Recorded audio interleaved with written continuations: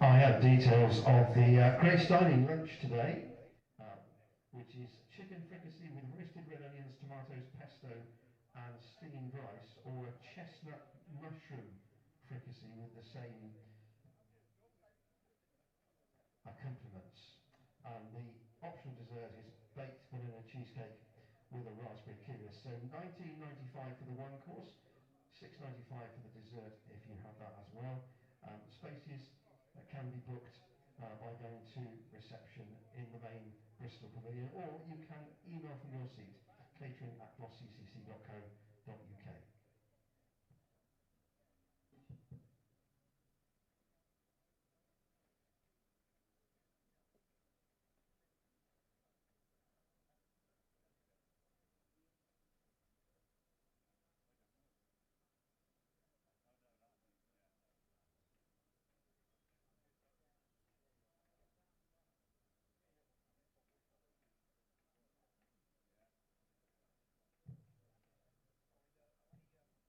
Scorecards up until the close of play last night are available for £1.50 in the club shop. And if you wish to talk, seeing as we are at this point in the season, about memberships, be it full membership, one-day membership, which covers both the Royal London, the one-day cup and the T20, or a T20 pass on its own, you can speak to Chloe or Harvey in the club shop about any of those packages.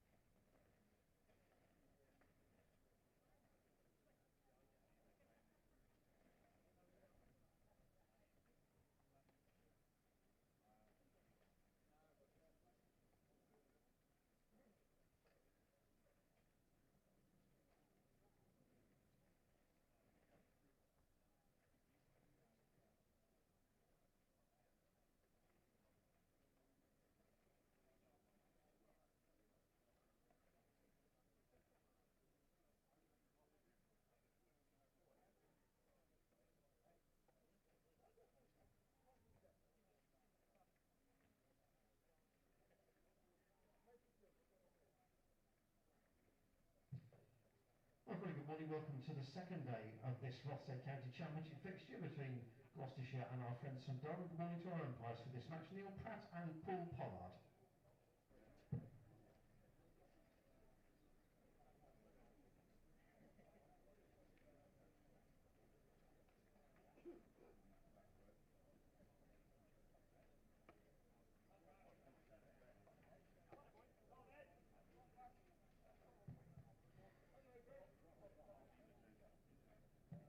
In the field at the start of this second day, the Gloucestershire side captained by number 1 Cameron Bancroft, and resuming for Durham, number 9 Ben McKinney, and number 5 David Bedingham. Good morning everybody, welcome to day 2 at Bristol. Gloucestershire taking on Durham in the Rothesay County Championship. Division 2, Durham having rather put the Gloucestershire attack to all parts yesterday, 456 for 2 in a dominant display, led by youngster Ben McKinney, 214 not out. He will resume day 2 on alongside David Bedingham, who is 76 not out. There's 96.5 overs to be played today. Some faffing about in terms of when we actually went off last night, meaning that we don't make up overs, even though we didn't get all the overs in. But it's quite something. Martin Emerson is alongside myself, Ed Seaborn. Commentary on the BBC Sport website and app and the Gloucestershire live stream as ever.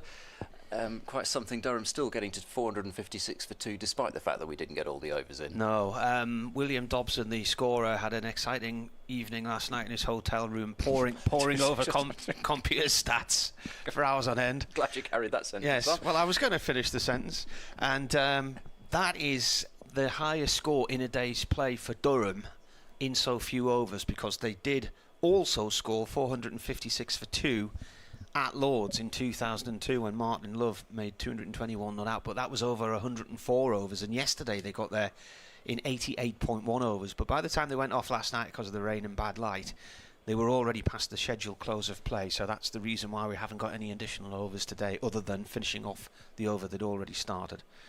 So he was busy in his hotel room last night with Love. Yeah. So Williams has 5 balls remaining in the 89th over. The ball is in its 5th over, and it's David Bedingham facing the first ball of the morning, which is down the leg side, and Bracey takes back there.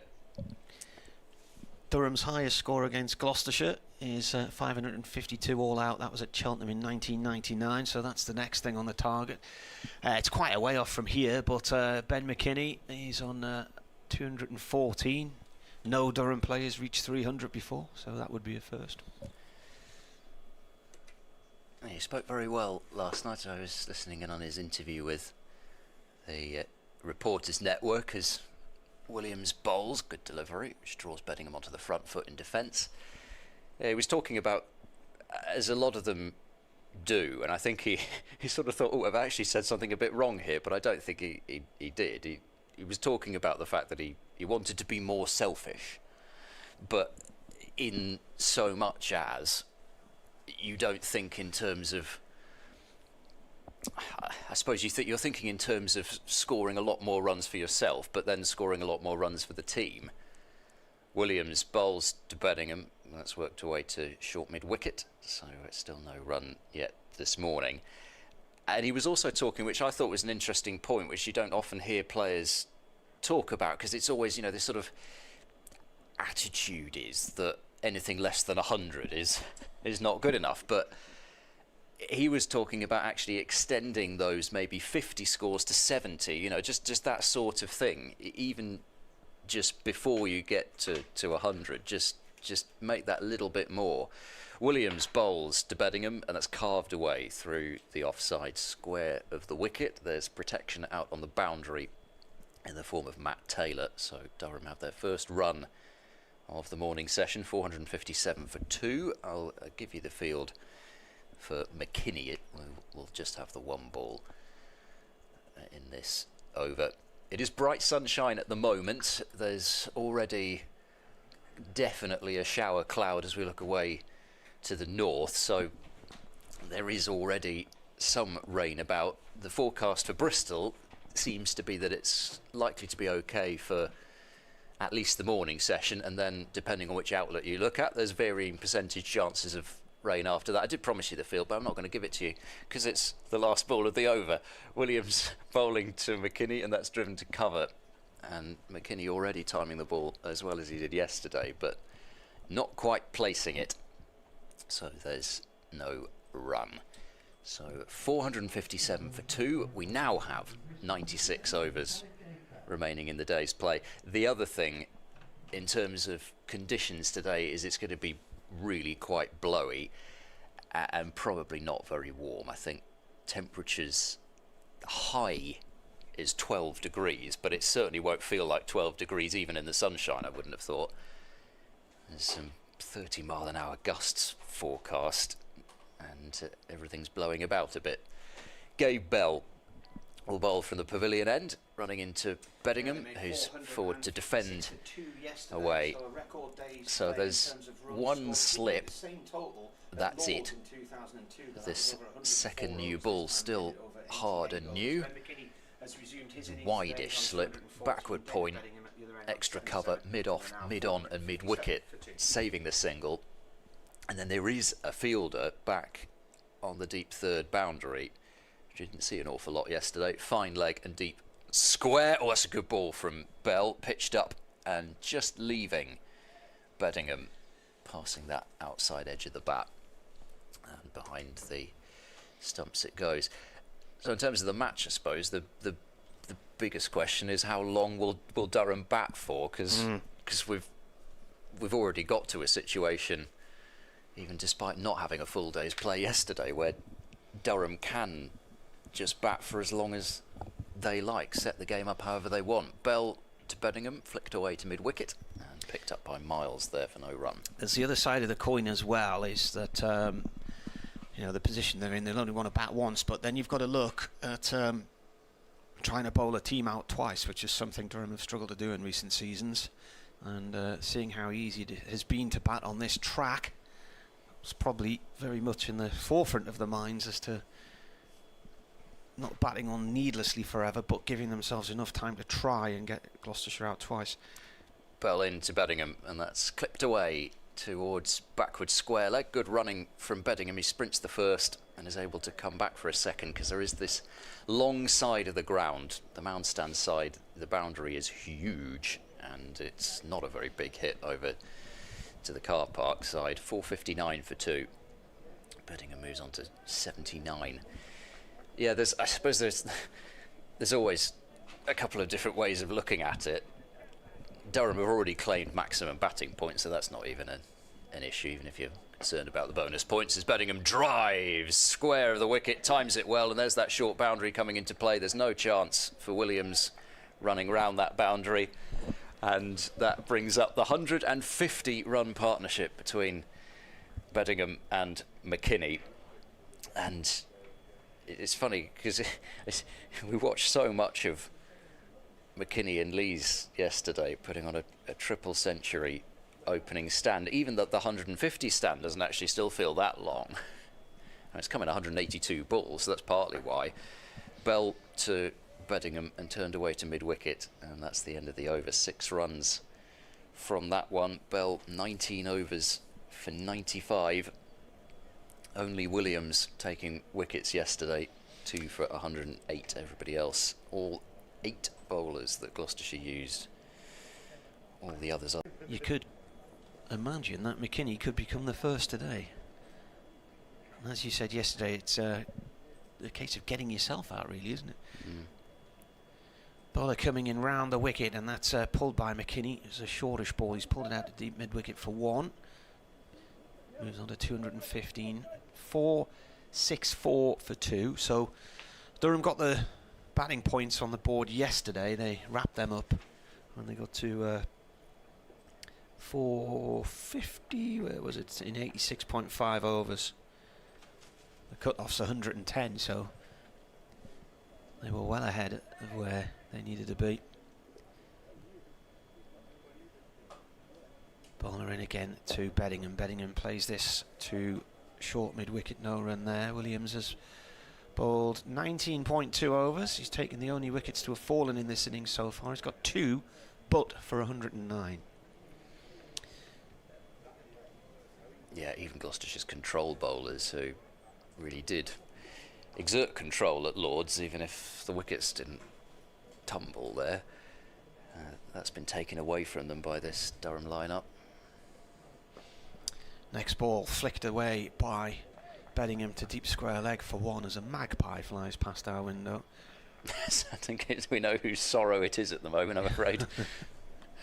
1 for Sorrow. You think it's a Gloucestershire-based magpie? I think it's a good chance. I don't know what is the range of a common magpie? They're quite territorial, aren't they? The bridge of death. What is the range of a common magpie? Williams in, played by McKinney to short mid-wicket, no run there. Have you been to Kielder Forest by any chance? No, I haven't. Let's kill that conversation. no, it hasn't. Where is it?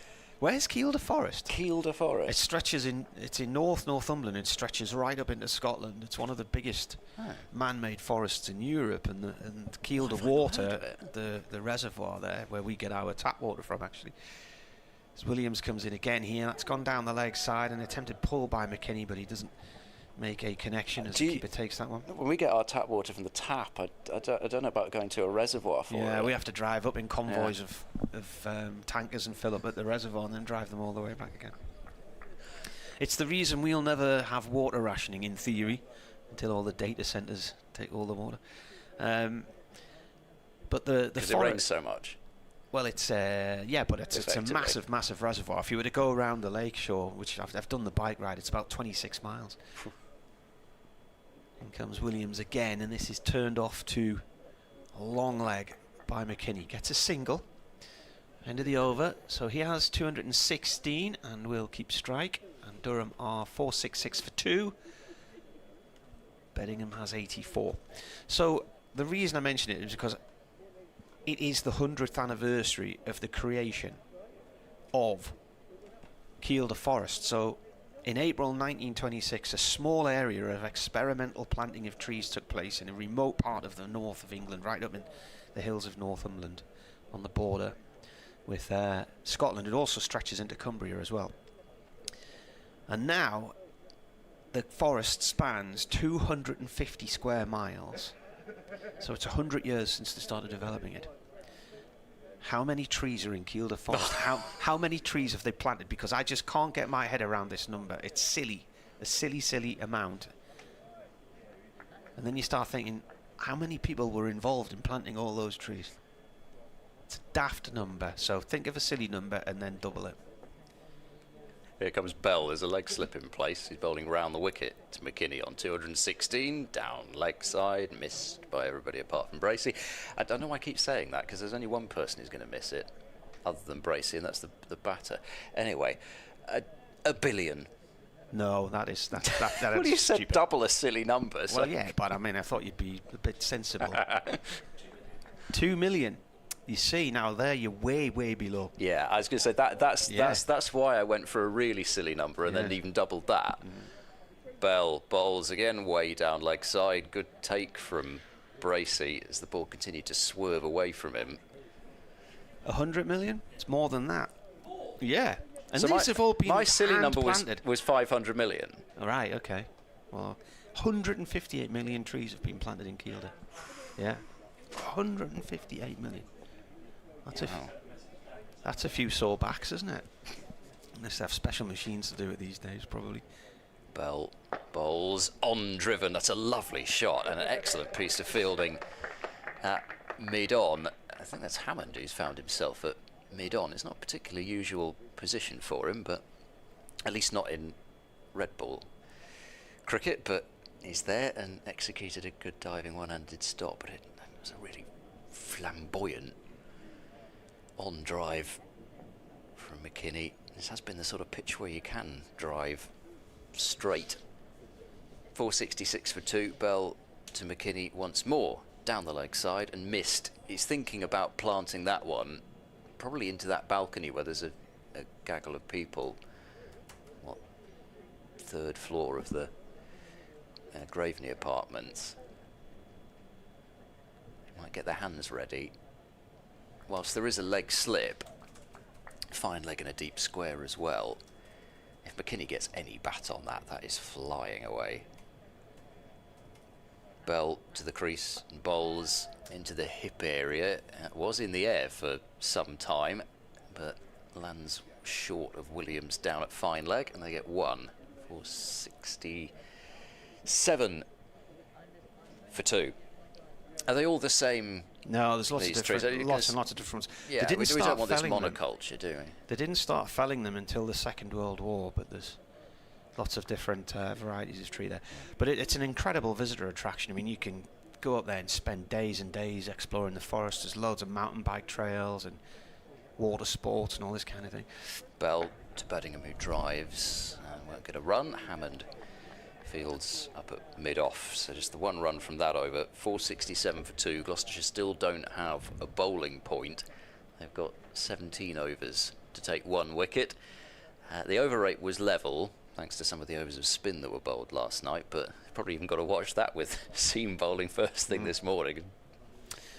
We were up there last year, and we were staying in a house during February half term last year, and we booked tickets to go to the Kielder Observatory, so it's right up the top of one of the hills, and it's a clear skies zone, so there's just no natural, no artificial light around there.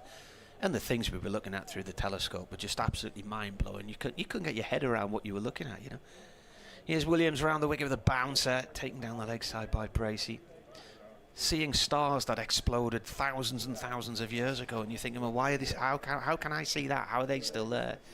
And it was that period when all the different planets were in alignment. Oh yeah. So you could see about 7 or 8 different planets. Incredible place. I've been mountain biking there, and one of the most memorable things I've ever done at Kielder was covering the original Kielder Marathon. There's this ball is bowled by Williams. It's a no ball signalled. McKinney plays that away to square leg and moves on to 218. I was going to say 2018 there. 218 with a single. The no ball hasn't gone on the board yet, but will in his second now. Is that where you have to run round that marathon and count all the trees? Yeah. Anyway, we'd gone up there. There's lots of different harbours there, so there's all these different places where you can go sailing, kayaking, water sports, adventures, all that kind of thing. And there's a number of places where you can stay in wooden lodges on the lakeside. So we'd gone up, and on the Saturday, so this was about 14 years ago, it would have been, on the Saturday, they had the half marathon. It's Williams bowls, and it's gone through to the keeper, and the 10K. And we were presenting shows from there on Radio Newcastle. And then on the Sunday, it was the big marathon. So I was on the start line for the marathon. I had this big backpack on, doing all these interviews. Interviewed a lad who had won the half marathon or the 10K the day before, and I said, and you're doing the marathon today? And he said, yeah, well, I'm just running with my mates. And he said, I don't even know if I'll get round, I'll just see how I get on. My legs are a bit sore after yesterday, so okay. As Williams comes in and bowls, this has gone off down towards long leg for 1 for Beddingham. Beddingham then moves on to 85, and Durham 471 for 2 now. So the event was put on by Steve Cram and his partner Alison Kirbishley, who Alison's actually on the board of Durham County Cricket Club. And so they had this whole weekend of events. Anyway, I'm near the finish line, and the first couple of runners have come past. One guy who won it was a fireman from Cockermouth or somewhere. As Williams bowls again, and that's pulled down into the ground by McKinney. Deliberately sort of a half punch into the ground down the leg side. It's gone for 1 run. He checked the shot because there was a fielder down there in Van Buren loitering at fine leg. 472 for 2 now. Beddingham on strike on 85.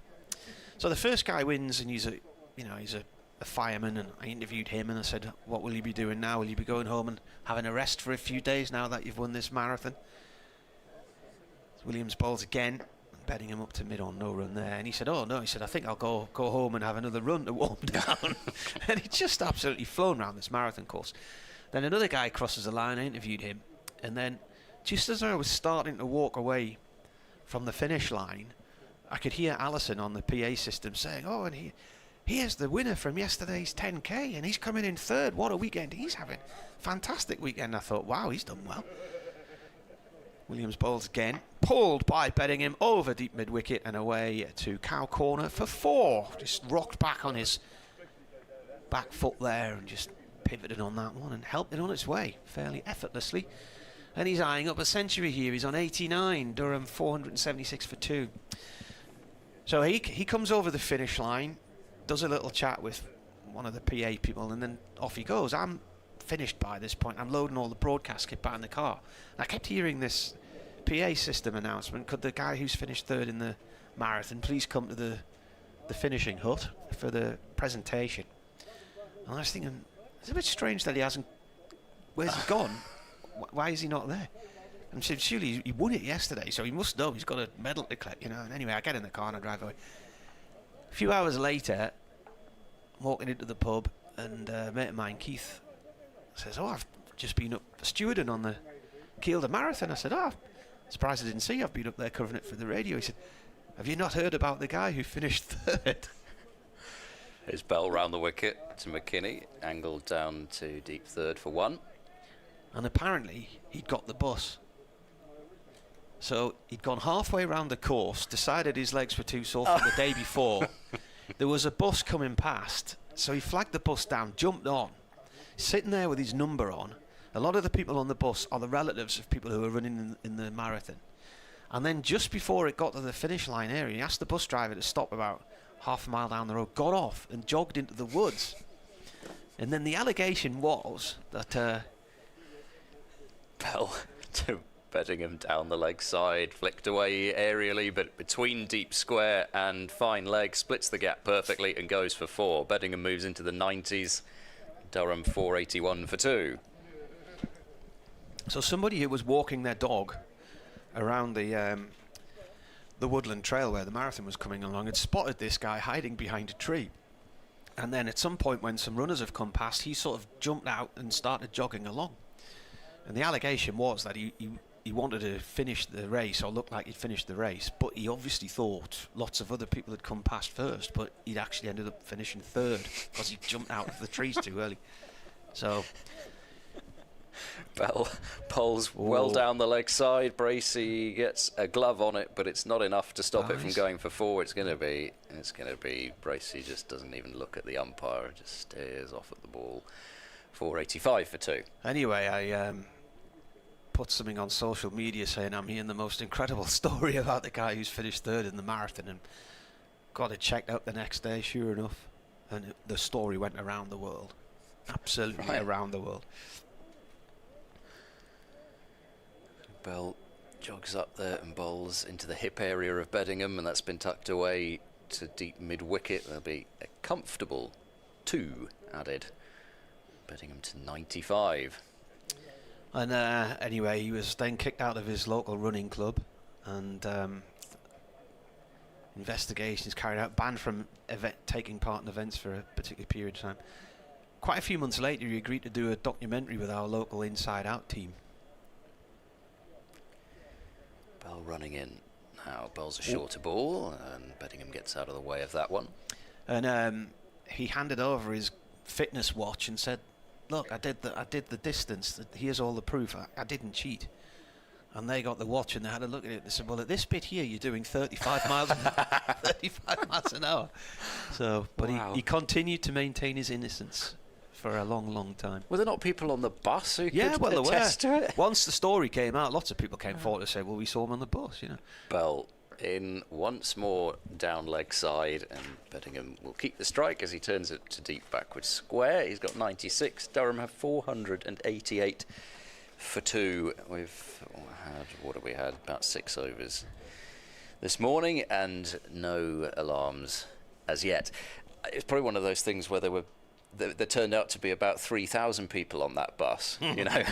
Yeah. I was there. I saw him. Yeah, a bit like the crowd who saw the Sex Pistols at the 100 Club in Manchester. I think it's a bit like the people who were at Cheltenham for the famous Mike Proctor hat trick, which I swear every Gloucestershire member I talked to was there on that day. I'm not sure that they can have been. Certain events. David Beddingham has 25 first-class centuries, 16 of those for Durham. And he is now on strike on 96 as the bowler comes in. Beddingham cuts that, it bounces just in front of point. And for a moment that was aerial and Ollie Price was interested, but it just dipped on him at the last moment there. Didn't really get into any run of form last year, David Beddingham, because it was this week last year when Durham lost after declaring against Warwickshire, and they lost by 1 wicket. He took a blow to the foot and ended up breaking his toe, so he was out for quite a few weeks. Then when he came back, South Africa came calling. So Williams bowls this one, that's played up to mid-off, no run there. And he just was in and out in the team and couldn't actually get any run of form going. So a disappointing season for him last year, where he got 333 runs in 11 innings. The year before, he was a top scorer in the country with 1,331 at 78. And that included 6 centuries and 3 half centuries. So the form player the year before. Williams bowls, Beddingham cuts, and there's a fielder out in the deep. He'll just get the 1 run, goes up towards deep point, and is fielded by Joe Phillips.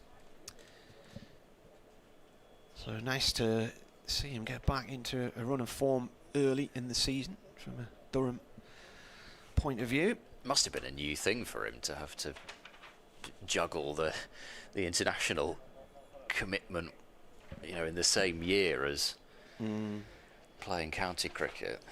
He got 12 and 48 in the rain-affected draw against Kent last week. McKinney's on strike now on 220. In comes the bowler. That's gone down the leg side. McKinney looks to try and pull at that and plays and misses.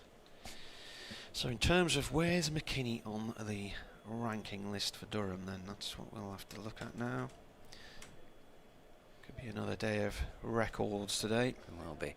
He was very pleased when he was told that he was the youngest good double centurion for Durham. Unsurprisingly, he didn't know that. You'd think the players would know something like that. No, you really wouldn't.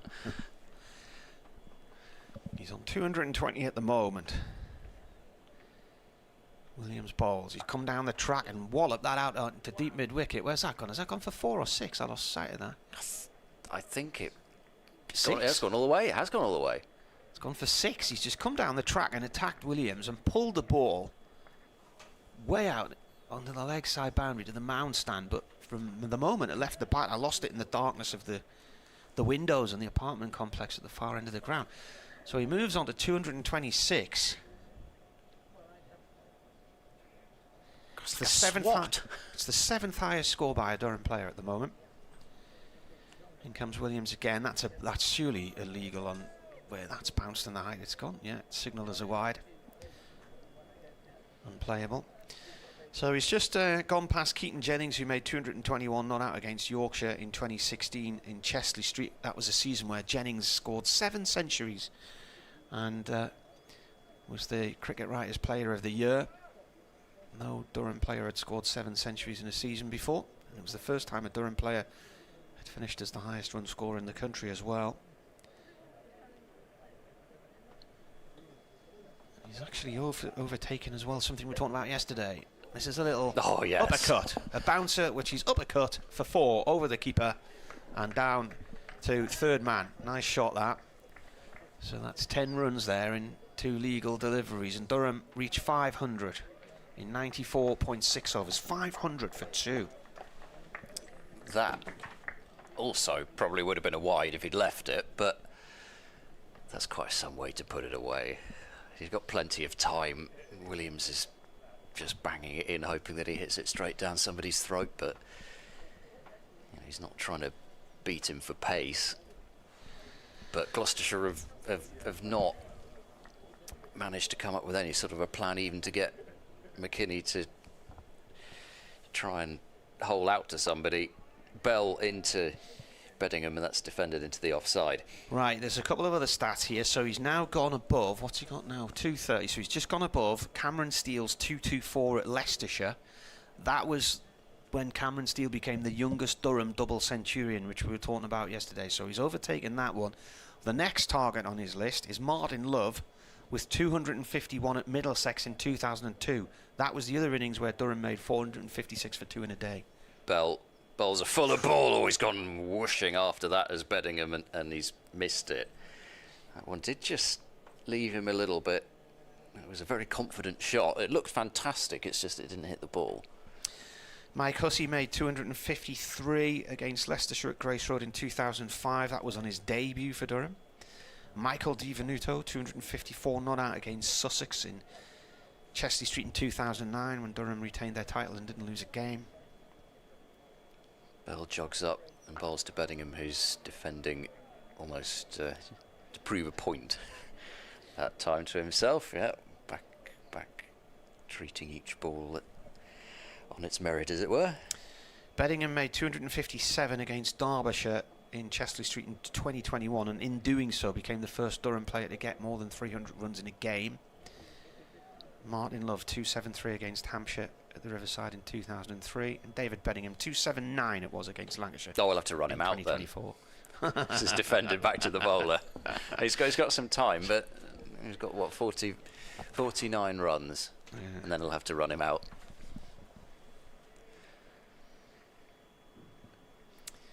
.500 for 2. I must admit, I didn't have quite the same enthusiasm to look through the records to see the last time that Gloucestershire conceded 450 in the day and only took 2 wickets. Just didn't quite summon up the enthusiasm to do that. Bell bowls to Beddingham, who drives and gets it down to a wide third position on the boundary. I'm not sure that was exactly where he was looking, but it didn't go in the air. He's on to 98. Durham 501 for 2. That play and miss early on in the over, I mean, that did do something. If you're watching that in the Durham dressing room, you're thinking, well, it may not be doing much, but that's something. Bell bowls across his stumps. He's missed a straight one, and he's not been given out LBW. Now then, why is that not being given out? Does the umpire think there was a bit of bat involved there? His front foot's outside the line of off stump, though, isn't it? He's moved so far across, but live, I didn't think he was outside the line. Maybe he was. Yeah, he's standing outside the line of off stump. He's trying to whip it over the leg side boundary. All the stumps are on show. Yeah. He must just have got so far across, but there we go. Umpire Pratt says not out, and Bell still searching for his first home wicket. The bowling change now at the Ashley Down Road end for the first time today, sponsored by Shepherd Funeral Care, number 34, Craig Miles. I knew who it was going to be from the sponsor there. Yes. Have they gone for him because he's one of the older ones, or how does it work? Well, they Sponsored by MeasureMeNow.com. No, I tell you it's not that, because Ajit Singh Dale was sponsored by them last year, and Dan Worrell was the one before that. I can't remember before, but anyway, they always go for a seam bowler. Right. It's a rich seam they're going after, is it? It's another nail in your coffin. Mm-hmm. Put a lid on it. Back in your box. Yeah. Miles then at the Ashley Down Road end of the ground. Coming bounding in, bowling to Beddingham, who's on 98. Beddingham defends. Roundabout off stump. The new ball shining in the sunshine here. The weather forecast got some pretty big banks of rain sweeping in off the 7 during the day, so some of them might miss us. Some of them look like they're probably going to splodge us. I suppose the good news, as far as getting play is concerned, is that they should be moving through quite quickly. Yeah. It's just a question of that combination of wind and covers needing to be moved is a tricky one. Miles comes in. Beddingham flicks that down towards fine leg for 1. Takes him on to 99.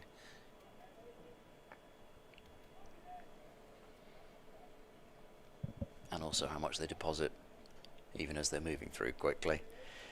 April showers. We haven't had many April showers over the last little while.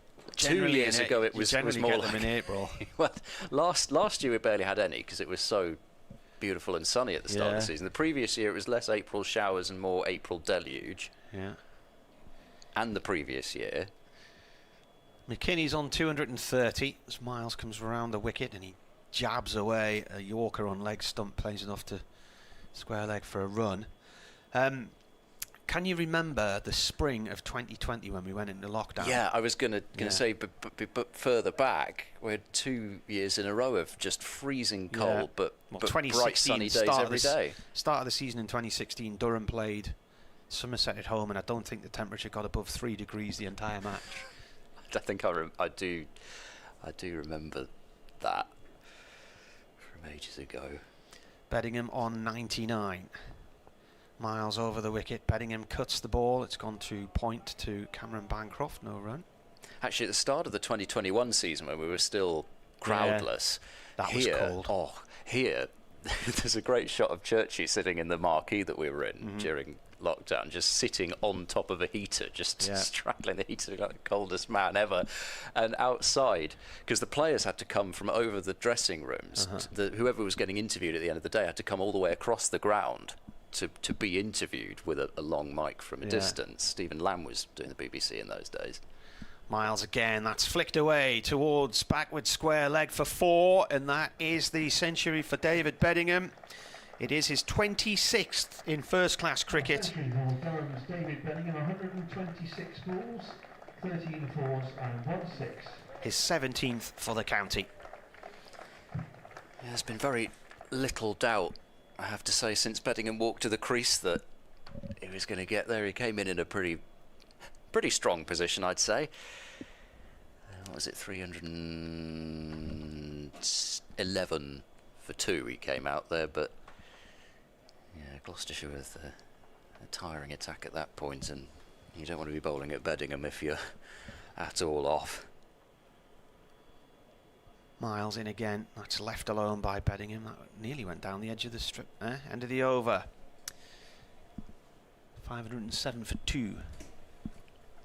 But no, I remember on I think it was the second day of that game, Gloucestershire were playing Surrey, and Matt Taylor had changed the course of proceedings with some key wickets after tea, and he came over, and I've not seen hail quite like that. I mean, you were talking about yesterday about them brushing hail to the side of the ground. It wasn't quite that, but they might have had to do that if it hadn't been the end of the day. And because, of course, there was no cover over there, is just standing there and getting hail pelting down. If somebody did give him an umbrella, like that was going to be any use. This partnership is 4 away from 200 runs. Speaking of Matt Taylor, he's going to come on and resume the bowling. 16 overs for 54. He's actually been remarkably frugal. No, that's not what I mean. I mean the opposite, don't I? Parsimonious for this innings. It's 507 for 2 as Taylor left arm over from the pavilion end bowls. Oh, that is a huge slog from McKinney. He's way out in front of it and he misses it completely. That was an interesting shot. I don't know whether it signals anything other than McKinney's just bored. Actually, Frugal was fine, wasn't it? I don't know why I doubted myself suddenly. Anyway, he tried to wipe a ball from outside the off stump over to the short boundary and missed it, but does that mean Durham have decided it's time to really get on with it? Taylor bowls, and that is pulled dismissively over wide long on, and I think that's gone all the way for 6. It has, yes. Hit the bottom of the picket fence. Just saw the ball appear past the edge of the building. 200 run partnership is up. Yeah, the 200 partnership has come in 228 balls. Quite the way to bring it up. It was halfway down from Taylor and picked up so cleanly. McKinney's 5th 6 of his innings.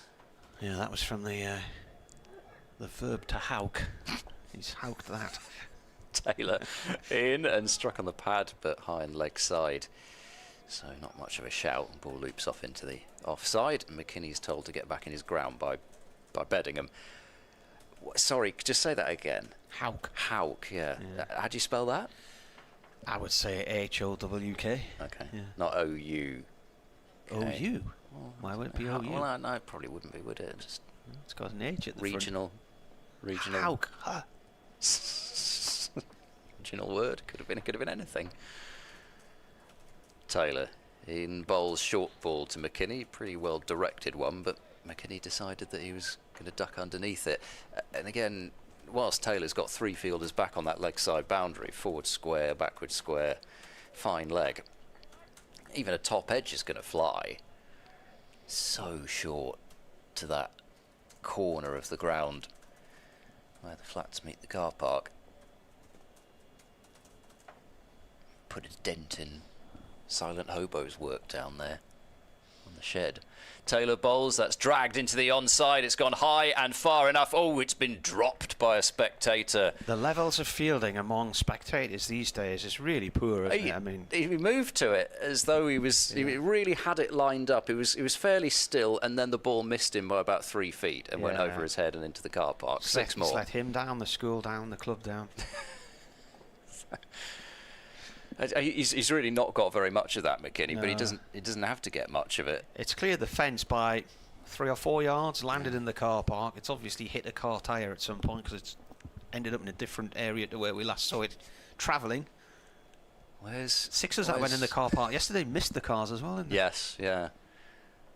Just eyeing up where the PA announcer Ian Randall's car is this time. He's parked it over the far side, hasn't he? It's a couple of rows back. He's parked it in Bath. Parked it on Bath Road. It might have been still in danger. Exactly. 519 for 2. Last ball of the over. Taylor bowls. McKinney moves way across his stumps and then plays an extra cover drive, and that is really well fielded by Price out at deep extra cover. What a strange shot that was. If legs were splayed apart, his toes were facing the bowler, and he played an extra cover drive from. Again, all 3 stumps having been exposed. He's having some fun now, and he's moved on to 244. Durham 520 for 2. Barry Skinner's messaged me. He said, talk of being cold, and I've got a photograph of him in the stands during that Somerset match where it never got more than 3 degrees, and he's sitting in a sleeping bag in the stands with a coat on. That's a good way of doing it, actually.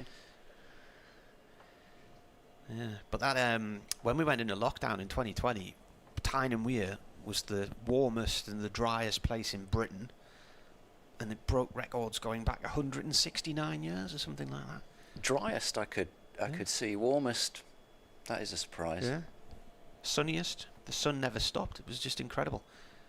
And I think once industry started to switch back on in July, that was when all the rainstorms and everything came back. So I think there's a definite link there between pollution and rain. Here's Miles round the wicket to McKinney. McKinney's gone after him. He skied this one. He could be out here. Is he going to be out? Is he dropped or caught? He's caught. Who took that catch? That was an effort and a half, that diving. Racing in from the boundary about 30 yards. Williams with a catch. I thought he dropped it because he did a sort of tumble as he took the catch. Well, McKinney there has gone for 244. Fantastic knock from him. And that is the 7th highest score by a Durham player. And he's the youngest double centurion. He saw to that yesterday, and this partnership has come to an end at 520. 520 for 3, 209 runs, 233 balls. Well, he is a really fine player to watch, Ben McKinney.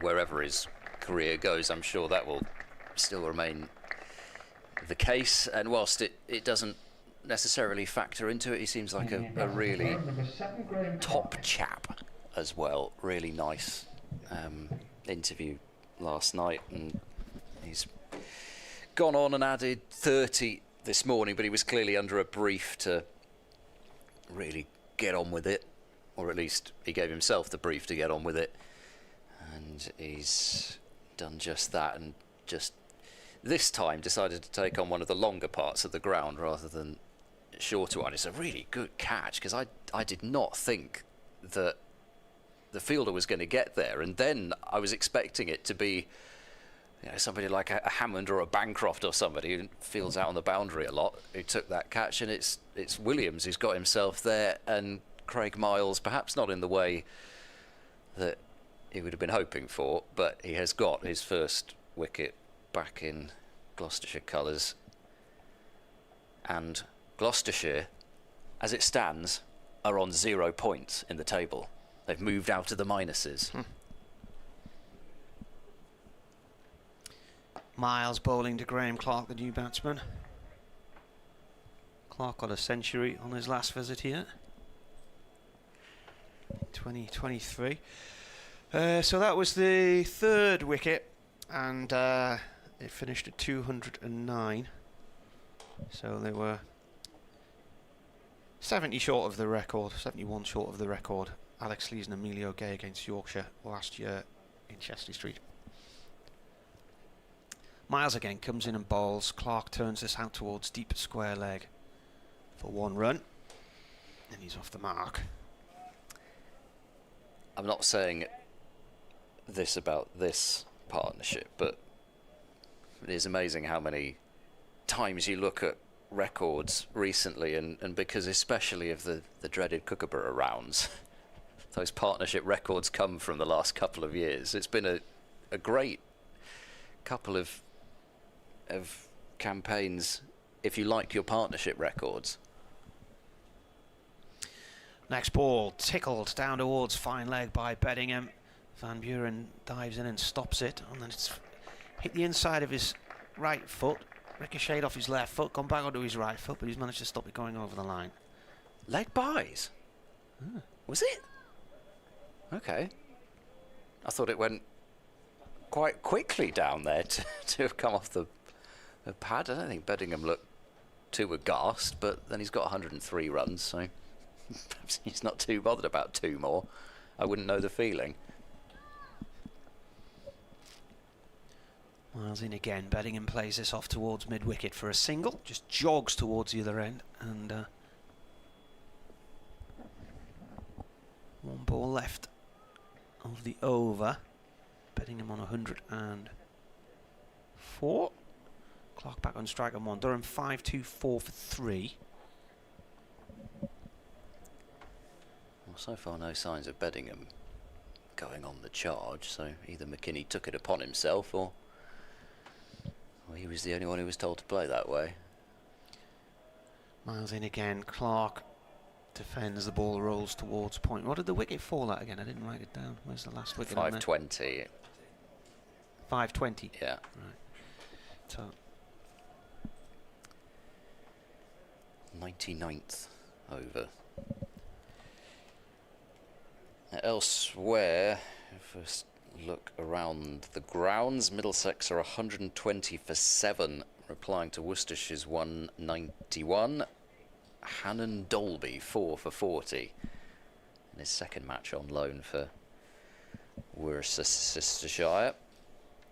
Derbyshire 32 for 1. Lancashire were bowled out for 351 yesterday evening, and Derbyshire lost a wicket in the, as it turned out, under 2 overs that were to be bowled yesterday. Mitch Stanley bowling Caleb Jewell for a duck, but Harry Kame and Matthew Montgomery steadying the ship for Derbyshire.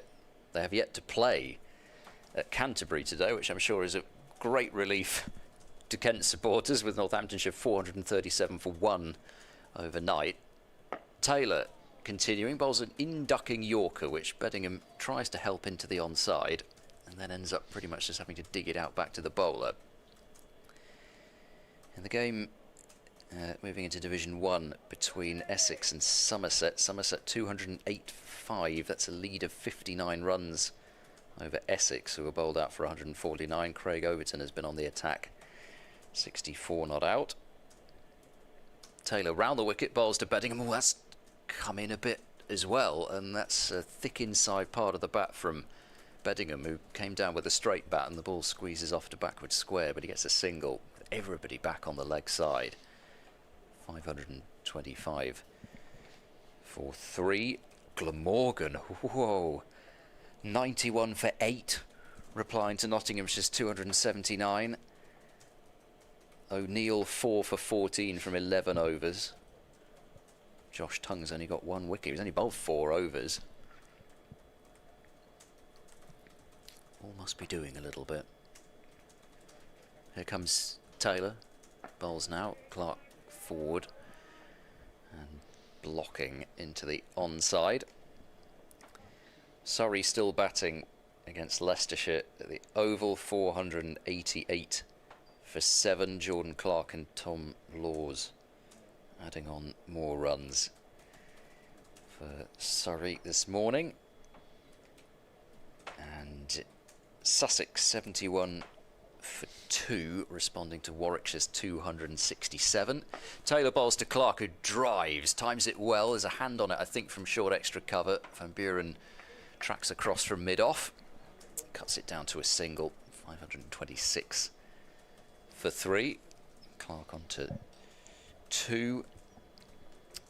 And Yorkshire and Hampshire now underway. They had a delayed start there. Hampshire made 251 and Yorkshire 70 for 4, with Sonny Baker having taken 3 late wickets for Hampshire yesterday evening. Lyth and Revis resuming. Driven by Beddingham. He hasn't really timed that one, but Gloucestershire have still got everybody back on the leg side boundary, including long on, so Price has to come up and field it. And they have taken another single. So they put mid-on and mid-wicket up for Clark. Deep square and fine leg staying back. And 3 fielders in the ring on the offside and deep third on the boundary. Nobody in the cordon. Taylor to Clark, who does get a little bit squared up by that one, but gets well behind it and defends into the covers. So 527 for 3 at the end of that over. There's 10 overs remaining for bonus points, I was going to say, but Durham have already got all of them.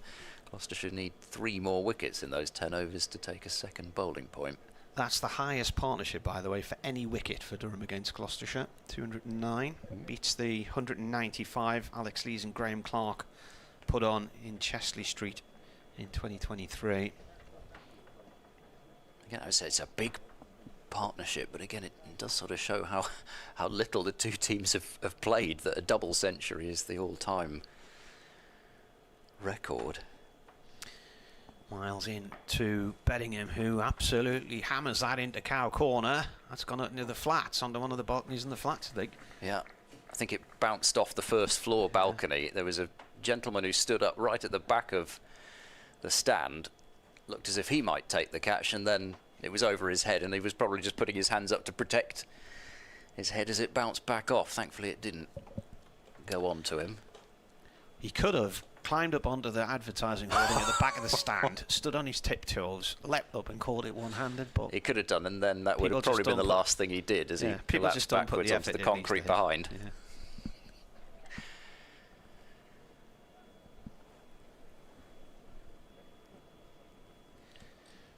Next ball is the same. Oh, that's heading towards my car. Oh, that's heading towards Randall's car. Oh, it's going to land safely. On the bounce, second bounce, third bounce, into the some sort of a car. I think it's hit the car. Is that yours? Yeah. Well, it's a company car. It's gone past it. Ah. It went near whatever that grey number is. Well, actually, there's quite a few grey numbers, but... Well, that is it. Right. Well, unfortunately, when I parked there... It's gone underneath it, clearly, because it's gone right to the back of the car. It bounced about 4 times before it got near the car, and it's rolled underneath it, I think, and gone through. I thought I'd parked out of harm's way, putting it as far back as I could. I noticed the directors have the safest parking spots against the fence at the back. So they're all yellow name sign parking spots. Have they found it or not? What's going on here? Oh yeah, they've got it. That is one way of ensuring that you get to change the ball, get somebody to hit it out the ground, because then they've got to change it. So I'll have to hit a bit further. Beddingham for that.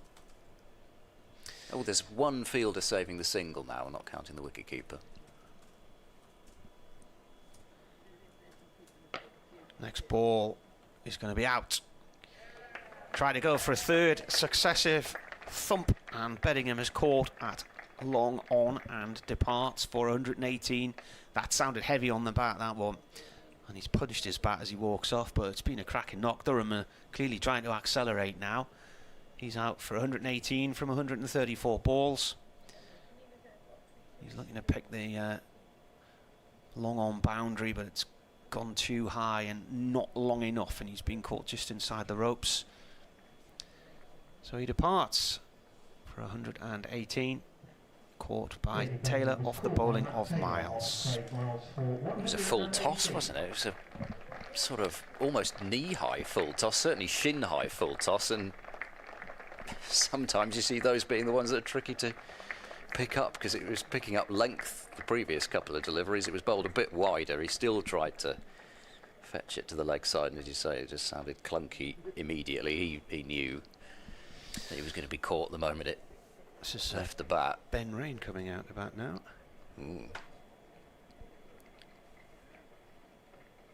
Okay, well, no Robinson, no Aldridge.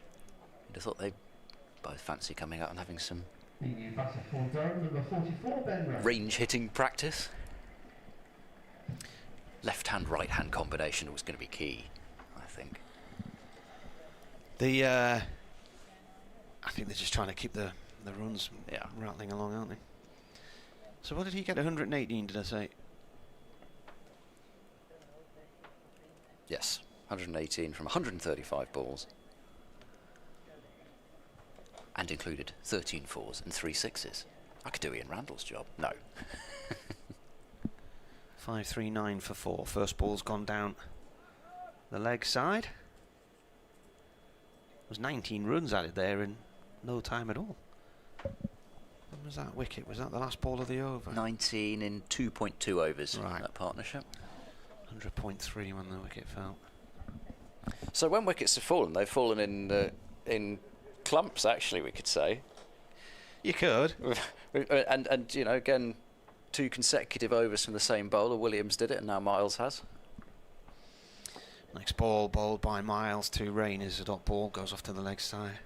Well, he's had 2 sighters before slogging.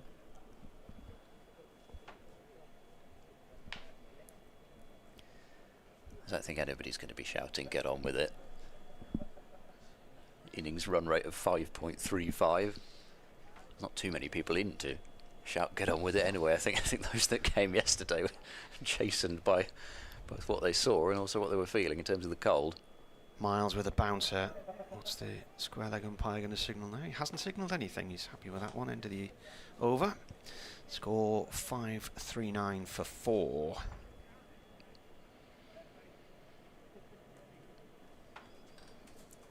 I don't know. I mean, well, it doesn't really matter very much, does it? But Casey Aldridge going to hit a long ball as well. Bowling change for Gloucestershire at the Bristol Pavilion end. Coming on, sponsored by Trotter Temporary Signage, number 12, Graham Van Buren. Right, spin into the attack. Graham Van Buren. Gloucestershire May. I don't know how many overs have they got through this morning. They've got through 13, will it be? So we've had almost an hour, so they're going to need to get through a couple of overs here. Van Buren then round the wicket and bowling to Clark, who cuts him away straight away, and that'll be a single. I say it'll be a single. There's a juggle from deep cover, but the boundary's so short there's time to recover. So 1 run to Clark. He's on to 3, 540 for 4. Ben Rain will be targeting that short leg side boundary. I'm told that because Graham Van Buren is a left arm spinner and Ben Rain is a left-hander, this is his match-up. Van Buren bowls a low full toss, which is whipped away along the ground to cow corner. I think that is the only way to describe that fielding position. It's not long on and it's not deep mid-wicket. So Rain's off the mark. 5:41 for 4. Yeah, Gloucestershire are trying to get on with some overs here. Van Buren's already waiting the end of, you might say, his run up, more like his skip up. Another drive to long on from Clark gets him a single. And the over rate won't exactly be helped by the constant changing of the field, so it's not as though there can be too many quick dots, but there's one though, because Rain has swatted at that one outside off stump and missed him. He's gone straight through to Bracey. Ball straight back from Van Buren bowling into the block hole. That squirts off to mid-wicket. Has to come in off the boundary rope with everybody on that leg side. There are 5 fielders patrolling that leg side boundary. 543 for 4. Van Buren bowls a slower delivery into the pitch and worked away to deep mid-wicket by Clark. So no huge swishes of the bat that over. Just taken 5 runs. 544 for 4. There's some spectators who've clearly decided that sitting still isn't the way forward on a day like this, and it's time to patrol the boundary rope. The ever recognisable Mr. Matthew Lee is patrolling the mound stand at the moment. Just keeping everybody out of trouble in there. All one of them. Oh no, there's 4 people in the mound stand. But if any of them think that they can get away with anything on Matthew Lee's watch, absolutely not.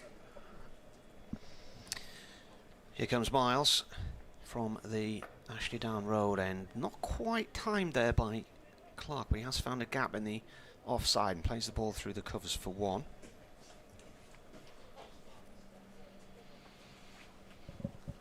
There's lots of messages coming here that we've not had a chance to read. There's been quite a lot going on in the last half hour or so. One of them was about how far magpies fly. Great. There's always an answer. I'm so happy somebody has answered that question. From Phil O'Rourke. Morning, Martin and Ed. As Miles gives up running in here, something's put him off.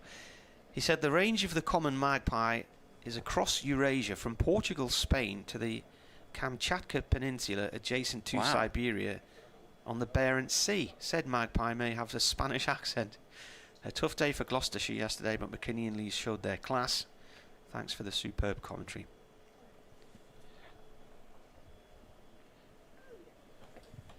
Miles comes in and bowls, and that's in the air from Rain. It lands short of the fielder up at long on. He gets a single. Somebody else has sent in a message about magpies. Good morning, folks. Magpie info follows. They don't win derbies, though. Magpies, especially the Eurasian magpie you'll see around the UK, aren't long-distance migrants, so they don't rack up huge journeys like swallows or geese, but they are far from lazy flyers. Miles bowls to Clark. Clark pulls out through mid-wicket for 4. There's nobody there. There's a big gap. He moves on to 10. 550 for 4 now, Durham. Remember we were talking earlier about what might be a target for them today. Their highest score against Gloucestershire, 552 all out at Cheltenham in 1999. So they reached 550 in 102.3 overs. Has he done some damage to his bat here, Graham Clark? Right, I've got to do an update. I was looking at Bancroft. I think he asked Bancroft if it was okay if he changed bats, and Bancroft, after recent events, probably staring off at the umpire and asking what that does in terms of the timings. Yeah, I sort of thought that they probably didn't migrate, but it's amazing how many birds do migrate that you think probably don't. Just because a bird's here, or a species is here all year round, it doesn't mean that it's the same ones, that they've stayed. Even your regular garden birds get sort of replaced, quite a few of them. Anyway, I'm glad we cleared that up. Let's see what other questions we can we can ask during the day. The pressing question on my mind is, how long does it take to bring a bat out? Because still absolutely, yes, James Healy's operating the streams just pointed out that perhaps the Durham players have got lost with the new changing room set up. It does all look very new down there. I have no idea where anybody's going to come out anymore after the day's play. Potluck, isn't it? 3 or 4 ways that they can come now. Sadly for Will Williams, we did manage to flag him down after day's play yesterday. So 550 for 4. Miles has the ball back in hand and bowls to Clark, who's defending, and then they want a single, but they weren't committed to it. And Miles was thinking about bringing out some fancy footwork. I don't know if he was going to do a Mark Wood and yell out the names of, well, I don't know whether it would be for Miles, it might be some Swindon Town footballers, I don't know. Kick it onto the stumps. But Rain, well, Clark fancied it, but it was Rain who was going to have to be off and win the race with the bowler, so they decided to stand where they were. So a rare dot ball. Field is up a bit more on the offside for Graham Clark. Is on 10. Miles bowls to him. It's a wide Yorker. Getting in some early white ball bowling practice here, and using the pace of that one is Clark, and takes a single to deep third. 551 for 4. So they need 2 more runs for the highest score against Gloucestershire. The 552 at Cheltenham in 1999 ended with Durham winning by an innings and 127 runs. And that, until they won here on their last visit in 2023, was their only victory in the Southwest against Gloucestershire. Came at Cheltenham in 1999. Miles goes in round the wicket, bowls. Ooh, that's caught Rain midships, and they'll come back for a second run here. Not that's the highest that Rain really wants to, but what's it come off glove by the looks of things, so it's going to be runs to Rain's total, so he'll move on to 5, and there it is, another record ticked off.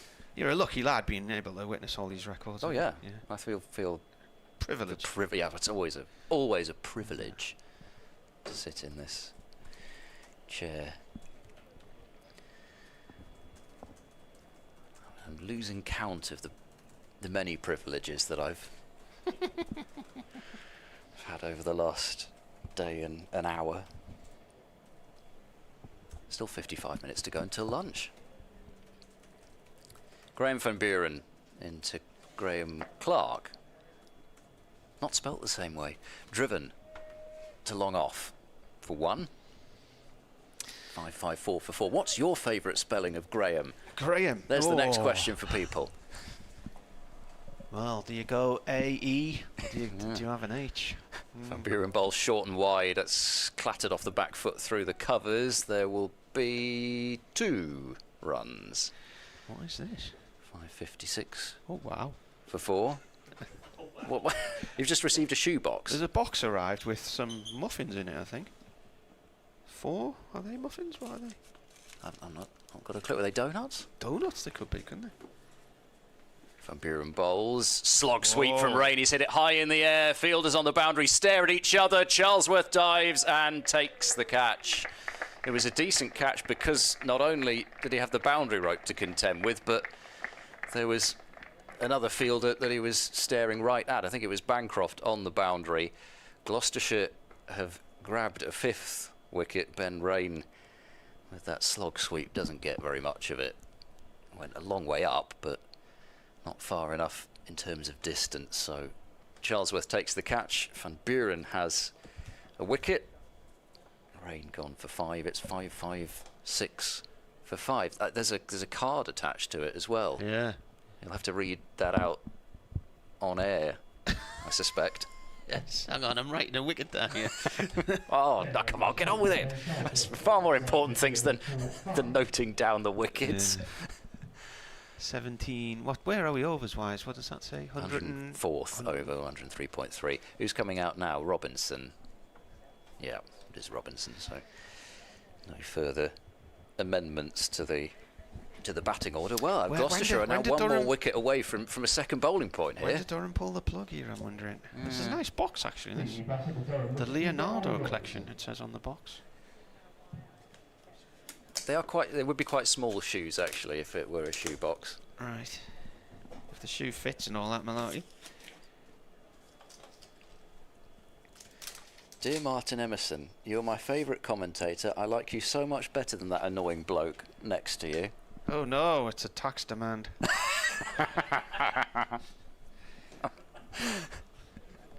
Right, Robinson. Very small lettering, wow. You've got your magnifying glass. Yeah. Van Buren bowling to Robinson first time. It's stroked away to extra cover. There's no run.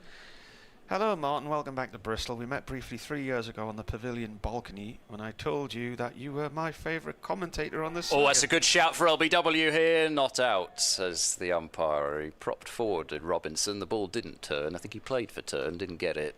And maybe it was sliding down, not sure, but certainly looked pretty close. We'll come to it after this ball because Van Buren doesn't waste too much time. It's a full ball which is driven to long on, and 4 runs from the over plus a wicket. 5-5.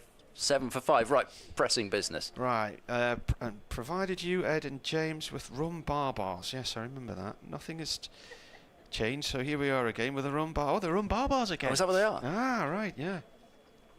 You enjoyed that, the rum bar bars, didn't you? Yeah. So my partner George, a Northumbrian Geordie from Alnwick and supporter of Durham, is here today in the Cheltenham Street with a group of friends, mostly Gloucestershire members. As a lifetime Gloucestershire member here at Bristol, I'm feeling much concern and frustration at the moment to our start of the season. I suspect Ed might be thinking along the same lines. However, Durham are playing well. Meanwhile, we are enjoying the day downstairs and trying to remain positive. So there you are. That's from Jacqueline Forsyth. So thank you, Jacqueline. I remember the rum bar bars from a few years ago. And I remember there was a northeast connection as well. So change of bowler here as it's got Miles on the board, but it's not. It's Taylor, isn't it? It's Matt Taylor, yeah. Changed ends. There's 4 of them in there, so. Well, so Harvey's come up from the club offices as well. Yes. 4 people in the box at the moment. Well, there you go. So we'll have those at lunchtime. I'll try not to spill it all over my computer and get food everywhere like I managed yesterday. See how far you can flick this. Yes. Taylor in again. Forward comes Robinson, pushes that to the offside. Where are we now? Is it only 10 past 12? Wow. There's a lot gone on this morning, isn't Well, he said yesterday that you couldn't believe it was nearly lunchtime, but today's obviously going much slower. Yeah. Shudder to think what it'll be like on days 3 and 4. Oh, gosh, has it been 10 minutes? There's still an awful lot of time left in this game, isn't Yeah. it? So the question now is, do Durham back themselves to bowl Gloucestershire out twice? So the next ball is bowled and defended by Robinson. Well, I Do they think there's too much time in the game? Yeah, it's a question. It's normally when a side scores 550, I'll start again. Scores 550 to 600. There's that question of do you think that you're only going to bat once, so you need the remaining time left in the game to take the 20 wickets back to back? If it weren't for the rain, that wouldn't even be an issue here. Durham would have plenty of time, they would think, to bat again. Yeah. But it's just the weather that's the variable. Taylor round the wicket to Robinson. Robinson plays it into the cover area and over and there. Picked up by Bancroft. I mean, looking out there now, we can't see the direction the weather's coming from because it's coming up the river behind us, but it looks a lovely day at the minute. It's sunny. Little white fluffy clouds, as the orb might sing about. What were the skies like when you were young? You don't know the tune, do you? No. No. I could tell. You're too young. Must be a few Orb fans out there. Taylor coming round the wicket past the umpire bowls, and Robinson clears that off his legs down towards the square leg boundary for 1 run. I mean, I'd have thought, really answering that question, much like they are now. You know, it's not too much. You know, I don't know. The clouds still seem to be the same colour. I don't think the blue of the sky is likely to change, other than throughout the day.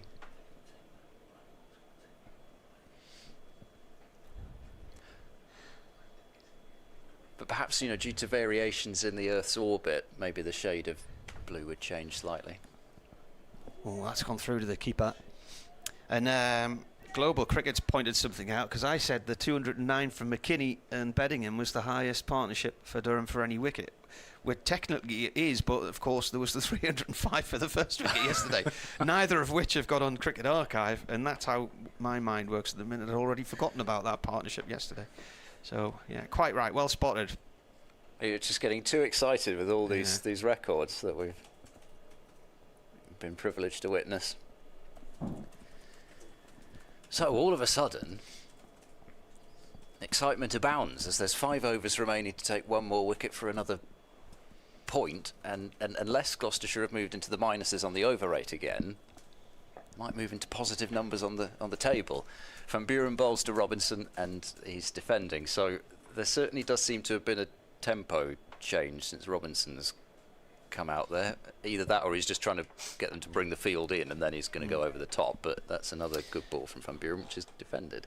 So you've had 2 partnerships in this innings which are both records effectively for Durham against Gloucestershire. Van Buren bowls round the wicket again. It's on target and pushed away off the front foot to extra cover. It looks like Ed Middleton, who's on the field as a substitute. Van Buren is in. That's cut away short and wide, but fielder out at deep cover. Robinson moves his total on to 3. 5:59 for 5. Oh, Van Buren has to stop. He wants Hammond to go out to deep mid-wicket. Thinks Graham Clark might take him on. I say deep mid-wicket, he's gone about halfway back. And it would have been a dot ball if he hadn't made that field change. Probably. And it's reached that stage where the fielders are underarming the ball in. Williams rolls the ball back to Van Buren with a single added, 5:60 for 5. Next delivery, reaching for that one and driving through the covers for a single. Robinson. Total moves on to 4. Going back to the magpie information, we haven't got through that. Rich James sent this in. No, young magpies may disperse several kilometres when leaving the nest. Van Buren floats that one up there. Clark into the drive, straight along the carpet for 1 to long off, 4 off the over. It's 560. Ooh, 2 for 5. You almost got me. Territory size, roughly a few hectares up to 50 hectares, and they tend to stick obviously close to where food is, that kind of thing. So there you go, that's your magpie information. Chris Millman, well done Beddingham and McKinney, maybe it's time to declare. And he's also said to Hauk, synonyms, verb, Hauk / dig, excavate, hollow out, dig, mine, scoop. Okay. And then Phil asks, who's your favourite Graham? Graham with an H or Graham with an A? And his headboard. So there you go, we're up to date, I think. Taylor, left arm round, bowling to Clark, who has a little nibble at that, playing a miss, gone through to the keeper. I haven't actually checked any of the emails today either, so I'm going to have a look in there. There's probably a few have already landed. A strange looking shot from Clark. I'm not entirely sure what, having not seen many shots like that. Where did that one come from? Which one? The one who was suddenly dangling the bat out there. That's a drive, and it's played into the ground and stopped by Bancroft, and the covers no run there. John Pick's been on. He says, morning Marty, it seems a little premature to be talking about Ben McKinney as an England opener. He is only 21 and has played, I think you said, 25 first-class games. I've never mentioned it. That's a discussion other people have been having, I think. He said, at that age, experience and batting position, I'm expecting more of an up-and-down season in the county championship. As Taylor comes round the wicket again and bowls, and that's played by Clark off towards, or he's tried to play that off towards square leg. It's going to be a leg by. He says it seems to be more and more of a thing that we rush players through on the back of an innings or two because of their style of play. If he has 4 or 5 strong seasons against attacks a little better than this one, then we can ask the question, is this a fair assessment in your opinion? Says John. I generally don't really take much note of what's being said around England, and it's the main discussion point at the start of this year because somebody's come up with the theory that this is a new start after yet another Ashes drubbing. That's gone off towards point, no run there from Robinson. So to me, I don't think anything's changed really. Just 1 or 2 people I noticed have been talking the whole England perspective up in recent days. But just the start of a new season, isn't it? Well, it does happen, doesn't it? Yeah. And it's you know, in some ways, it's a way of trying to get people who, which there are a lot of people who follow international cricket but don't really follow the domestic game, to maybe follow the domestic game.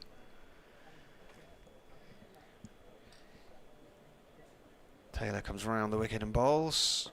That's defended. I mean, But if he yeah. continues getting runs, then yeah, he'll probably come on the radar somehow. He's played for the Lions. He's had 100 for them.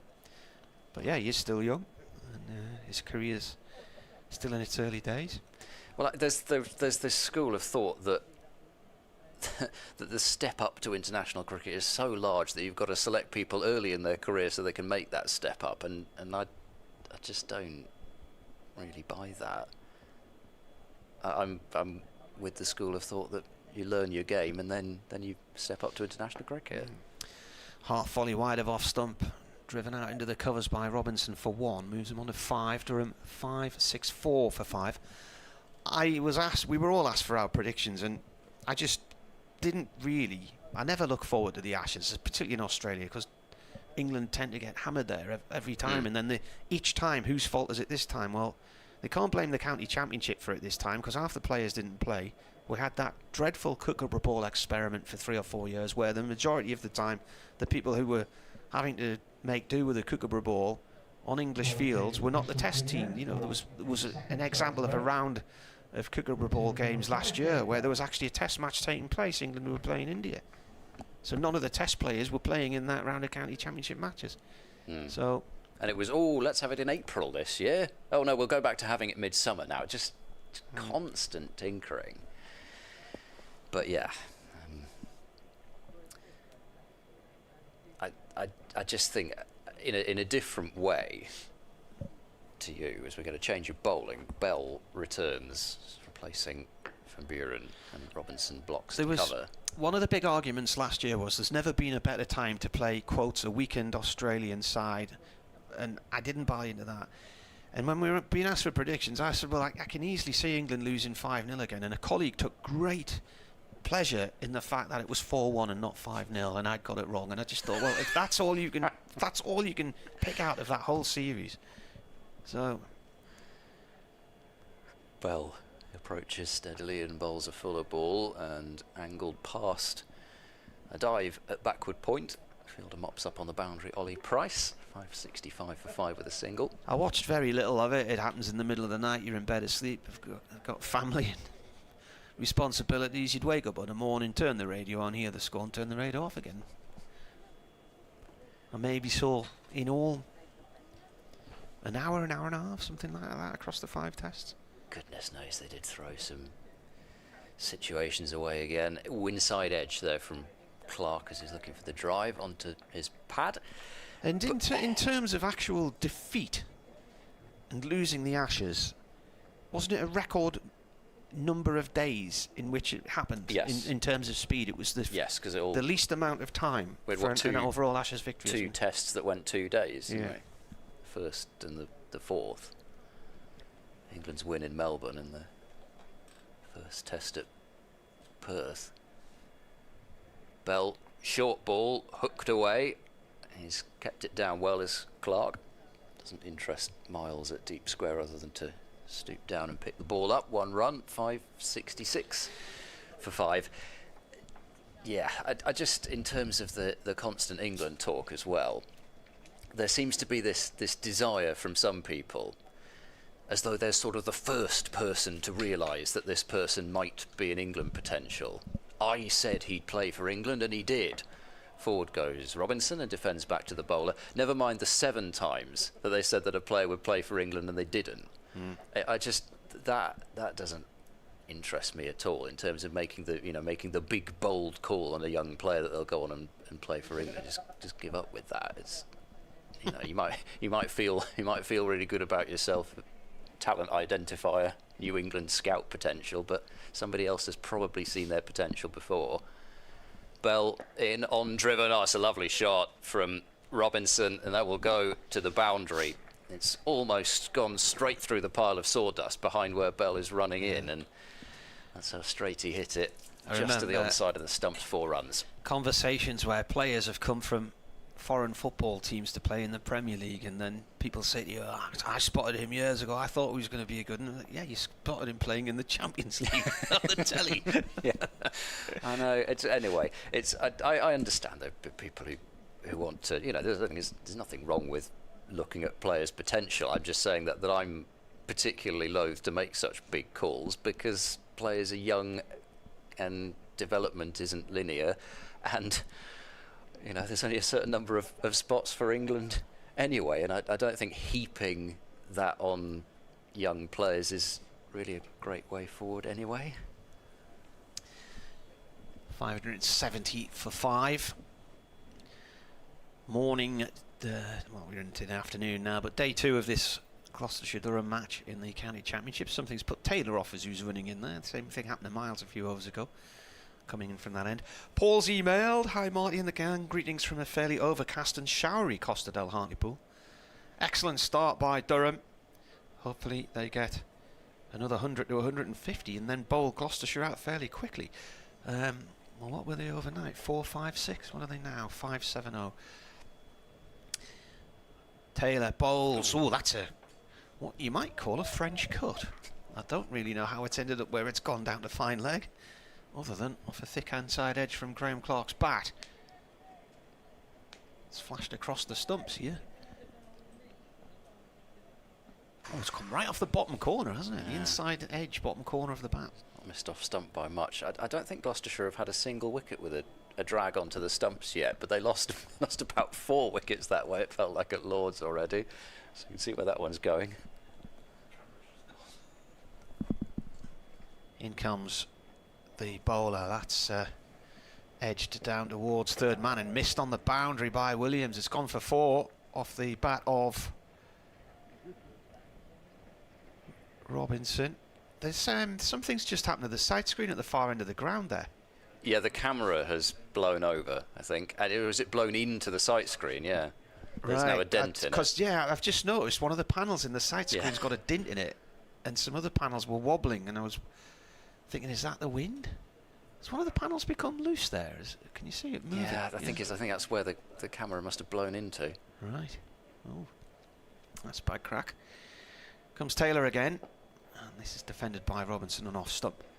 So he's got 14. Clark has 16. 5-7-5 for 5. I just looked up at the sight screen. I saw it wobbling, and I thought there's something not right about what I'm looking at there. So the camera's gone. Was it on a huge stand, or was it right? Stand above it. Oh, I hope that's not going to be expensive. Well, I mean, that could stop play. That I can't possibly face up with that in my eye line. Next ball is played by Robinson out into the covers. No run there. What, that dint? Yeah. Oh, it's right above where the bowler's releasing the ball. Yeah. It is getting blowy. I almost wondered, in terms of losing the run, whether that was the reason why. Yeah. Just a sudden gust. Yeah. Didn't seem to be any other reason why. Unless some sawdust's blown in their eyes. Gosh, an insect. Taylor round the wicket to Robinson. Robinson drops that short on the leg side. No run there. Paul says, should be with you for the duration, apart from popping out to the chippy around about 11:30, so he's already back and eating his fish and chips, before going out to watch an excellent rock pop band called Alive again at Hartlepool Work and Men's Club. Keep up the excellent commentary, he says. Thanks, Paul. And he sent as Taylor bowls. That's a nice drive from Robinson. It's over pitched, it was wide of off stump, and he's hammered that away through the covers for 4 up towards the far right hand corner of the ground, where the old stand used to be, with its sort of tennis ball roof. Tennis balls cut in half.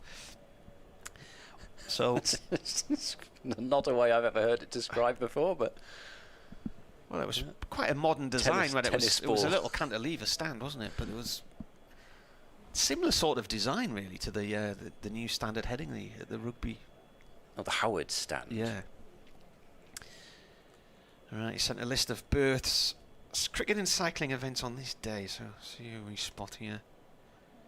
Jessup stand. Those are the days.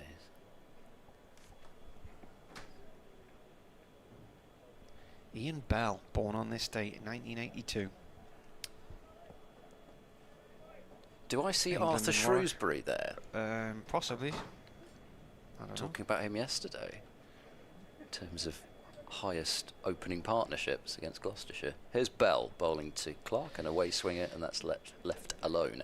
You do, he's right at the top of the list. 1856, Arthur Shrewsbury, English cricketer, opening batsman, Nottinghamshire County Cricket Club, England, Wisden Cricketer of the Year, 1890. Have you got a copy of that one? Oh, first year of the official county championship. Arthur Jones and Arthur Shrewsbury, 1899, put on 391 for the opening wicket for Nottinghamshire against Gloucestershire on this ground. Here's Bell to Clark, a delivery which goes in on the angle, and it'll just be a single as the ball is glanced to square leg. Born on this day in 1963, Brent Fraser Bowden. Oh, I see. Yes, him. Billy Bowden. Yeah. We were talking about him last round. I can't remember why. I think it was to do with a cricket club in New Zealand that Roland Butcher had played for, who was on air with us for a couple of days. Bell jogs up and bowls into the thigh of Robinson. That's turned away briskly down to fine leg, who makes a mess of it, and it's gone for 4. We've seen a couple of misfields now on the boundary, and there's the double teapot out from Bancroft, the captain, at slip. 3 more balls to take that wicket for the second bowling point. 584 for 5. 110th over yet. Still wow. not. Amazingly. Still not. Was that Phillips down there on the boundary? Bell bowls, that's driven, and Van Buren slide tackles the ball. Oh, that would have been a run out, I think, if Van Buren had hit. He had one stump to aim at, and there was some proper first-class dawdling from Graham Clark at the non-striker's end.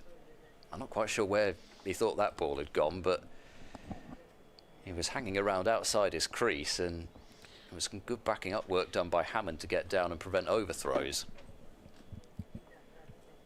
Bell, shorter ball, pulled away, work for deep square, and there will be just the single as the throw comes in from Miles. Ed Middleton is on as a 12th man. Yes. With his bleach blonde hair. He does seem to have got the hair dye out over the winter. It's going to take a long time to fade, that one. He's gone a little bit for the Jacob Bethel look. Last ball of the 110, Bell in and bowls, and that's defended square offside by Clark, and that will close the book on the bonus points also from a Gloucestershire point of view. Durham have taken 5 batting points. Gloucestershire will have just the 1 bowling point. The good news is, though, the over rate says +1 on the board. It's 585 for 5. Events in history on this day. 2000, Hansi Cronje sacked as captain of the South African cricket team. 2010, Fabian Cancellara won Paris-Roubaix. It's on tomorrow. It's one of the best cycle races there is, Paris-Roubaix, the hell of the north across the cobbles. Swiss cyclist, Cancellara. Fabian I don't know many Cancellara. cyclists, but I know him. Oh, you're claiming to be Swiss again today, are you? Yes, exactly. Forgot about that. 2018, Essex, Jamie Porter. West Indies, Shy Hope, and England's Heather Knight, Natalie Sever, and Anya Shrubsall named Wisden Cricketers of the Year. Change of bowling then from the Ashley Down Road end as Van Buren comes back into the attack with his spin. Bowled 19 overs, taking 1 for 63, 1 maiden. Comes in, bowls, and Robinson plays that up towards mid-on. While Durham, this goes out saying really, but while Durham are batting, it means they're not in the field for hours on end. So here's Robinson pushing this out through deep mid-wicket. You want to, what's the phrase about rubbing your opponent's faces in the dirt, isn't it? Horrible days in the dirt. Well, they still haven't kept Gloucestershire out there for as long as Middlesex did, for about 140 runs fewer. Next ball is cut by Clark out towards the cover boundary on the mound side of the ground across to our right. 2 runs there for him. Takes him on to 19. Because that was one of the other great follies of so-called Baz ball, that England scored so quickly they didn't really keep their opponents in the field for very long, and then they spent forever in the field as their opponents batted at the usual tempo. Buren to Clark again. That's right up in towards the foothole there, and he plays that up to long on for 1. So Clark now on 20. Durham 5, 8, 9 for 5. In comes the bowler again, pushed away through the offside this time by Robinson. That's a nice firm drive. He's going to get 2 runs there. So he has 26. Durham now 560 for 5. It's only just gone 12:30 on day 2 here. What's happening now? Some pointing about from Van Buren and the umpire. Has the notebook come out again? And now, is this about over rate again? I'm not sure. Anyway, the board says +1 in that regard, but who knows? We might find out at some point. I don't think anything's too drastically going to change with Durham basically 600 for 5. It's the opening day of the One-Day Cup women's competition today, as 4 fixtures in League 1 of the Women's One-Day Cup. Yorkshire making their bow as a League 1 side. In comes Gabe Bell, bowls to Clark, and that's turned down to fine leg. Be a single, 592 for 5. Somerset have welcomed Yorkshire to Tier 1 by reducing them to 129 for 7 after 26 overs, with Gloucestershire product Chloe Skelton 4 for 31 from 8 overs. Saw plenty of Skelton playing for Gloucestershire's women last season, particularly during April. Bell into Robinson, who thumps this one to mid-off, just off a check. Well, push really rather than drive. There's no run. Lancashire had a great season last year playing Durham. 110 for 1 up at Chesty Street.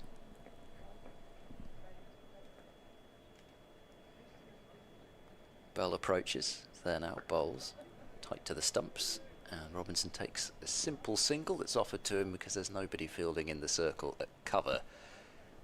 So 593 for 5. Essex, who were bottom of the table last year, 150 for 5 against Hampshire. Slightly rebuilt Hampshire bowling attack this year. Bell slip in place, bowls a shorter ball, and Clark gets on top of it and keeps it down but doesn't time it. Pulls it to Hammond at mid-wicket. Surrey 179 for 4 after 29 overs against Warwickshire. Danny Wyatt Hodge batting at 6. 58 off 41 balls. Match taking place at Edgbaston. Here's Bell in, push and run from Clark to mid-off. Matt Taylor can't prevent that run. As Durham edge closer to 600. I wonder if it's time or if it's overs. The way that Robinson came out, it did start to look as if it was, well, I say time and overs, I meant time and runs, didn't I? It's pretty much the same thing, time and overs. Opening the face of the bat is Robinson and not getting a run to point, so 3 off the over. Durham 5.94 for 5. But the way that they slowed it down when Robinson came out made me think that probably they were batting until lunch. Might have another little dart for, I don't know, 20 minutes. I suppose if they declare at 10-2, then we'll have an early lunch, won't we? So, see what they fancy. Where are we now? 5.94 for 5. They've already had 21 wickets at Trent Bridge. Glamorgan bowled out for 113, and Nottinghamshire 7 for 1 in their second innings. We've had 5 here. This is Durham's 10th highest score at the moment. Van Buren actually down road end, bowls to Clark. Clark plays the ball back up to Van Buren, who traps it with the instep of his right foot, sees the keeper off his line, and then smashes it into the bottom corner. Oh, Paul Pollard has a touch as well. Yeah, he's claiming the assist. Van Buren in again. Where's the ball gone? Clark looking to play that through the leg side. It's come off his front foot and gone back up the track to the bowler. So anyway, it's been a school day today. Lots of stuff going on. That's gone down the fine leg area. Might go for 4. I'm not sure there was any bat on it. There was. Little tickle from Clark. Very fine past the keeper. So Clark moves on to 26. Durham 5.98 for 5.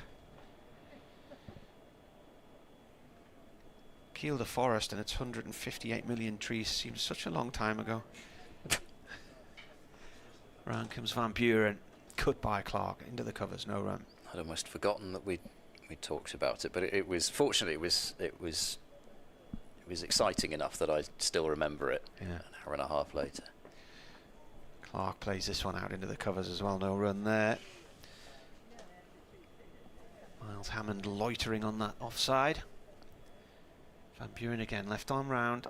Clark plays the ball up to long on and he'll get a single. So when did these two come together? 5.56, so 43 the partnership. As long as there's not been slogging, these two starting to make it look just as easy as others who are on the walkie-talkies again. It can't be the floodlights, I hope. There's clearly some issue. I think we're going to see Price bowl. Change bowling for Gloucestershire at the Bristol Pavilion end for the first time today. Sponsored by the waiting game, number 67, Ollie Price. Kevin Ramsey's emailed. He says, "Hi Marty, it looks like a lovely day down there despite the wind destroying the sight screens." Well, there's one little part of a sight screen that's got a little bit of a dint in it. Yeah, someone just get a hammer and a step ladder and bang that back in at lunch.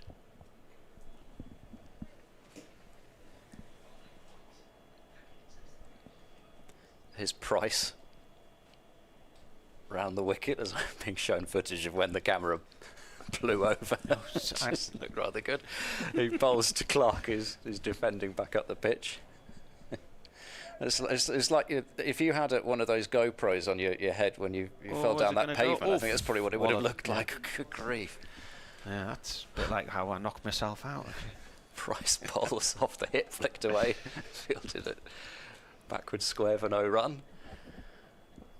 Price hasn't bowled much in this innings. 6 overs.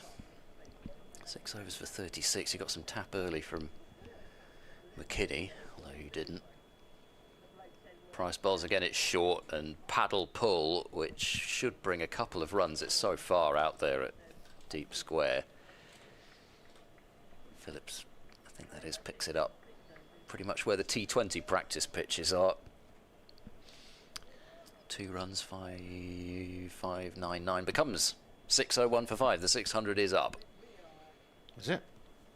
This is played back to the bowler. Next delivery. Yeah, the board I think is maybe getting a little bit tired of putting up Durham milestones, so it took a bit of time to decide it wanted to put that one up, but now it has. In 449 minutes, which I always think is really crucial piece of information. This is short and whacked away on the pull shot. Oh, it's ricocheted off Phillips's shin and it's gone for 4. That's not going to please Ollie Price either. It was hit hard, but and it's not easy. With the ball spinning and possibly hitting the edge of the practice pitches, but yeah, he wore that one and still couldn't stop the boundary. That's the 10th time Durham have got the 600 in a championship match. Price bowls, and that will find the hands of short fine leg. There's a little bit of, shall we go for a single, and then they get back as it's hurled in by Van Buren to the non-striker's end. Middleton has something to do and backs it up. 6 runs from Price's come back over. 605 for 5. Is that it? Oh, that's it. Right. So it's going to give basically 5 minutes before lunch. Yeah, I think so, because we won't take lunch now, will they? Because declared their first innings. Well, somebody hadn't realised what was going on. It was a slightly theatrical reaction from somebody down there. So 605 and 12:43 is the marker. So it was runs rather than time. And yeah, surely, I mean, if it were 12:50, you'd go for lunch. But I think there'll be probably 2 overs for Gloucestershire to have to come out and face before lunch. It really would be the perfect morning if they could grab 1 in that time. So Clark ends on 33, Robinson ends on 27. Partnership 49. So 2 for Miles, 2 for Williams, 1 for Van Buren. Those were the wicket takers. Miles ending 2 for 89. Williams 2 for 132. Van Buren 1 for 74. And everybody else wicketless. Taylor none for 81. Bell none for 120. Price none for 42. Charlesworth none for 24. And Hammond just bowled the 1 over for 8. There were 44 extras. 22 leg byes, 13 byes, 8 no balls and a wide. So they nearly raised their bat. Durham 605 for 5 in 114 overs. So I assume that we will get a couple of overs of Gloucestershire batting before lunch. And we'll join you when that is ready to happen.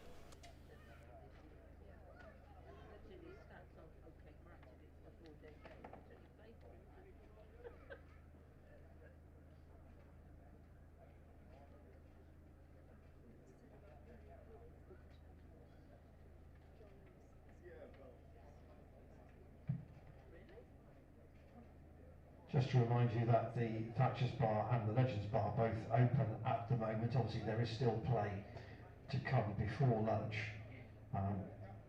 but those remain open, and if you do wish to avail yourself of Grace Dining, there is space available on the first floor of the Bristol Pavilion. $19.95 for 1 course and an additional $6.95 for dessert. The menu today: chicken fricassee with roasted red onions, tomatoes, pesto and steamed rice, or a chestnut mushroom version of the same dish. And the dessert, which is optional, is baked banana cheesecake with a raspberry coulis.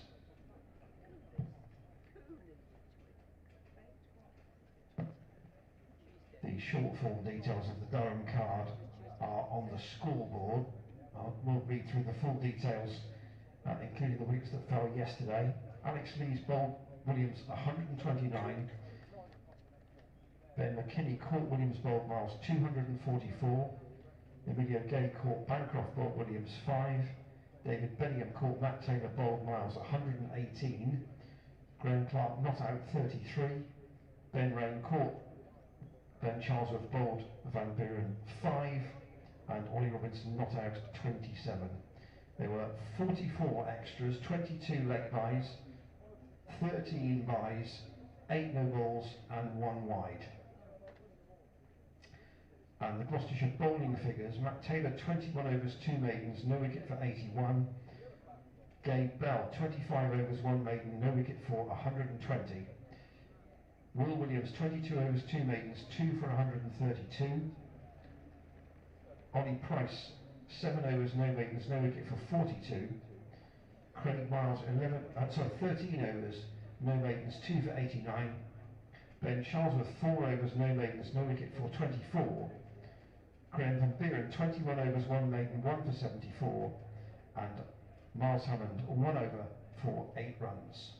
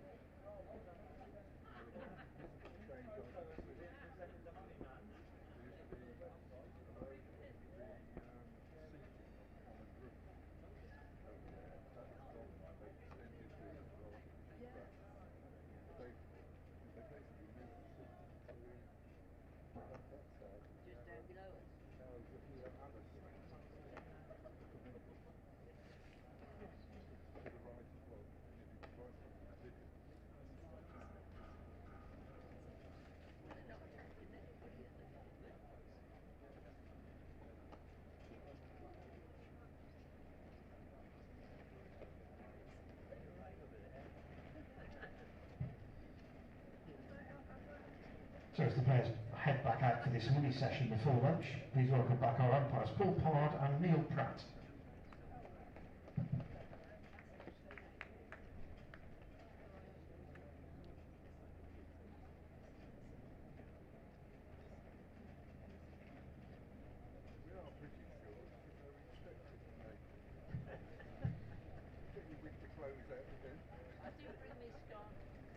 In the field, the Durham side captained by number 19, Alex Lees, and opening for Gloucestershire, their captain number 1, Cameron Bancroft, sponsored by Digby Associates, and number 64, sponsored by BIE Magnum, Ben Charlesworth.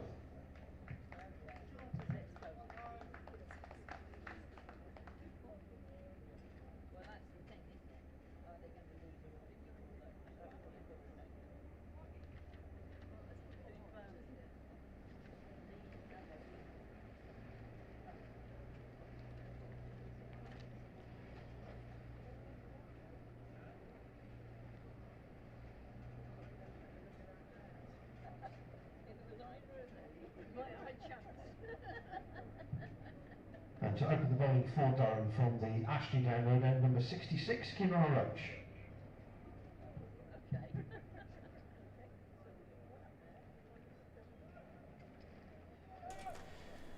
Gloucestershire's opening pair in the middle, still in sunshine. Clouds do seem to be building up a bit, but it still doesn't look particularly close to rain at the moment. And Kemar Roach is looking as though he is going to bowl the first of what's probably going to be 2 overs that Gloucestershire have to negotiate before the lunch break. Took 3 for 63 on his debut for Durham last week against Kent in the first innings, and then 1 for 73 in the second.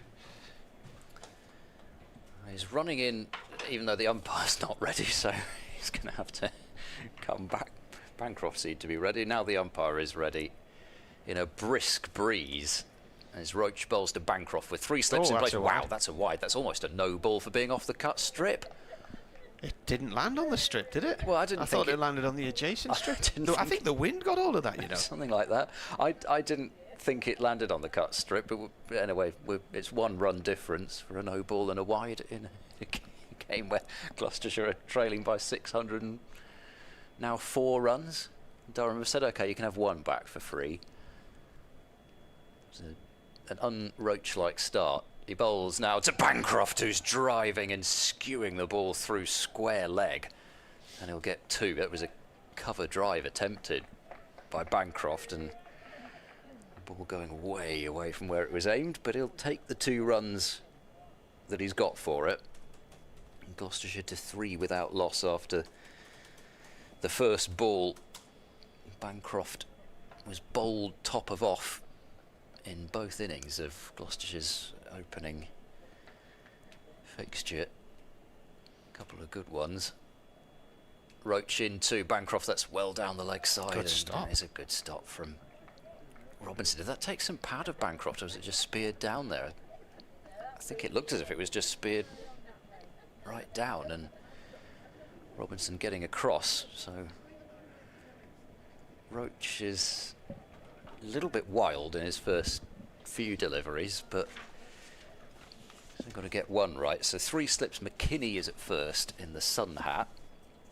We'll see how much longer he's wearing that for. Aldridge at second and Beddingham at third. Roach runs up, bowls. Oh, he's left that one alone. He's out. LBW. Hasn't offered a shot.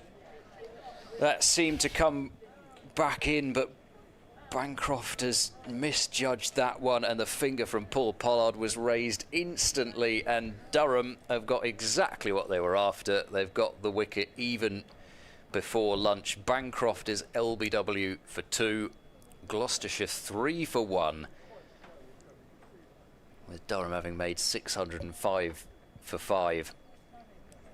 Bancroft is dragging himself off. 3rd ball. He left it so decisively as well. Roach bowled it from fairly wide of the crease. It nipped in off the pitch. It's coming a long way off the pitch, but when you don't offer a shot, I mean, he's where he's standing. He's standing outside the line of off stump from the camera angle, which is almost like the cameras on the high seas. I'm going to get seasick watching this. Yeah. The wind's rocking the stand that it's on, but yeah, if you don't offer a shot. Well, there was, I think, almost the instant it hit the pad, the finger went up. It wasn't even a pause and a bit of consideration. But we did not see one ball move like that off the seam in the entirety of Gloucestershire's innings. And 3rd ball, Kemar Roach, one of those bowlers who in recent times has been a prolific wicket taker for West Indies internationally, and of course for Surrey in the Championship as well. He gets the ball to cut back at a decent pace as well, and it's fairly typical really. He's bowled a couple of wild ones, and then pretty much the first one that's right on target. It was all part of a cunning ploy. Yeah, I'm sure. Wicket number 585 in his first-class career. Joe Phillips is there at number 3. There's 3 balls remaining in this opening over. Roach into Phillips, who edges and short of third slip. Bounce, did it? Yeah. Right, when once the second innings has begun, when each wicket falls in my scorecard, I write, you know, what the deficit is or what the lead is. So Gloucestershire have got Bancroft back in the pavilion, and next to his name I've got minus 602. So it is a massive, massive mountain they have to climb. Yeah, sadly not the first minus number associated with Gloucestershire so far this season. Roach bowls to Phillips wide of the off stump, and he leaves that one alone, and the ball doesn't cut back a couple of feet and strike him on the pad this time. Durham have decided, I think quite wisely, to put an extra fielder in the cordon, even if they're not going to take a catch. I mean, you might as well. You don't need a cover with a lead of 600 runs, surely. Phillips has bravely gone with the shirt sleeves, and Paul Pollard has had enough of wearing his hat, threatening to blow off at any moment. This has been a very long over. They are just about going to get a second over in, unless this is a wide or a no ball. It's down the leg side, and Robinson, not for the first time in the over, has to tumble away to his left and cut it off. 3 runs from the opening over, but a wicket, and in all 3 innings so far, Gloucestershire have lost their captain early, and he is such an important wicket. Say it time and again. You really feel as though he's whilst he's not the tone setter in terms of how quickly he bats, he's the tone setter in terms of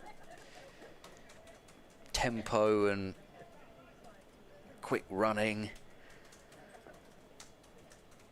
and just that stability that he provides at the top of the order. But I'm afraid it's 3 single-figure scores so far, and Potts it is who'll bowl the 1 remaining over before the lunch break.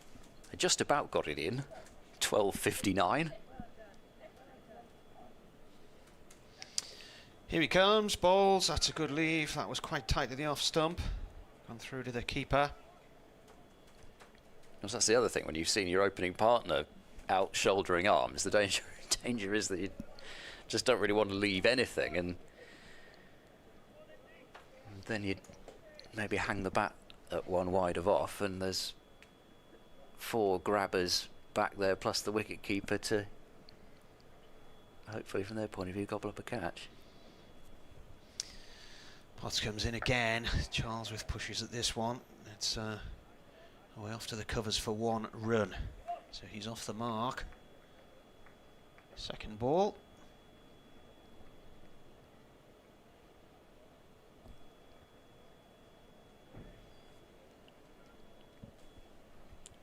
Phillips going for middle stump with the guard.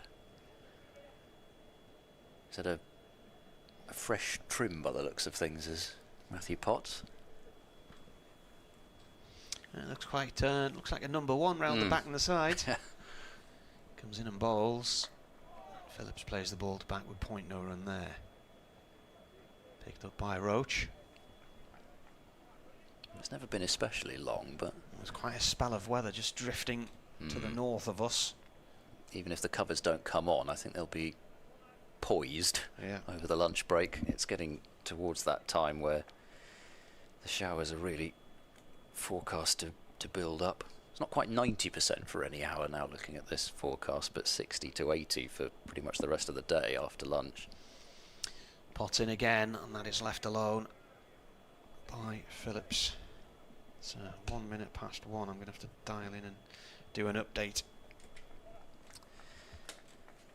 Yep, 60%. The good news is, though, that the temperature, there's always good news, the temperature is now 11 degrees at 2 o'clock and staying at 10 until 7 o'clock. Those 4 slips are standing so close together, their feet are almost touching. Potts bowls now to Phillips. Phillips repeats the dose of the previous ball, just waits for the ball to come to him, knocks it to backward point. 2 deliveries remain, so Durham's move to, which I think surprised a few, Durham's move to give themselves 2 overs before lunch. Well, pretty much everything they've touched has worked so far, and that's worked as well, and the prize of their former player, Cameron Bancroft. Last ball before lunch, Potts bowls to Phillips, and he's behind that defending. And Gloucestershire are to lunch at 4 for 1, losing Bancroft shouldering arms to a Kemar Roach delivery for 2. Charlesworth has a single to his name. Phillips yet to get off the mark. And Durham dominant, maximum batting points, declaring when they wanted to. 605 on the board off only 114 overs, and Gloucestershire already losing a wicket in reply. That sky is really filling in now towards the north and the west, but we'll see what play we get this afternoon as the umpires have removed the bails. It's time for some lunch, and Gloucestershire are 4 for 1. Martin Emerson and myself, Ed Seaborn, will be back in around 40 minutes time, weather permitting. Any of the membership packages which are on offer for this season, be it full membership across all the competitions, the white ball package which covers the 50 over one day cup and the T20, or a T20 blast pass which covers the home games in that competition. And don't forget, you can take Gloucestershire cricket with you on your phone or tablet by following us on social media across all the platforms this summer on X, Facebook, Instagram, TikTok, LinkedIn, Blue Sky and YouTube. We're on all of those.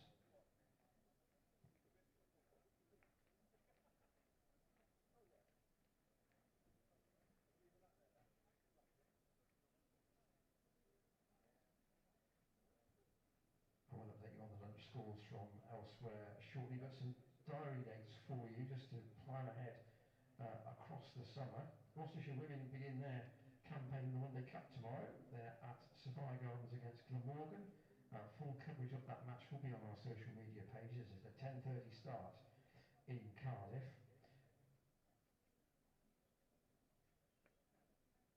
And Gloucestershire are proud to host England women this summer as well. They play India here at the Seat Unique Stadium on the 30th of May. You can head to the club shop or go to the club website to look at tickets available for that game. And also, of course, we're a big player in the ICC Women's World Cup. 6 matches starting on Sunday the 21st of June when West Indies play Sri Lanka, and a busy schedule that following week. Tickets start from just £15. Again, all the details on the website. GloucestershireCricket.co.uk. And of course, the centrepiece of the one-day season is the Blast. Home campaign starts on the 22nd of May with a double header. Fran Wilson's Gloucestershire women's team taking on Glamorgan, and the men facing Warwickshire. 3 double headers in all. On the 5th, the men's game is against Somerset. Now that's preceded by Gloucestershire women against Middlesex.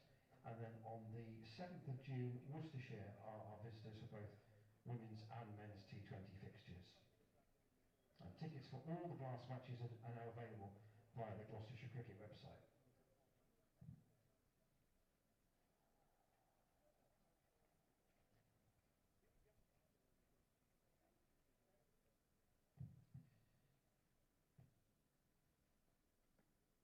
It is lunch virtually everywhere around the country, so I'll give the latest scores in the First Division. At Chelmsford, Somerset 264 for 6 against Essex. They lead there by 115. At Trent Bridge, the Morgan were bowled out this morning for just 113 in reply to Notts 279. Notts at 25 for 2 in the second innings, so the overall lead is 191. At the Oval, Surrey dismissed finally for 520 by Leicestershire, who at lunch are 28 for no wicket. At Hove, Sussex 130 for 7 in reply to Warwickshire's 267, so they still trail by 137. And at Headingley, where they are still playing, Hampshire 251 all out, Yorkshire 125 for 4 in reply. Elsewhere in the second division, at Canterbury, Northants 474 for 2 against Kent.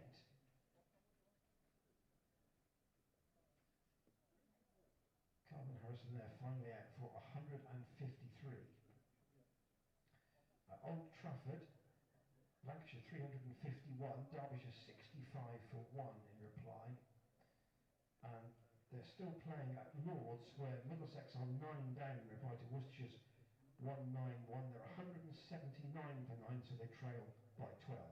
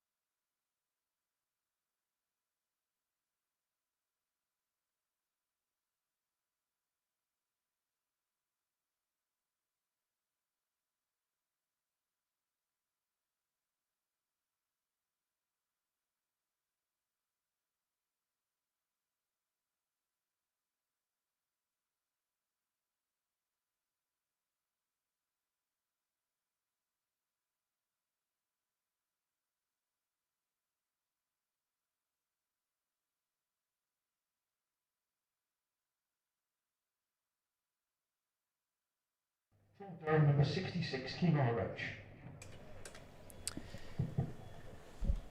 The players and the umpires have made their way back out to the middle as Gloucestershire are ready to get their reply to Durham's 605 for 5 declared going again, or perhaps going full stop. Bancroft, LBW, Roach 2, shouldering arms in the 2 overs that Durham had at Gloucestershire before the lunch break, and Charlesworth and Phillips will need to start quite some considerable fight back. What do they need? 456 to avoid the follow-on. Here comes Roach from round the wicket, starting from the Ashley Down Road end, bowling to the left-handed Charlesworth. Are you confident in that number? Left alone. Well, I think it's to avoid, isn't it? Yeah, you've got to get to within 149, haven't you? Yeah, I think that's right. I'll do the maths on a calculator because I'm not prepared to do that in my head. Just a village lad. So what was it? 5? 605 minus 149. 456. Yeah, you were right. Well done. Here comes Roach. Bowls. Charlesworth is dabbing away to backward point. Good dive there. Able to get down and stop it.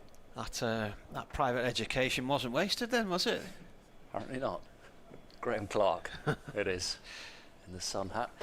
We've still got mostly a patchwork of blue sky and some puffy clouds. Yeah, the there's quite a bit of weather past either side of us at lunch, didn't there? There's a bit to the south and a bit to the north, but it didn't land here.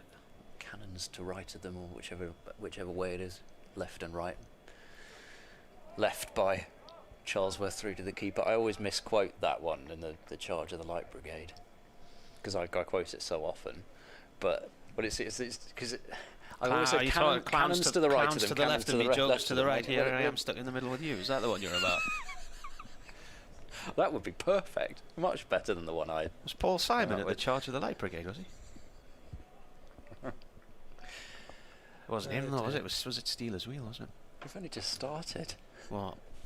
We've had 3 balls since lunch, and this is how we've got to. Roach bowls. Oh, Charlesworth plays a dangerous shot. It's that cut shot down on one knee. That it has to be said. He chopped on twice at Lord's, playing a similar shot, getting down low and trying to play a shot square of the wicket, and he's cut over the top of it.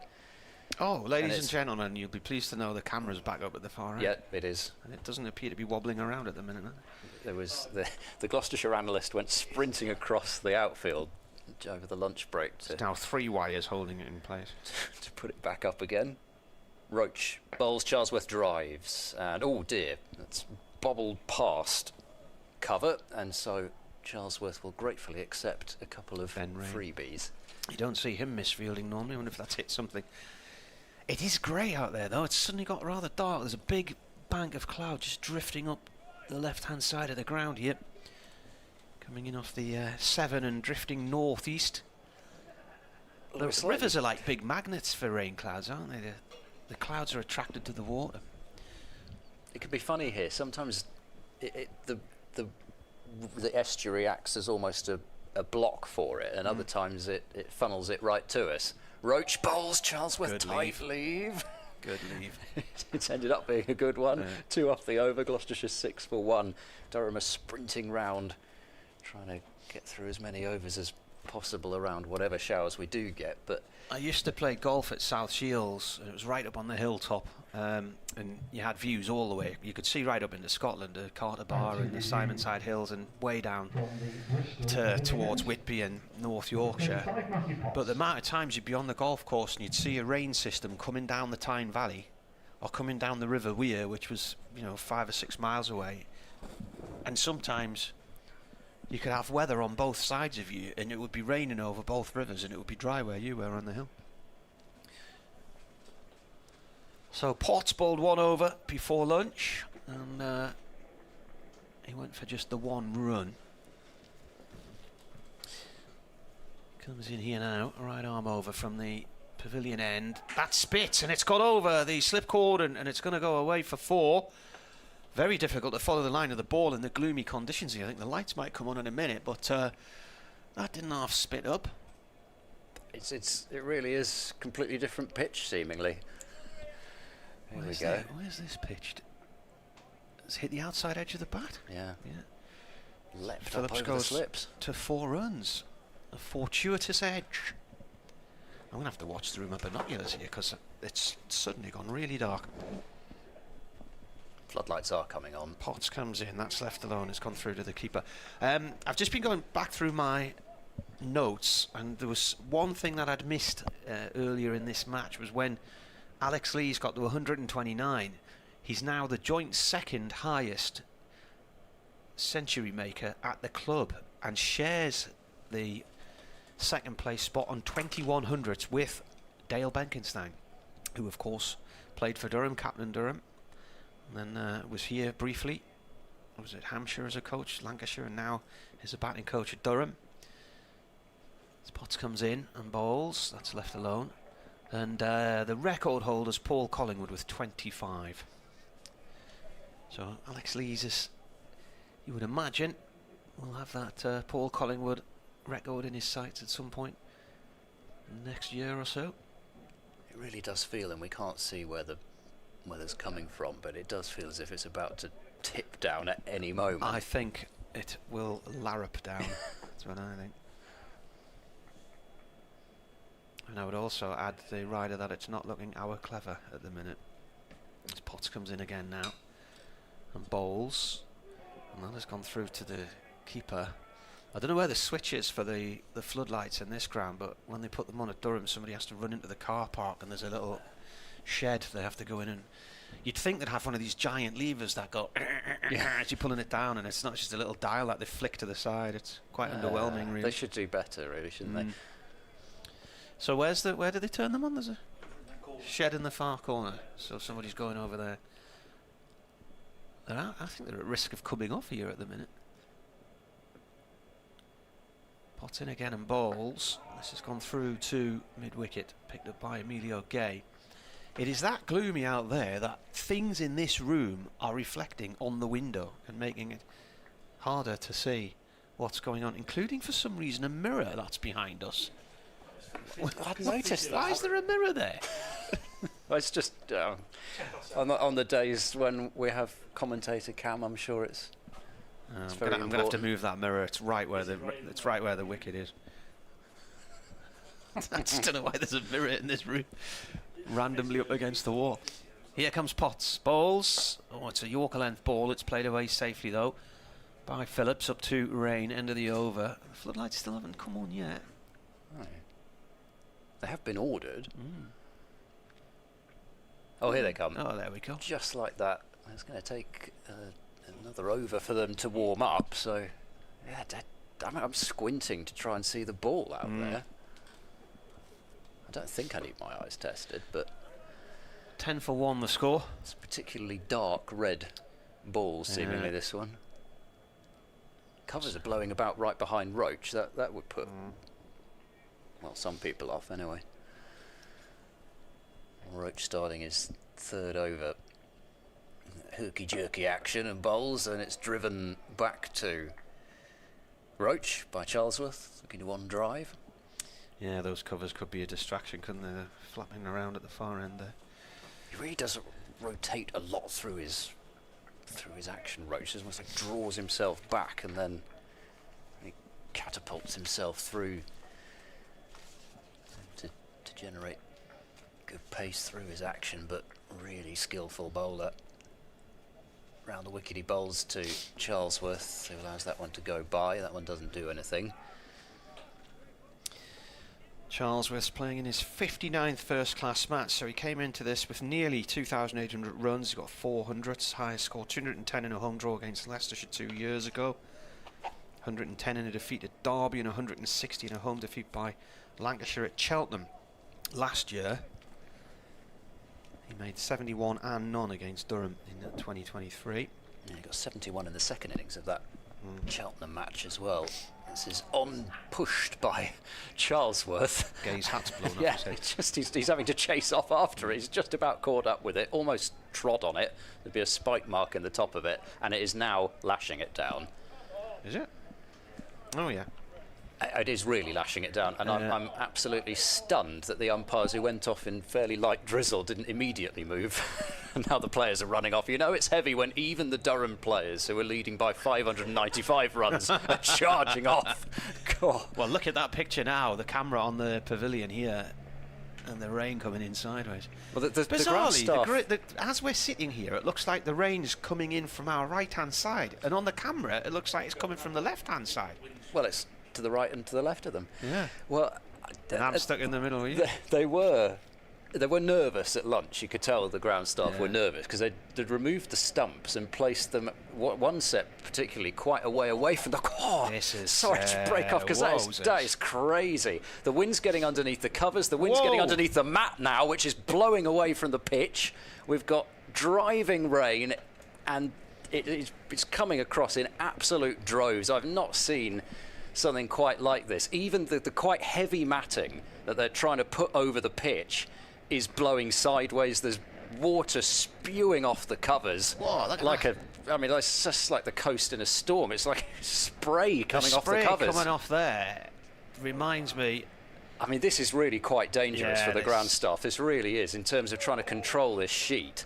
Yeah. They've just about wrestled it to a point where they can just about get it down, but no, they've had to let go. Whoa. Oh no, this is extraordinary. The cover has blown over the other half of the ground staff who were on one side of the pitch. It was just sailing off like a sail. And I mean, this is where the number of times that we've seen people complaining on various outlets about why we've gone off for wind and why we can't start again. This is a prime example of how it can get really dangerous. And I mean, the wind is strong. It's not gale force, but it's so hard to control these sheets. And I think a few people have had to, even some members of the club staff have actually gone out there and tried to help the ground staff control this sheet. I've not seen anything quite like that, but fortunately I think they've got it back under control. It's still hammering it down. I was hoping to be commentating on some cricket this afternoon, but I seem to have morphed into a commentator on covers. I don't think we're going to be getting out there very quickly, put it that way, not just because of the heaviness of the rain, but it's got to be safe enough for the ground staff actually to move more covers onto the pitch. Already the practice pitches are looking quite muddy away to our right, and Gloucestershire, having faced just a couple of overs, not even that, well, 2.5 overs, wasn't it, since lunch, moved their score on to 10 for 1, and now having to go off and potentially restart again. And the ground staff have got to make the call as to whether they put more covers on, whether it's safe enough to do so, and that's a decision that's going to have to be taken. As the rain continues to fall, we will take our leave and be back with you when there is any more play. Gloucestershire 10 for 1. Rain has stopped play at Bristol.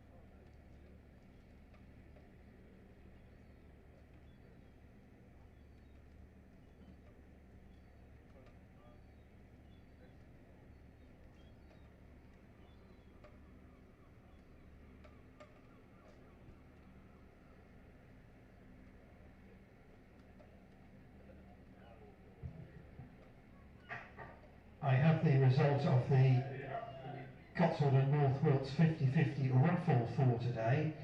The regional committee run a raffle where you pay £2 to have your name against a player's entry on a card. £50 goes to the club, £50 to the winner, and Mandy Williams has won today's draw with the winning name on the card being that of David Payne. So Mandy Williams, the winner of today's Cotswold and North Wilts 50-50 draw, and the regional committee hope to do that on most days throughout the current season.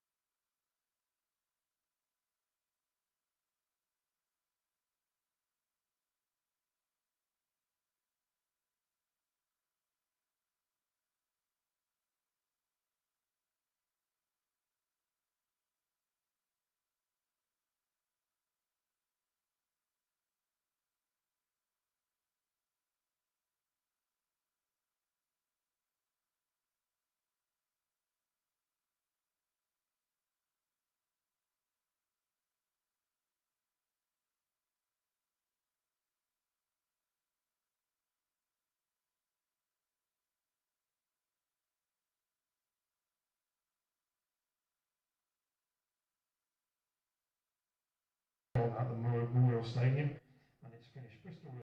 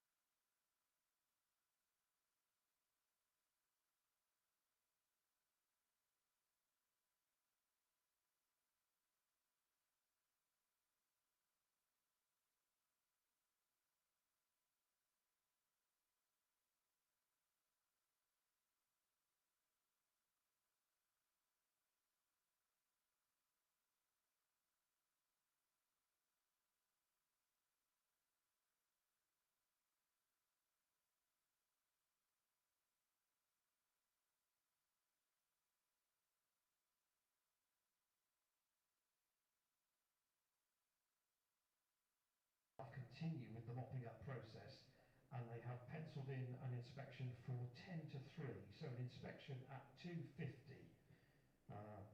with obviously news further to follow in terms of a possible resumption. So a further inspection at 10 minutes to 3.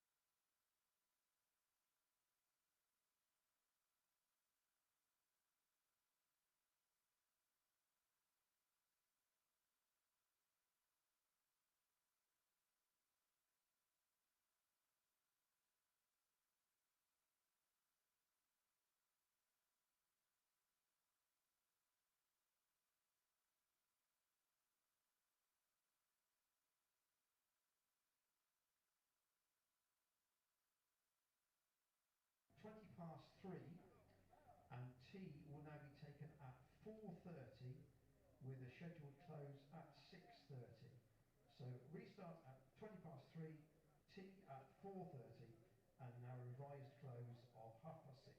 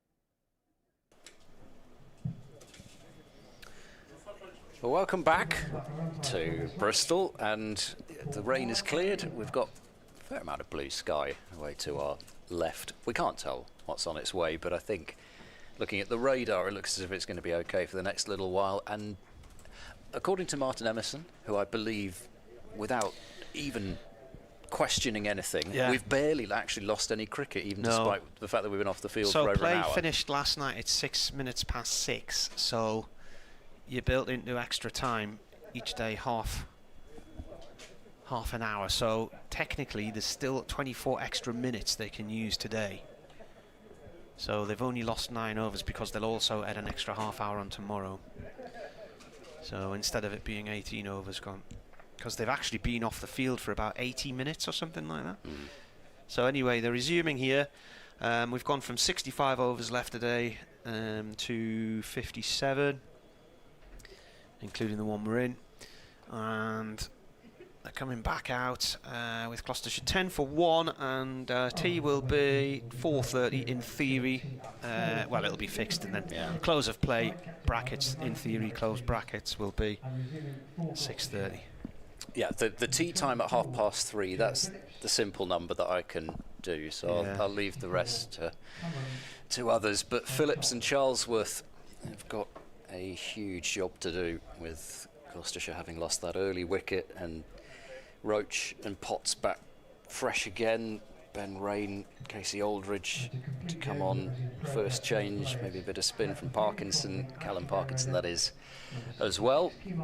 And from Gloucestershire's point of view, they just got to bat, and they've got to build some pretty hefty partnerships back as well, as umpires Pollard and Pratt take their positions. Roach has got 3 balls left in his 3rd over, having got that wicket of Bancroft seaming the ball back quite a distance from wide of the off stump and trapping the Gloucestershire captain LBW.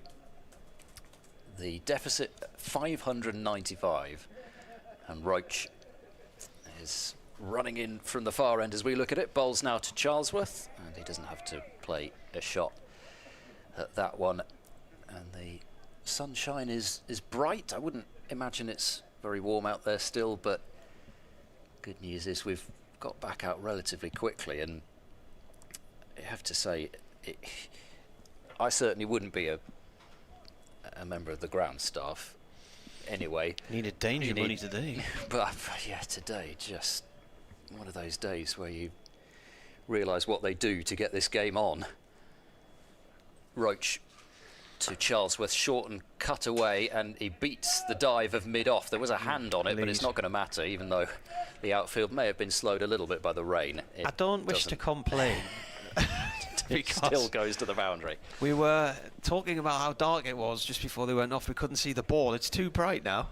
And one thing that... Was that the issue? Yeah, they've got the floodlights on now still as well. That's the problem. They can't turn them off once they've turned them on, I believe, here. No, I think they can now. Well, I don't know. This only used to be the case here. I know other places they can turn them off, but I don't know if here it's still the case they've got to leave them on.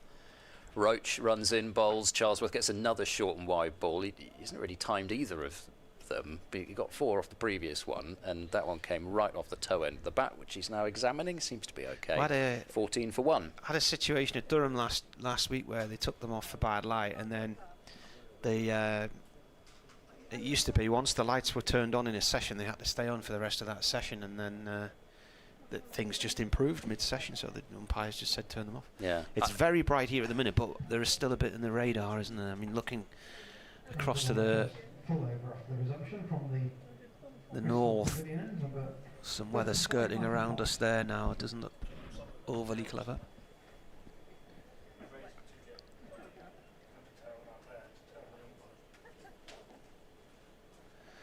Potts bowling only his 3rd over. Comes in and bowls. That's left alone. I mean, this can't be much help for the bowlers, to be honest with you. They've got 2 overs in before lunch, got a wicket, and they've bowled 2 overs after lunch, then been off for an hour and 20 minutes, and nearly an hour and a half. When did they go off? They went off at 10 to 2, didn't they? So come back on it. Yeah, an hour and a half. It's not exactly easy to get loose in these conditions either, and feel in rhythm when you've got the wind blowing sideways. And of cool temperatures. Potts comes bounding in from the pavilion end, and the ball skips through low to the keeper, and all he can do is parry that one into the ground. Stops it going away for 4 byes. Phillips is on 4, Charlesworth on 7, Gloucestershire 14 for 1. One delightful event that did happen while we were off air is that just a few yards away from us at the Memorial Ground, Bristol Rovers have beaten Crawley 3-1. It was announced in the stadium to absolute underwhelmment. Well, I'm sure there would have been much excitement down below us in the Premier Club. There wasn't. I was in there at the time. This has gone through to the keeper. They announced the score, and there wasn't a reaction from anybody. Nothing. Not a thing. It was silence. Well, James Bracey would have been happy at least. Right. Well, He'd probably been delighted he was probably with that. Probably in the home end in his whites. Exactly. He'd been delighted with the timing of that rain break. Yeah. The other thing that happened was that part of the sight screen blew over backwards. Yeah. That was levered back into place. Potts comes in again. That is defended on a length by Phillips, who's faced 17 balls now on 4. It's a lovely sunny afternoon now in Bristol.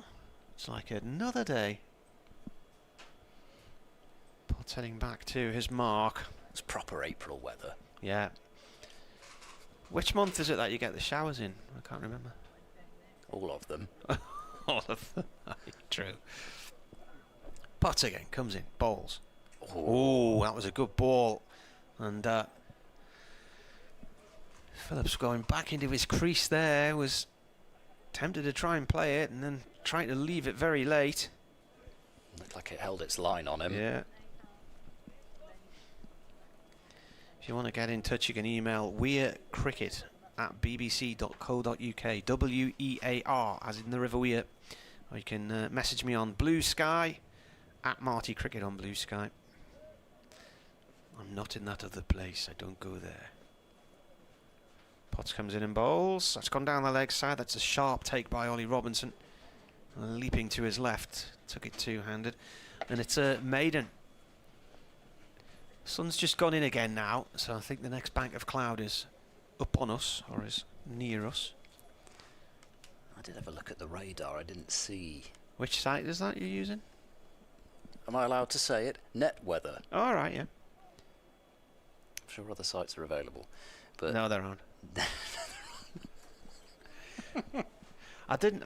The Met Office radar app actually shows you what's coming and what's been, whereas some of them just they're showing you what's only what's happened rather than what's coming. Roach goes in and bowls to Charlesworth, and that's defended very straight. Mid-on, we'll get there. The thing with the Met Office radar, I find, though, is that you see what's been, and then you get to a certain point, and then it's forecasted, and it looks totally different from what's been anyway. So you're trying to line those two things up, and I understand why, because it's a forecast, and it's rather easier to show what's happened than what's going to happen. I think some apps rely more on known events at the time and alter dramatically, don't they? Known unknowns rather than unknown knowns or something like that. Anyway, it's again defended by Charlesworth. It's that Donald Rumsfeld quote, isn't it? There are known knowns, there are known unknowns. Goes on like that for a while. Right. I had a few messages from listeners in the northeast pointing out that it was nice and sunny in Gateshead and Whitton Gilbert, and we are too far south to guarantee the weather. It's nice and sunny here. Yeah. Now. Here comes Roach, bowls, and Charlesworth defends back to the West Indian. There's a starling makes its way across the ground. No messages, please, about the range of a starling. I don't think they go too far either. They probably live in the floodlight pylons. They certainly like to land up there. Yeah. Be getting nice and warm and toasty up there at the moment. Here comes Roach. He's there now and bowls, and Charlesworth leaves alone. Kevin Ramsey emailed just as the squall hit, and he was talking about Kookaburra balls because I'd mentioned them earlier on, and he said he believes the reason we persevere season after season with the Kookaburra balls is from a business point of view, because he said no commercial buyers like a monopoly situation. Therefore, the ECB keeps its options open. It can buy Kookaburra balls and Duke's balls. But there isn't a Kookaburra trial this year. They've scrapped it. Roach in and a wide ball. Charlesworth leaves. Durham thought it was the end of the over, but there's still one ball left. They're obviously not believing that scoreboard after it's been 0.1 out between the overs bowled and the overs remaining for a bit. Robinson was off. Perhaps he was just trying to kid the rest of his slip coordinator, thinking it was the end of the over. I don't think it's got quite that dull yet. Only been out there for a few overs. Charlesworth looking in watchful mood, which is probably what Gloucestershire need him to be in at the moment. Roach goes in and beats him. That one was angled in from round the wicket, and it certainly didn't look as if it continued to move in the way that Charlesworth thought it would, and is beaten to complete another maiden over. Roach's first, 1 for 9 from his 4 overs. Gloucestershire 14 for 1, and they've been pretty much batted out of the game, so you're in this position once again where they've got multiple days left in a match and haven't really got anything to play for other than to not lose. Email sent by Stephen Johnson around about lunchtime, and we did get weather after he sent it. As Potts comes in here to start a new over from the pavilion end. Oh, that's a thick edge. That's gone straight past the keeper and first slip, Ben McKinney. Neither of them made a move towards the ball. It went right between the two of them. How was that not caught? They're not standing quite as... Well, actually, they are. The slip and the first slip and the keeper have got a bit of a gap there. It's definitely They've the keeper's both left catch. it, haven't they? I mean, that's absolutely the keeper's catch. Yeah. Never reacted. Bizarre. McKinney possibly could have reacted anyway, given the fact that there's a stagger between him and Robinson. Yeah. So you'd have expected somebody to move to it, but that's a pretty... He wouldn't even really have had to extend himself too far to catch that, Robinson. I just think he mustn't have seen it. Hasn't reacted until it's too late. Potts comes in again and bowls. That is left alone by Phillips, who's on 18 for 1. Stephen emailed earlier on saying it's been a brilliant match so far for Durham and well done to the batsman. Is there any weather around later, he asked. This was at 12:30. Yeah. We got a squall which knocked the sight screen down and nearly took one of the ground staff into another postcode while they were hanging onto the sheet. He said, I'm off out after 3, going to the Rick Astley Gabrielle gig at the arena after an Italian. I'm not going to hear you read this out now. No, he's already out then. Yeah, it's a pity. Well, that's an edge controlled down to third man, which is vacant, and that's 4 more for Phillips. As well wide of the slip cordon, controlled, just pushed wide along the floor. Well, enjoy Rick Astley and Gabrielle at the arena after your Italian.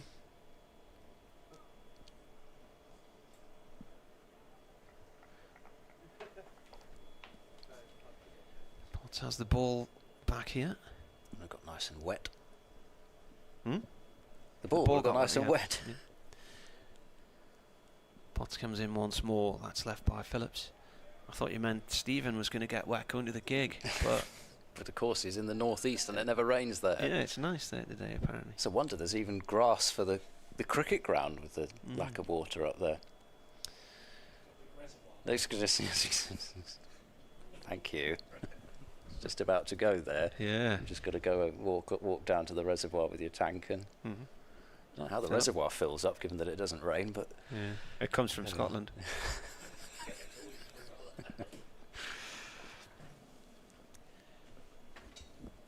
2 balls left of this 8th over. In the sunshine in Bristol now at the moment. That's gone through to the keeper, stayed low. Mentioned Jackie Weaver in commentary yesterday, didn't we? She didn't have the authority, did she? No. No. But there's somebody called There's another Weaver. Jay Weaver, isn't there? Jane Weaver is playing in Bristol tonight, and Tori Amos.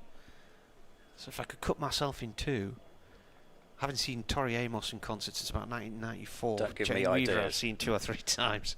They're both at the same venue and different stages, so it's a bit like the Gateshead, Sage Gateshead Glasshouse, whatever they call it now.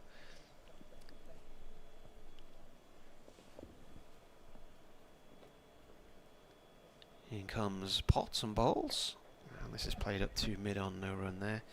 End of the over, 2 fours from it. The score is 22 for 1.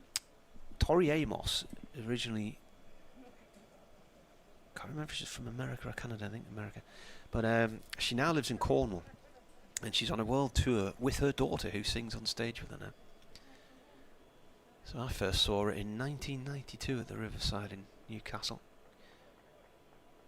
That was before she got famous with Professional Widow and Cornflake Girl. They'll be the popular tunes that you might have come across over the years. Cornflake Girl. Yeah, you haven't heard of it, have you?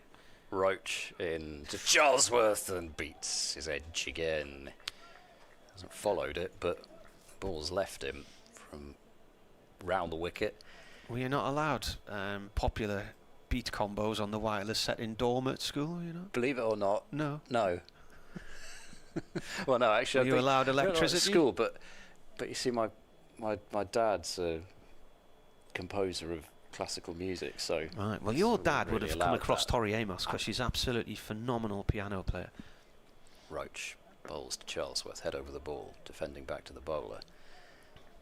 I don't know, why Cornflake Girl? I don't know. I never was a Cornflake Girl. I don't know what the song's about. It's a catchy tune though. Okay. Perhaps I should. Well, I was going to say perhaps I should buy a ticket and find out, but actually I'm not. I'm not sure about that. You'd be It might be. It might be within. She's within coming some up to people's Newcastle in a budgets, couple but of weeks' not mine. times. A couple of weeks' time in the City Hall. Roach bowls. Charlesworth drives in the air, one bounce to cover. He deflects it to mid-off. He doesn't get a run, but that was certainly not middled and caused a little bit of anguish in the Durham field as it fell short. I think in Bristol tonight you'd be looking about £55-60 to see her. It was about tickets I looked at in Newcastle next week were about £65. Jane Weaver in Bristol tonight about 25, something like that. How much to see Jackie Weaver? Jackie Weaver's free. Okay. Roach in and Charlesworth squared up. Ball's gone off, I think, his thigh pad down into the gully. But this is a rather different feel to the previous innings. It does feel as if something really could happen for Durham just about any ball here. And the difference, the main difference you've got is at the moment you've got Roach and Potts bowling, who not only are international bowlers, but they're also a couple of clicks quicker than what we've seen.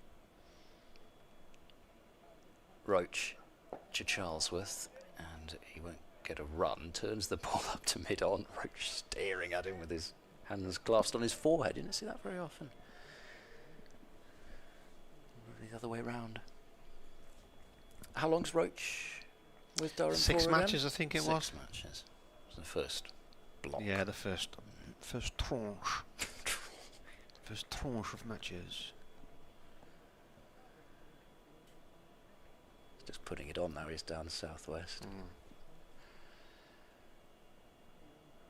Roach in now. Charlesworth will get a run, turning the ball down to fine leg. Callum Parkinson stationed there, so Charlesworth keeps the strike at the end of that over. Gloucestershire to 23 for 1. Charlesworth has 8. Phillips has 12. He is dealing in boundaries a la McKinney, but perhaps not quite with the same authority, although McKinney's first scoring shot was a catchable edge between third slip and gully. Perhaps not quite the same level of fortune as edging it between keeper and first slip. But at least get to change strike. Jamie in Glasgow's been on. We were talking about Kielder Forest earlier on. celebrating its 100th birthday. How many million trees did we say? 18.5 million or something, was it? Close enough. No, it was 158 million, wasn't it? 158 million. Start of a new over from Potts. That's defended on off stump by Charlesworth, who's on 8. He says, morning all. So he sent this a while ago. He said, remarkable play, Kielder Forest. None of these emails have come in until the last few minutes. Have you got any emails from last round we could read? Yeah. I don't know why they're all... They've been held up somewhere. Maybe they got stuck in the weather. He said, remarkable place, Kielder Forest. I hadn't even been aware of it until I drove down to Stamfordham for the National Road Championships in 2018. Potts, right arm over Bowles. Charlesworth lets that go through to the keeper. He said, I stopped on the way back to Glasgow and rode some of that reservoir route. I'd love to get back there someday. He said, also pointing out, Durham haven't taken 20 wickets in quite a long time. So, in terms of this match, those National Road Race Championships he's on about there, they were the men's and the women's cycling championships, which were in Northumberland in 2018. You could take Cameron Bancroft's bike out. Yeah, it's quite a nice bike. Edged and gone. And that's a ball that was just angled across Charlesworth there, and he's taken the bait from Potts and steers it to second slip, I think it was, to Casey Aldridge. And he's out for 8. Don't really think he needed a play at that. See it again here. It's gone very quickly. Yeah, it's angled right across him, and it's heading for sort of maybe 5th stump. It looks like it's come right off the toe of the bat and gone to the slips. Let's just see where this pitches again. Yeah, he's come really low off the bat and into the hands of second slip. He thinks it's straight enough to drive straight, but I don't know whether it's shaped or whether he just misread the line of the ball, but then ended up almost slicing across the inside of the ball as he would look at it. And that flew to Aldridge. He's in pretty close, but he reacted well. And that was the thing, when Gloucestershire bowled really full, they got driven for 4 basically every time, so they had to give up bowling that full. And pretty much the first really full ball that Potts has bowled, certainly to Charlesworth anyway, ends up getting the nick, and the slips might take a couple of steps back after that. Hammond out at number 4, who has Gloucestershire's only 50 of the season. He made 77 in the first innings against Middlesex, and came in pretty early in both innings there. Gloucestershire's opening partnership, which was such a strength of theirs last season and the year before, Bancroft and Charlesworth together, but both components removed with the score only on 23. Hammond then facing Potts. That's pushed to short mid-wicket, picked up by Parkinson, no run.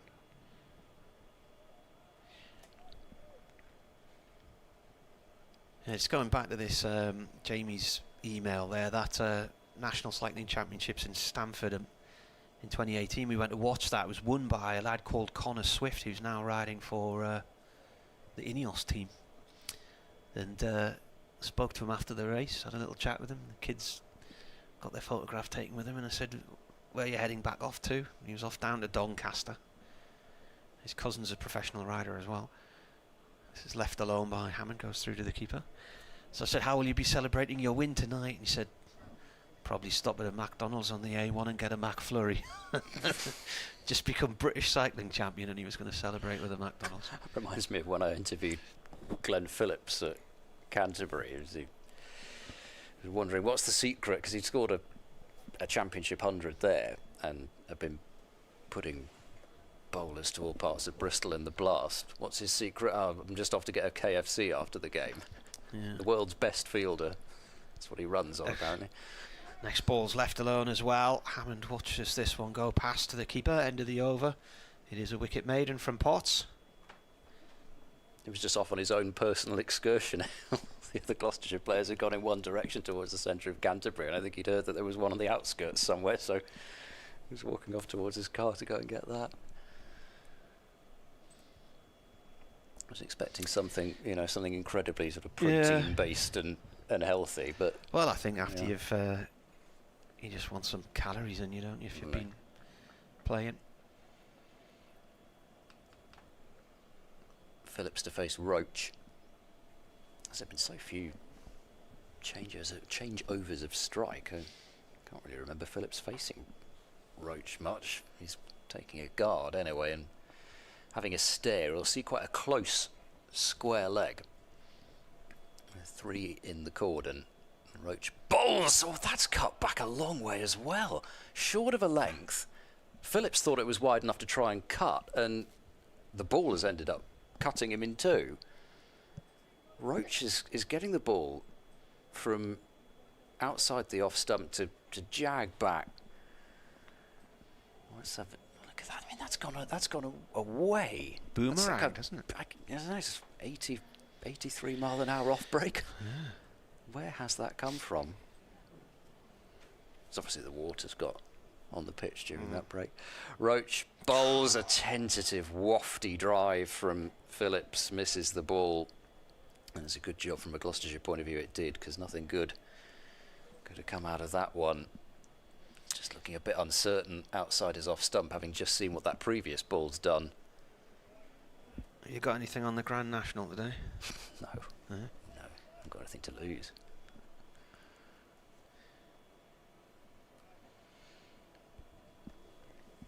Roach kicking up his heels, bowls now, and again it comes back towards Phillips, but this time it started a bit straighter. He covers up and defends square on the offside. Is that going on as we speak? Is it 4 o'clock, is it, the Grand National? 4 o'clock, is it?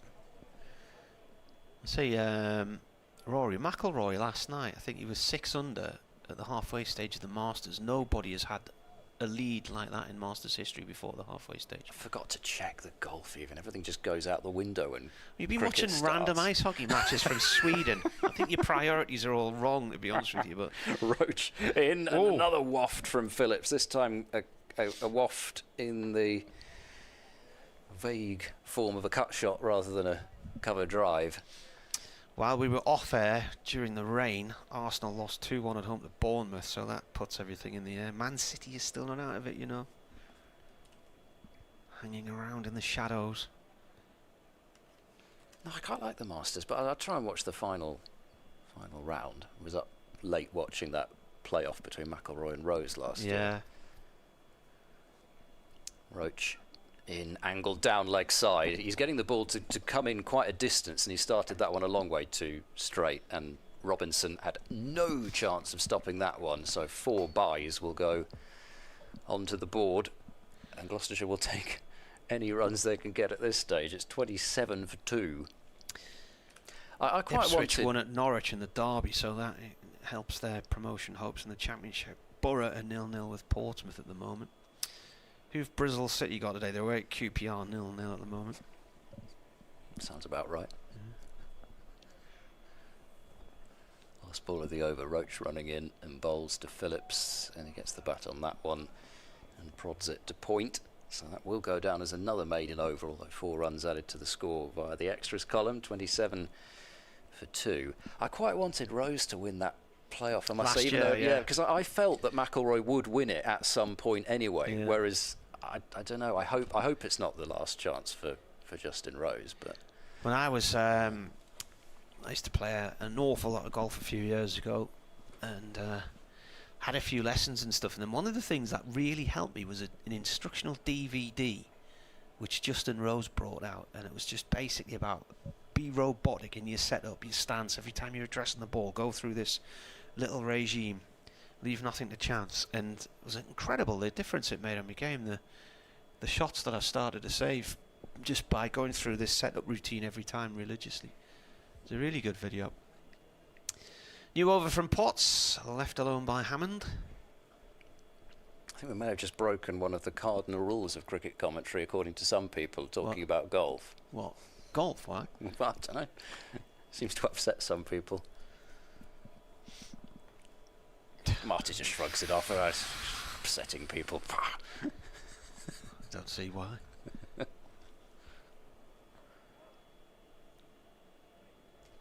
Lots of people who play cricket play golf. Miles Hammond's rather partial, I think. Potts in again. Hammond leaves this one as well. He's not being tempted to any of these balls that are angling across him from the right-handed Potts. Unlike Charlesworth, who chased one that he should have left alone and got caught in the slips. Let's look at Potts' stats here. This is his, where are we? 75th first-class match. This is 61st for Durham. He's got 283 wickets now, including 227 for Durham. Took 29 last year at an average of 42. Comes in and bowls. Hammond cuts, and that is away. That's gone through the covers and off for 4 to the mound stand boundary on our right.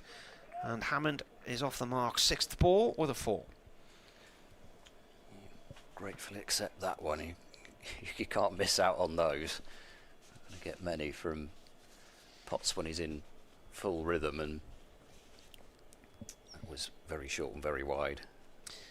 31 for 2. This is the 21st time these two have met in the championship. Durham have got 2 wins so far at home and 2 away. Gloucestershire were unbeaten in 10 meetings until defeating Bristol the last time they met here in 2023. I'm trying to avoid 3 in a row now. Potts comes in again and bowls. That's defended by Hammond. No run there.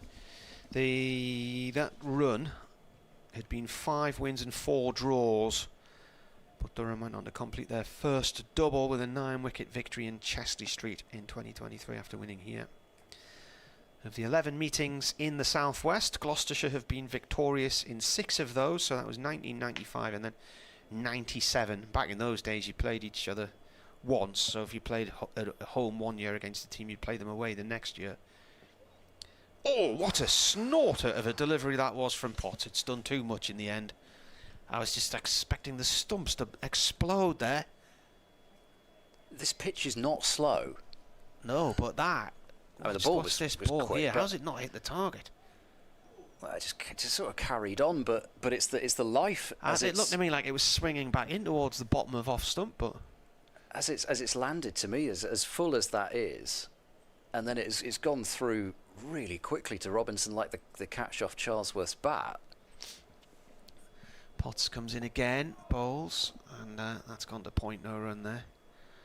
I'm getting confused as to what I need to be looking at. I'm still looking at the telly thinking, oh, is the TV screen behind or in front? And then I thought, actually, no, it's the ball I'm commentating on, isn't it? So, end of the over, 31 for 2. So, Gloucestershire's victories here, 95, 97, 2002 and 2003. So, once we got to 2000, we had 2 divisions in the county championship for the first time, and then you played each other twice a season. There were also wins here, 2018 and 2021. Match here at the start of the 2017 season, affected by bad light and rain, ended in a draw. Roach next over to Phillips. That's guided away safely towards backward point. Bancroft was in his first stint for Gloucestershire back in that 2017 game. Paul Collingwood took 4 catches. Dismissed, well, 4 in a row on the scorecard. Wasn't 4 in a row in terms of dismissals, but took a couple of wickets as well. Roach bowls, Phillips whips this away. It won't be past mid-on, who gets down to stop it.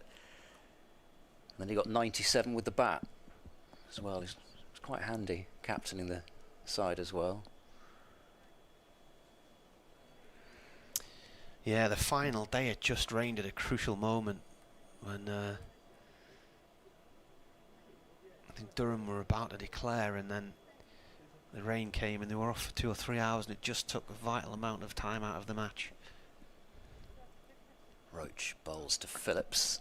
Again, it's coming back towards him. He defends that one. Let's have a look. We've got the scorecard. Yeah, so Durham had a lead of about 100 runs after the first innings. Dent got 100 for Gloucestershire to set Durham about 220 odd to win. Yeah. Durham were 85 for 4 when.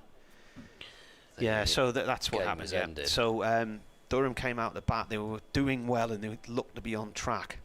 And then it rained and they came off for about 2 or 3 hours on the final afternoon, and then they just lost too much time. And would have been a good finish if it had been allowed to be. Roach bowls. Oh, how's that missed? It tried to leave, I think, did Phillips, and then it's just deflected off the bat that was hung out there and just misses leg stump, and he'll get a run for it as well with the keeper going back. I think these deliveries which have cut back from wide outside off are really in Phillips's mind, because he's wafted at a couple out there, then he's sort of left that one but not really left it, but he gets a single. Gloucestershire 32 for 2. Still, just over half an hour to go until tea. Round the wicket now, Roach to Hammond. He bowls, and that's left by Hammond rather calmly behind the stumps. yeah, so Durham were chasing and looked like they might pull off a win, and then the rain came just at the wrong time, and it just took too much time out, and they went from a run chase to basically shutting up shop and defending for the draw in the end, because they lost a couple of quick wickets.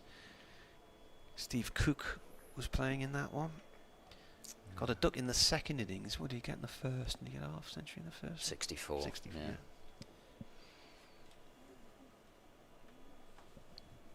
Roach bowls full and away moving, but started wide, and Hammond allows that to pass by, so another over goes by. Roach has got through 7, but separated by the rain break, so whilst it's not ideal getting up and down as a bowling unit, if you've got 2 bowlers of the quality of Roach and Potts, it does mean that you can bowl them a significant percentage of the overs. But they are getting a lot more out of this surface, it has to be said, and whether it is just that extra few miles an hour, of course both test bowlers anyway, I'm kind of seeing that. Will Williams did say he felt that there was something in the pitch despite the scoreline yesterday, which wasn't exactly what you'd have wanted to hear from a Gloucestershire point of view, and he's kind of been proving right. Here's Potts, that's left alone. Start of a new over from the pavilion end. Phillips watches it go through. He's on 13 from 36 balls. Hammond at the other end, 4 from 11. 32 for 2 the score. The deficit 5-7-3. That game you mentioned in 2017, it was once it became apparent it was going to be a draw, I left the ground with about 5 or 6 overs of the match to go to get up to the airport to catch the last flight back to Newcastle that night. So was Bob on the end of that one? He was, yes. Playing a miss here from Phillips, pushing at a ball outside off stump through to the keeper. Yeah, Bob was covering the game. Craig Miles got a 5 for in Durham's second innings in his previous Gloucestershire life. He must have gone off to Warwickshire not long after that. Yeah. About a year later, maybe.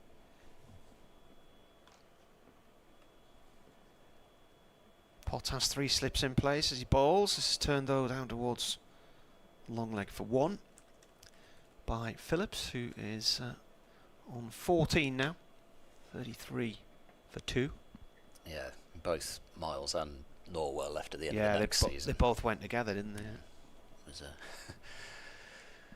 blow. It's not exactly unprecedented for Gloucestershire to be losing multiple seamers at the same time, but six was quite something, good, yeah, even by what's happened before.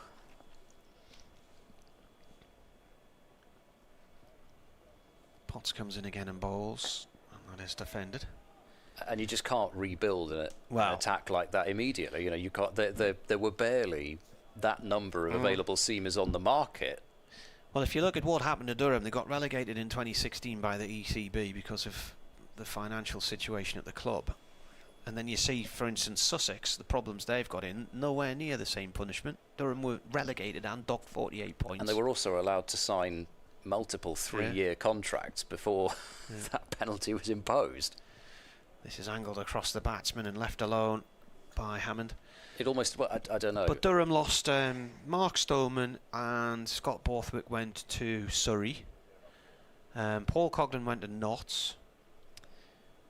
There was a couple of others left around about the same time as well. And then the following year, Keaton Jennings and Graham Onions went to Lancashire. Onions, there was an issue about the contract he wanted and what Durham would prepare to offer him, because I think there were concerns about his back, but he went on to play 2 or 3 years for Lancashire.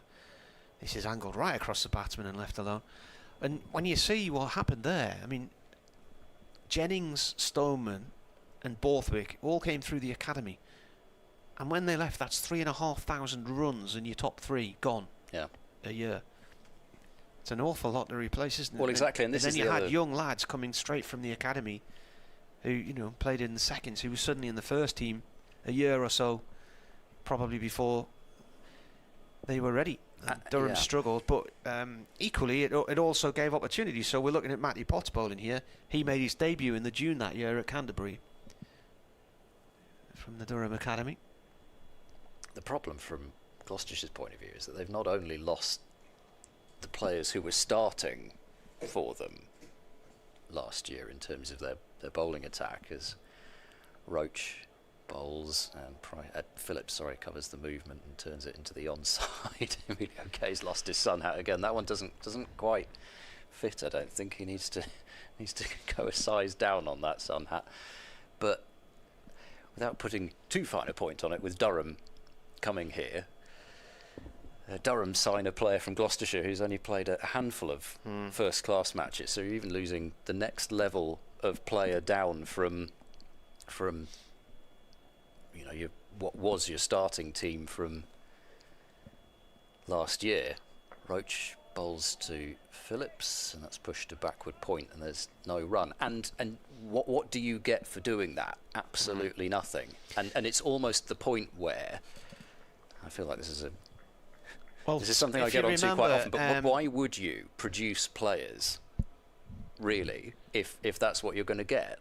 Why would you do that? The theory is the counties are all sort of partly centrally funded by the ECB, because you're all trying to create players for England, aren't you? Yeah, but this is, Ian Botham said this at the time when Paul Coghlan went to Notts. Roach is in and wide of the off stump. Phillips shoulders arms, and the fact that Durham were no longer one of the big powerhouses in English cricket, having been in the top flight for 13 years and won the title 3 times.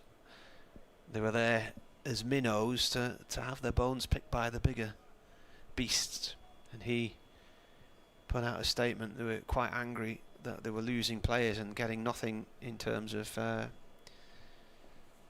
remuneration for it, compensation. Roach bowls wide of the off stump and there's no shot, but the system has been allowed to carry on in the same way, and now look what's happened. It's gone the other way. Well, if you think there's about 6 clubs maybe who are on the ECB's list who they're keeping a close eye on in terms of finances and stuff, imagine the situation you would have if you did have transfer fees in cricket, because there's not the money in the game that there is in football. And they were talking on the radio the other day about the sheer financial mess teams are getting themselves in the Championship in football. Roach bowls another dangle from Phillips. That was very wide, and he wasn't going to reach it from that position where he hadn't really moved towards the ball. Roach getting the ball as he can to move quite subtly both ways, or even quite pronounced fashion. Yeah, they were talking the other day on 5 Live about the amount of clubs in the Championship who are in trouble financially, and the only ones who seem to be making any money are the ones who've got parachute payments from the Premier League, or they're the ones who are better off than the others. But Roach in now. No ball. Well, yes, it wouldn't have counted anyway, even if he had nicked it, but not quite sure how he didn't. That was a perler from Roach, just pitched up that little bit further, leaving Phillips's edge and through to Robinson, but 2 runs are added. 35 for 2. So a number of clubs are trying to chase the dream of getting into the Premier League, but if it doesn't work and you're building up debts, and a lot of the teams in the Championship are in debt, you're more likely to be getting sucked towards the 3rd division. Well, this is what, in a way, happened when Gloucestershire got promoted to the 1st division. Roach bowls a short ball. He's climbed into that one as Phillips. That's been sent high and far, and one bounce, I think, and over the rope for 4. So I was Phillips looking in gets the hold of air that and one. I realised I was watching a bird rather than a ball, and then I saw the ball rolling along the floor across the rope there. 39 for 2. That's the end of the over. Phillips is on to 18. Because I think... When did Gloucestershire get promoted? 2019. So they got promoted in 2019. But they didn't then take COVID got so in the COVID way. stopped things for 2 years, didn't it? And then they got their year in 2022. So that was part of the issue anyway. They had a side that they were really building with, and then it wasn't quite the same side when they actually got the go at the 1st division. And then there were moves like they signed Naseem Shah for the start of the season. He injured his shoulder after only an innings. They signed Mohammed Amir as a replacement. He played a few Championship matches and I think got injured as well. New over, Potts bowling here to Hammond, who lets that one go by to the keeper. You know, they tried everything to stay up. You know, they put a lot into trying to stay in the 1st division that year, and unfortunately they weren't able to hit their straps until after they were pretty much done. There was a match at Taunton that was rained off that they were well on course to winning. Then they won their last 2 matches, but it was too late. Hammond waits, he's on 4, turns this off his legs down to long leg for 1 off Potts. And then David Payne couldn't play red ball cricket anymore. The end of that season was the last time that he could play red ball, and that was that's effectively losing another seamer, at least for red ball cricket, because Payne was such a key bowler for Gloucestershire, left arm new ball bowler. And so the rebuild almost started a little bit then. We had a very young attack for a couple of years, and now that's been dismantled. Potts bowling here to Phillips on 18. Phillips plays the ball up to mid on no run there.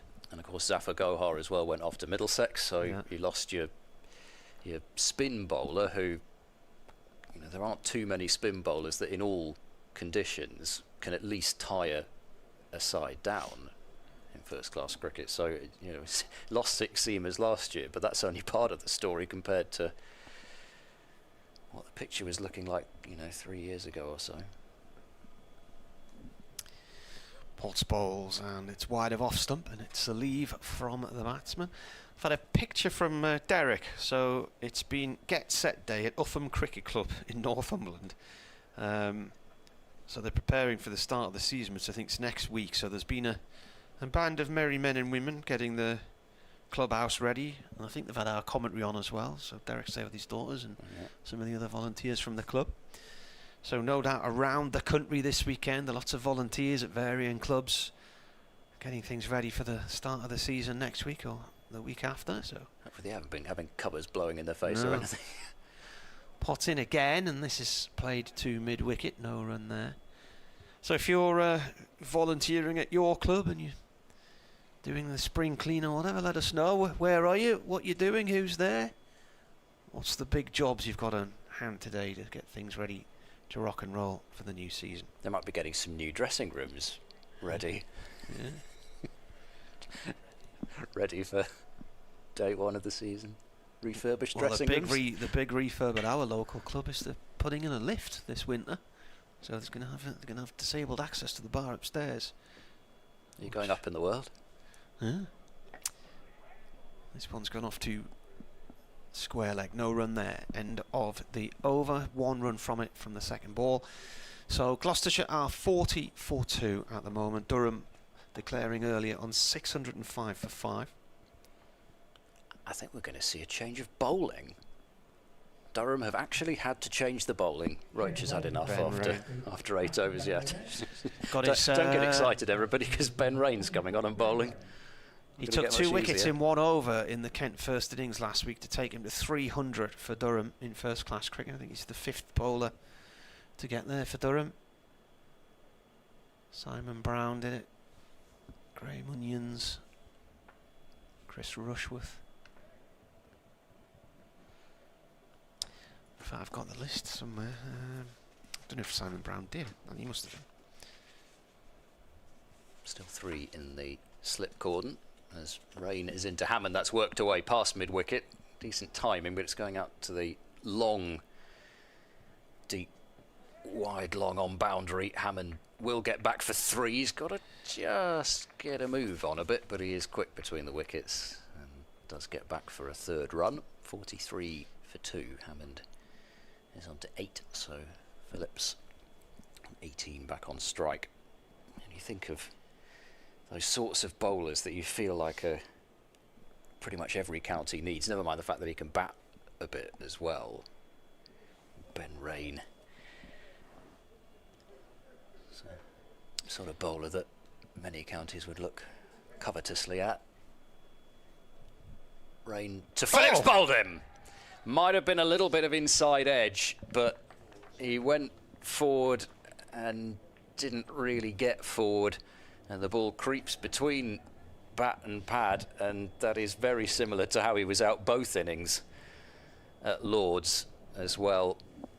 Rain just bowling it full. Let's see, is it maybe just nipped back a little bit as the 2 at Lord's did, but possibly a little bit of inside edge, maybe. So that was exactly what happened. I think second innings at Lord's, where there was a bit of inside edge, but I fancy the ball would have had a chance of bowling him anyway. I think this time maybe it would have just missed off stump, but inside edge onto the stumps. Phillips goes for 18, and just as Gloucestershire looked as though they might at least be getting through the opening spells of Potts and Roach, and whether Potts will have another one or not, but got Roach off at least.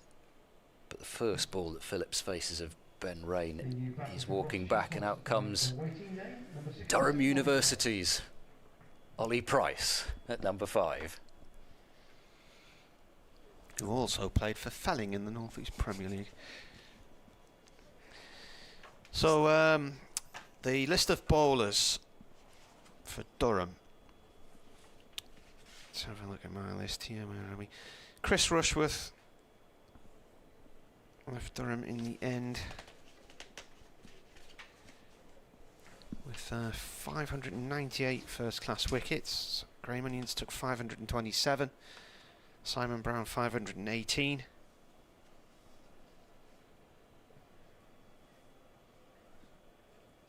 And Rain now, I think it's 303. Potts went into this game with 224. 510th overall in Rain's first-class career. Rain bowls to Price, who's lunging after a drive first ball. It was not a half volley, but he thought it might be. Again, no edge, but we're just waiting for the wicketkeeper and the slips to celebrate that one. He's gone at it very hard as Price, and it was quite wide, but it wasn't really that full. Skies seem to be parting as well, so we may even get these overs in this evening as Rain bowls. Oh, that's a beauty again, which Price feels for outside off stump, but you can see why, as we've got the fantastic angle here, you can see why he felt he had to play at that one, because on its original line, I think he played down the original line, and then it's nipped away once again. There's just more happening out there for Durham. Getting this ball to talk in a way that Gloucestershire couldn't. Rain bowls to Price, tight to the stumps, and this is pushed up to mid-off, so at least Price gets to field ball on bat for the first time. Chris Rushworth left Durham with 578 championship format dismissals, plus another 20 in first-class matches against the likes of the Uni and the Sri Lankan 18 touring teams, things like that. Graham Onions took 527 in the championship. Simon Brown 518. Ben Rain's now got 303. So there's 4 of them got past 300. Rain bowls to Price. He'll get this one away off a thick edge down to deep third, and that'll go for 4. There's nothing that McKinney can do to get there. Pretty deliberately played by Price that time. It was off the edge of the bat, but played with soft hands and angled away. So he gets off the mark with 4. Gloucestershire 47 for 3 in a desperate battle to try and get through to tea, at least still 3 down. And they aren't indeed through Potts' opening spell yet, because he's removed his sweater and he's going to have another. I wonder whether he might have been going out of the attack and he thought, well, it's new batter to bowl at now, let's have a bit of bowling at Ollie Price. He's going to be bowling at Hammond to start with.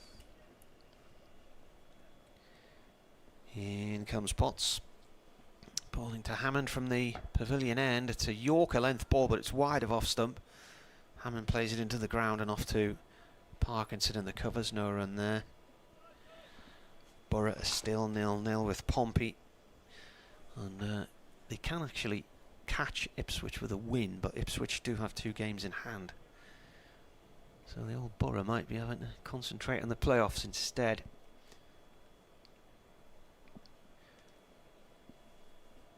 Potts in the sunshine here in Bristol turns. Comes in right arm over.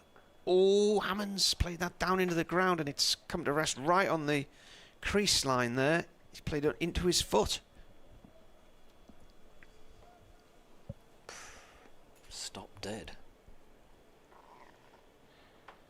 Well, there's all sorts of hand signals going on there from Hammond. I'm never sure how much that really helps the non-striker. Does he? Well, you probably have quite a good view of exactly what it's doing anyway, but then if you've got the striker saying, oh gosh, doing all sorts here, exactly fill you with confidence. Ollie Price is practicing a leave. Potts in again. Hammond watches it through to the keeper. He's not been lucky this spell either as Potts. I mean, he could easily have had more than one. The edge through between keeper and first slip was another edge that went over the top of the cordon early on. And then that one could be worse.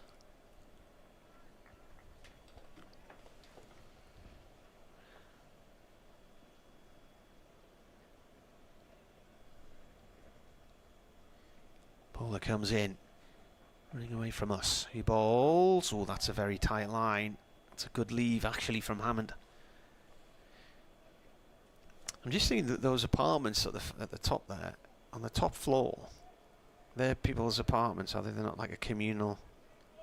Oh, up there, those are the penthouses. Oh yeah, I think there's still people's apartments. I tell you what, it's a steel frame building with side walls and lots of glass up there. I bet it gets quite drafty up there when it's a stormy day. But it will be boiling hot at the moment because it's sunny. Yeah, 6th floor they're on. Absolute sun trap.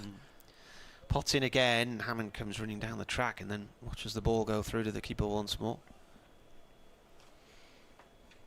Which apartment would you have if you could have one of those? Well, I mean, if you're going to have one, you probably would have one at the top of the. Well, I say actually the top of the Grace apartments, but I don't know. I quite like the look of the one just to the left as we look at it. The slightly at an angle, but you'd have, for international matches especially, you'd have the view right over the top of the international match. That's driven and it's gone off down towards third man for 4. There's nobody down there. It was a half volley wide of off stump, helped on its way by Hammond, who moves on to 12. 51 for 3. 50 comes up after 18 overs.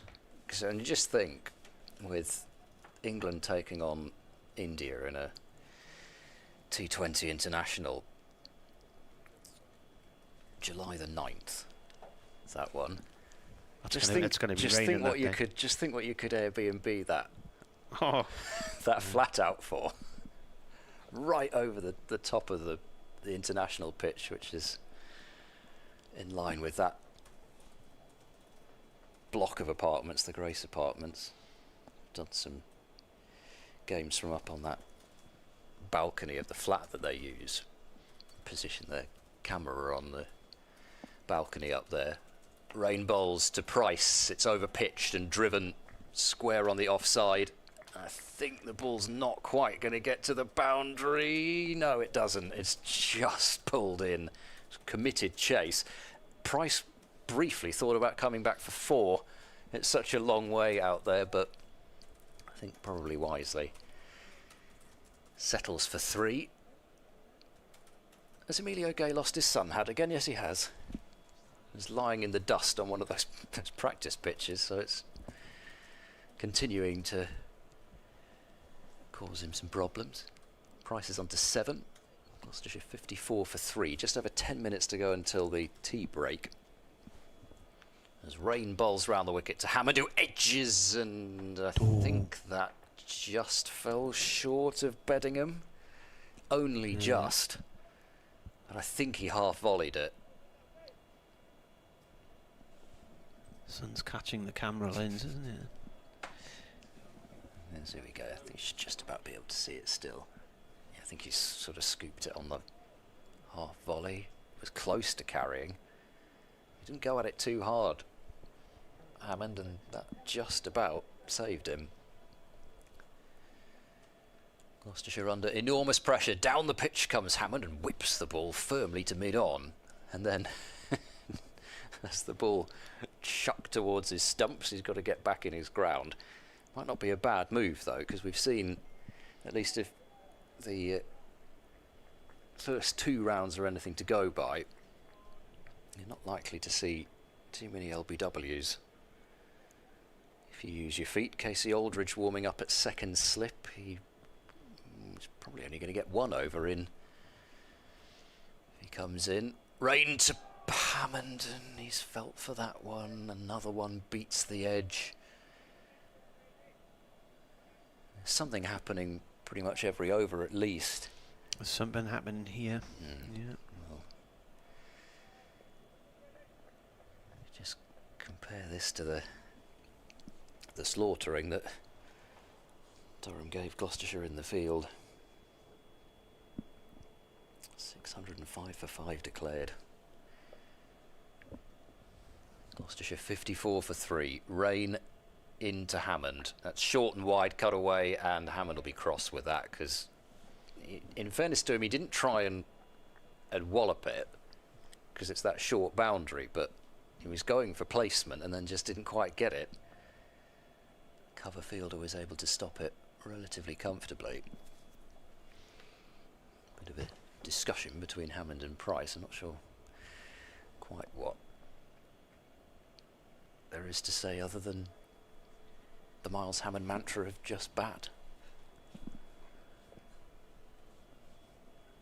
Rain in, bowls, little shimmy forward from Hammond, who pushes it defensively to mid-off, and then I got done by a bird that time, thinking that he'd misfielded it. There was a shadow that went shooting past the fielder, but he had stopped it, so no run to end the over. For 54 for 3. It's raining at Old Trafford. Is that because it's west, or? Yeah. Yeah. And south. True. It's a long way south. Raining there.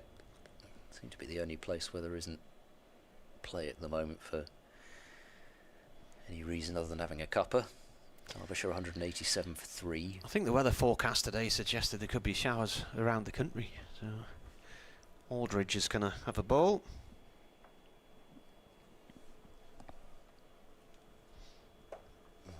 He might just get 2 overs in before tea, but they're going to have to hurry, and of course Gloucestershire aren't going to be in any sort of a hurry to face up. Time for some dawdling.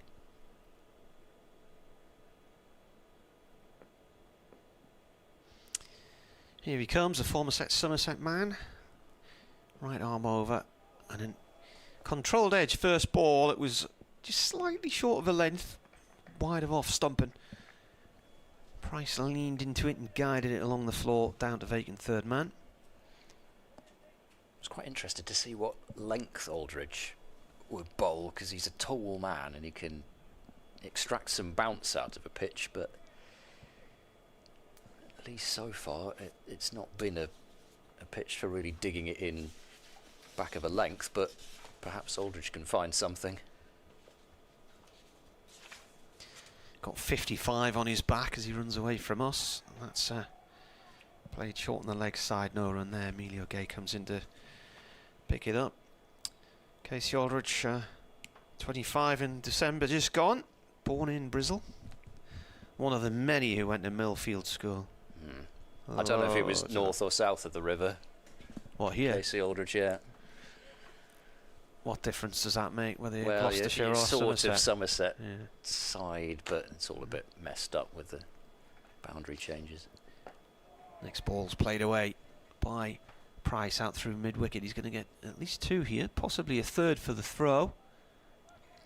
It'll be 2. Parkinson with the throw. City of Bristol.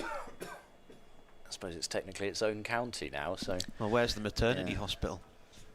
Well, there might be. Well, there's 2, isn't there? So it depends. If somebody's got It his might birth depend. certificate, please send it in. Here he comes again. He bowls. That's left. It's gone through to the keeper. So he's playing in his 38th first-class match. And he's looking for his 80th wicket. His best figures 6 for 110 in an innings defeated Kent in 2022 for Somerset. Joined Durham on loan last year for the T20. Balls again, that's right, a middle stump. Played up to mid-off by Price. Speaking of tall bowlers on loan, Henry Brooks was doing some bowling in the was it the luncheon tour, I suppose it would have been. So hard to see how he he doesn't definitely play next round. There's not too many more changes that can be made. Aldridge once again, that is a leave past the off stump. End of the over. 6 from it. 60 for 3 the score. Am I right in thinking across to the left hand side where the car park is, there was a scoreboard down there originally or not? Yes, there was a what do you call it, LED scoreboard that was down there. Yeah, so that's gone then, because I'm automatically looking across to my left to see the scoreboard that is no longer there, thinking to myself, am I imagining that it was? But there was one there. Yeah, and they sometimes will put one for the T20 in that area as well as a backup big screen. I don't know whether they'll do that this year or not, but yeah, it had been in the past. There's Ben Rain. This will be his last over before Teo Hammond's feathered one through and he's been given out. He's not looking best pleased, but he's got to go. Rain bowled one slightly back of a length. It was too close really to cut. It was a little feathery shot, and umpire Pollard feeling there was a feathery nick as well. And Ben Rain's got his second wicket. It looks like it's gone underneath his shot, so it would be an under edge if it was bat, but Hammond goes for 12 and Gloucestershire's top order is being dismantled in the same way, I'm afraid, that their bowling attack was. 60 for 4, and now James Bracey, who's been keeping for 114 overs, he's only got, well, he's got a bit more than just an hour off because of the rain break, but Bracey has to go out and face some deliveries before tea as well. They've changed the regulations this year now, where if a wicket falls in the over before a break, they finish the over. They haven't yet. They haven't. It's coming in October. I thought they had. I thought it was told last week they had. It's last week Gloucestershire lost a wicket of Ollie Price in the last over of day 2, and Will Williams was apparently padded up as the night watchman, and he was standing up and thinking he might have to go out there, but the umpires removed the bails, and I gather it's October that change is coming in. Well, we were told at Durham last week it had already come in. So maybe it's only in the northeast. Or either that, or they're just making it up as they go along. So Bracey out in the middle, man who's broken the 1,000-run barrier in each of the last 2 seasons. It's interesting, as he came out of the middle there, he and Hammond and the 2 umpires had quite a long chat on the edge of the square. As if it was an official kind of meeting or something. I missed that, I'm afraid. Yeah. Bracey in his deficit's 545. Position at 6. He's facing up to Rain. Forward he goes. Keeps that one out defensively. This probably will be the last over before tea now. They might have got another one in, but another wicket fell. Bracey, 1,010 runs last year. He needed exactly 50 in the first innings of the game against Middlesex at Lords last season and made 60. Rain bowls to Bracey and passes his edge. He's been drawn a little bit across the crease, but kind of knows that Rain can fire one from wide of the crease, and he's probably got to cover that line. And the discipline in terms of line and length, okay, they've got more movement out of the pitch, but there's only been a couple of balls offline in just over 20 overs. Rain to Bracey, who's forward tapping this one back. Rain picks up, and we still only had that, well, it was technically 2 showers, but doesn't really look to be anything around in terms of rain now, other than the bowler, because it's gone back to sort of looking how it did about 11 o'clock this morning.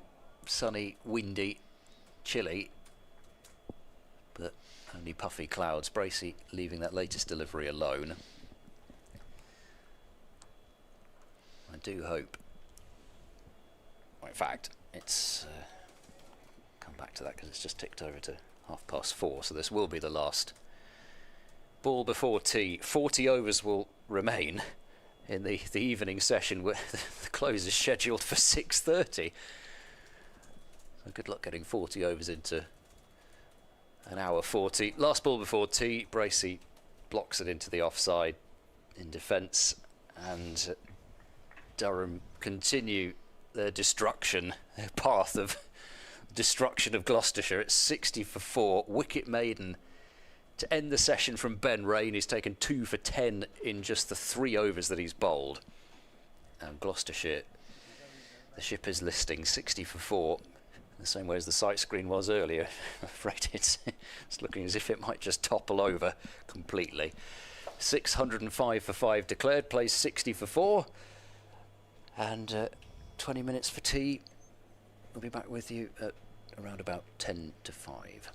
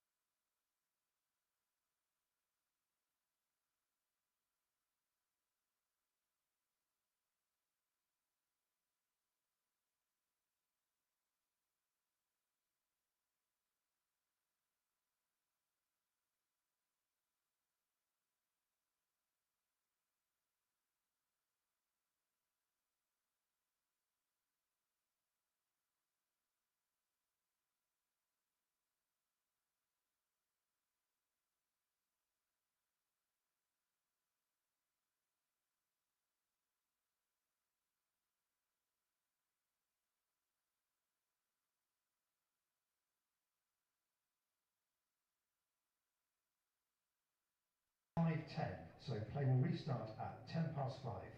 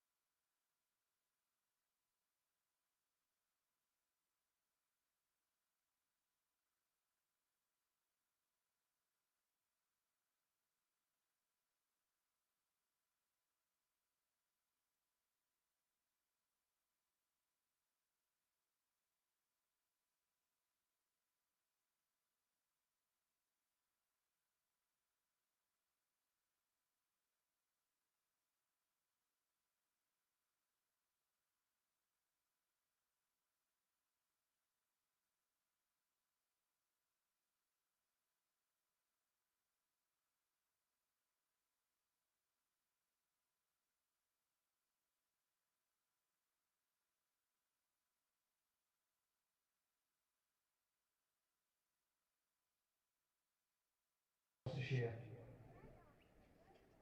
Sponsored by the waiting game number 67, Ollie Price. And sponsored by the Clifton Coffee Roasters number 25, James Bracey. Well, once again, the skies have parted and the players are making their reappearances, with Price and Bracey, the Gloucestershire not-out pair, at 60 for 4, trailing by 545 runs. In terms of the other numbers, there are 35 overs still due to be bowled, which would take us to a close even if they go at the 16 overs per hour. Something like that. Yeah. And we're going to be going home as the postman's. Well, the postman doesn't come in the afternoon these days, does he? The milkman. We'll pass the milkman on the way home. There was a postman on the road just across from Somerville Road. I can't remember if it was called North Road. There was a postman going across there as I was walking back yesterday evening. That must have been about 7:10. Well, here we go. Cricket might break out again here. So this is Casey Aldridge starting a new over from the pavilion end, running away from us. And that's gone through to the keeper. And Middlesbrough are being very Middlesbrough-y because Portsmouth have beaten them 1-0 away. So they're heading for the playoffs, I would imagine. Bristol City 0-0 at QPR. And the mighty Rovers across the road, they won 3-1 today. What time did that kick off today? 2 o'clock, wasn't it? 12:30. Comes the bowler again. And this is played short in the leg side. No run there. I think they've just given a new 2-year contract to Steve Evans, have they? At Rovers.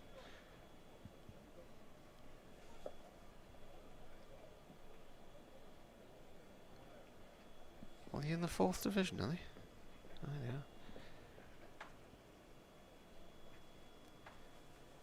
Aldridge comes in again. It's bright sunshine at the minute. I'm going to be complaining it's too bright once more. The ball goes off to point to Roach. No run there. Well, it did used to be the bright side ground. Yeah,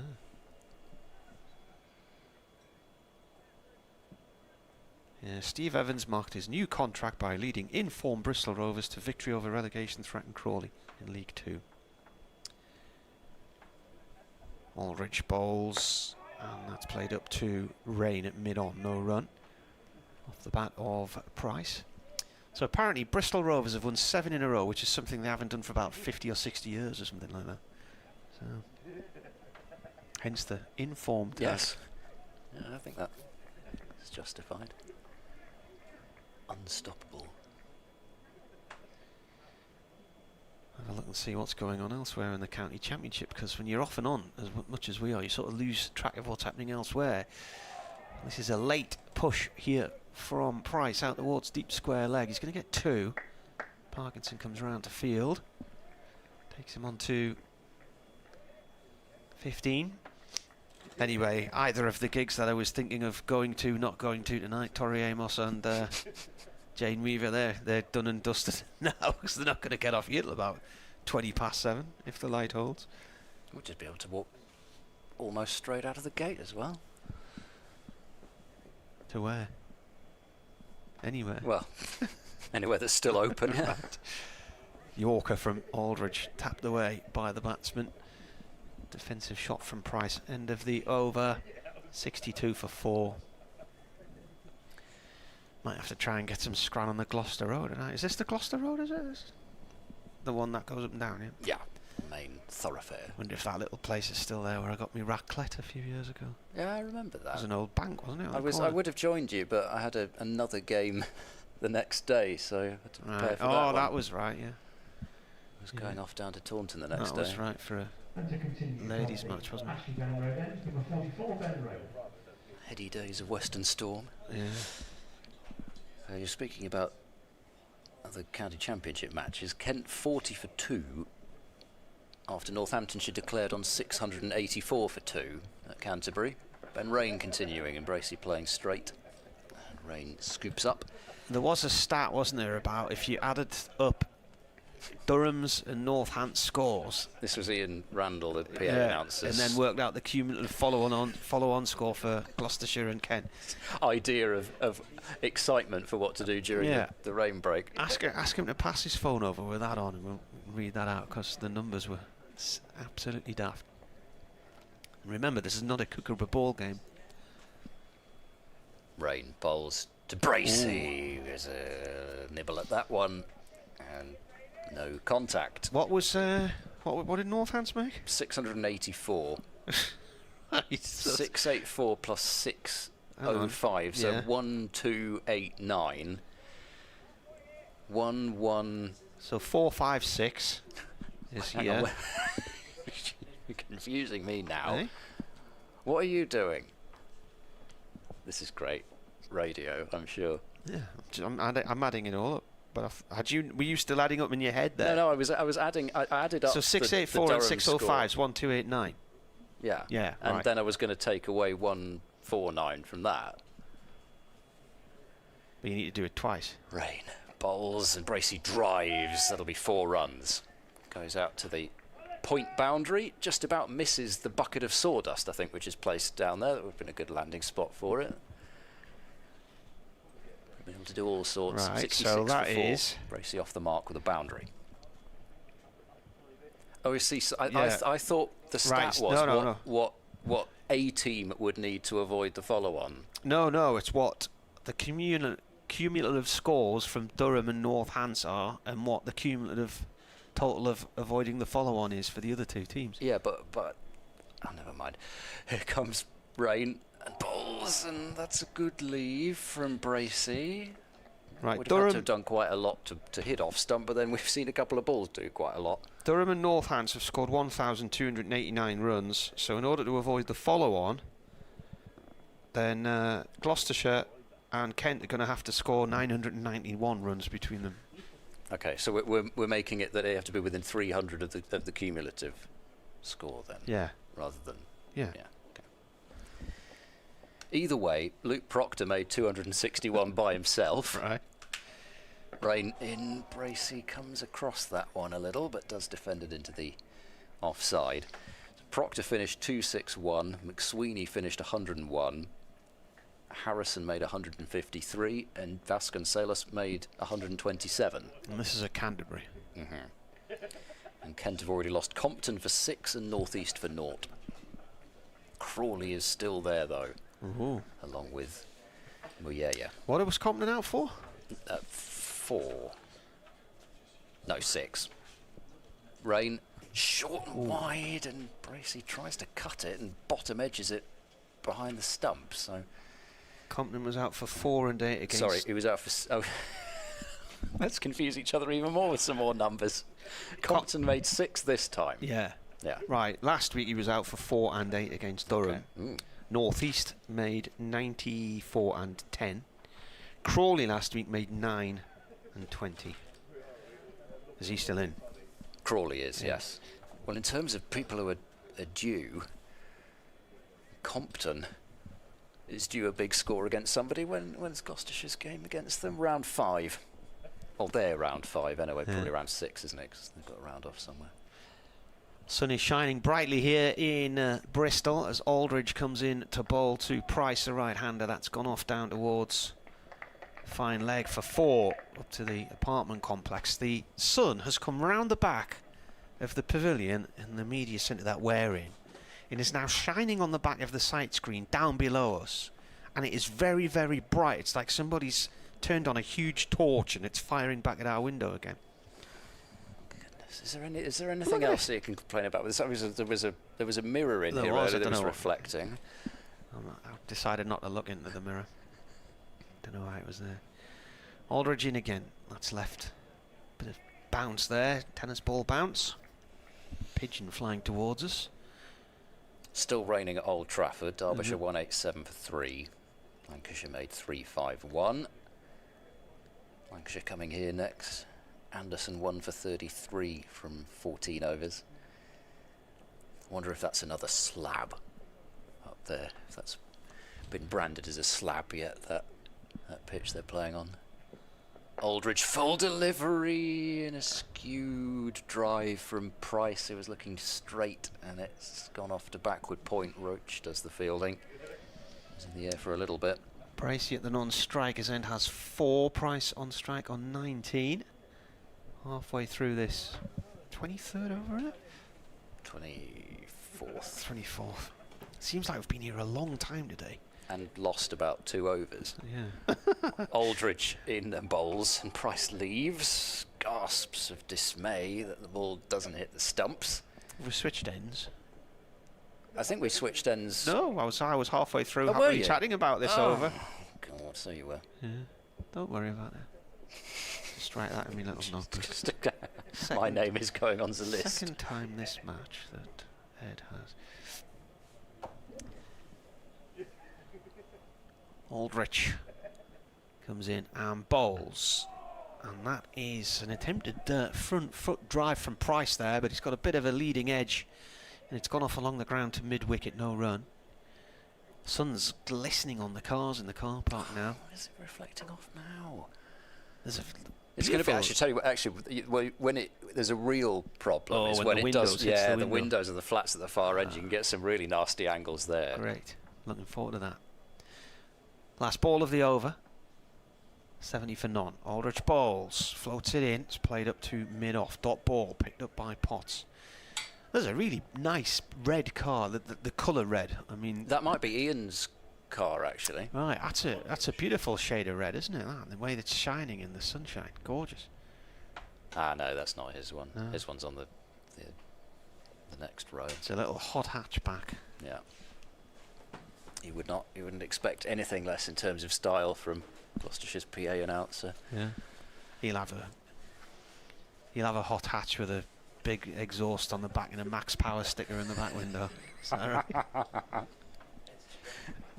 35 miles an hour back up the motorway to Cheltenham. Yes. Here comes rain and bowls into the thigh pad of Bracey. It hits it and goes straight down into the ground, and Bracey will allow Video Gay to pick it up. We went out the other day, my daughter's friends, it was their birthdays. 2 sisters, 2 years apart, born on the same day. And a relative had come up from Lancashire for the birthday party and drove at 55 miles an hour to conserve fuel. Well, there's a lot of people doing it. Yeah. I don't know how many percent you meant to save. Rain to Bracey, that's drilled along the ground on the drive and hits it directly into the hands of Kemar Roach, mid-off. Anyway, they'd done their maths and they reckoned that by driving for sort of 55, 60 miles an hour, they were going to save 20% of their fuel. And by the time they got from the Preston area to Sunderland, fuel had gone up 10% in price. So you just say they just had enough and no. got bored and decided to drive nearer the speed limit. Rain 2 for 14, bustles in and bowls, and Bracey gets a length ball which he defends away. Yeah, the other thing is, I don't know much about these things, but each car's probably got its own different speed that it's optimal to drive at as well, so you've got to... There's some more exciting calculations you can do, just like adding up Kent and Northamptonshire's scores and working out what a follow-on target would be. They still only they lost 7 wickets combined, scoring that 1,200 and whatever we said. Rain bowls to Bracey, who's across his stump, struck on the pad. It's more like an ow than a real appeal. 70 for 4. Worcestershire, well, they've fought back after being skittled for 191 by Middlesex in their first innings. That match taking place at Lord's. Middlesex made 183 back. They were 109 for 7. But Worcestershire now 180 for 2, so that's a lead of 188 runs. Latigan 65 off 63, and Libby made 79. Bracey's gone to drive at that one, and it's gone off the maybe bottom part of his bat, and another ball that's gone off bat onto boot. Price down for a chat. No runs yet off this Ben Rain over. Division 1. It's raining at Chelmsford, which is probably some relief to Essex because they're 94 for 3 in their second innings behind Somerset by 105. Somerset made 348 with Overton 141. Bracey drives fluently for 4. That has gone at a rate of knots through cover point. So a couple of boundaries square on the offside for Bracey where he likes it. 74 for 4. End of the over. Nottinghamshire 218 for 4. That's a 384 run lead over Glamorgan, who were bowled out for 113 with Fergus O'Neill and Brett Utton taking 4 wickets each. Where was he from? Brett Utton. Yeah. Somewhere in the Midlands. Joe Clark's got 100 for Nottinghamshire. Ben Duckett run out for 1 off 1 ball. Well done. Well batted. Here's Aldrich, comes in and bowls. This has gone off towards back with point no run there. There's nothing worse than being run out when you haven't faced the ball. So run out for 1, slightly better. Run out backing up. Yeah, that's very unfortunate. For 0 off 0. Diamond duck. I got 3 ducks in a row, 3 Sundays in a row, and the third of them I was run out without facing the ball. I'm sure it wasn't your fault. It wasn't. No. Aldrich bowling here to Price, who's forward to that one, pushes it out on the ground to mid-wicket no run. I was talking with Roland Butcher about a game at the Cheltenham Festival. Oh gosh, I've forgotten the year already, something like 1983, and Roland was reminiscing about that match because he scored something like 177 out of 273 for Middlesex. This is a leave through to the keeper from Aldrich. And they were 26 for 5, I think, something like that. Gloucestershire had made about, I don't know, ballpark figure, something like 240 in their first innings. And he remembered, well, I told him that the day started off with him being involved in a run out with Phil Edmonds. Of course it wasn't his fault, no. Roland's. Of course not. Oh, that's mistimed. He's looked to try and drive up towards and past mid-off there, but it's come off the toe of the bat and just bobbled away for Price.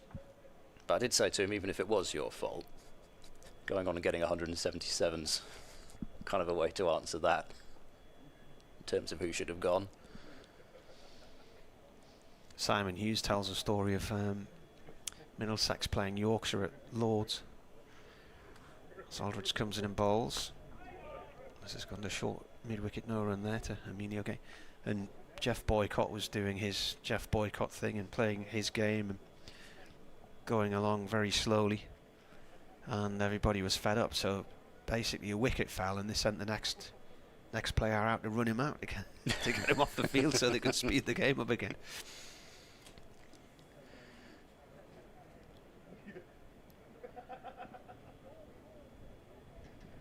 Aldrich in. That's gone through to the keeper as well. End of the over.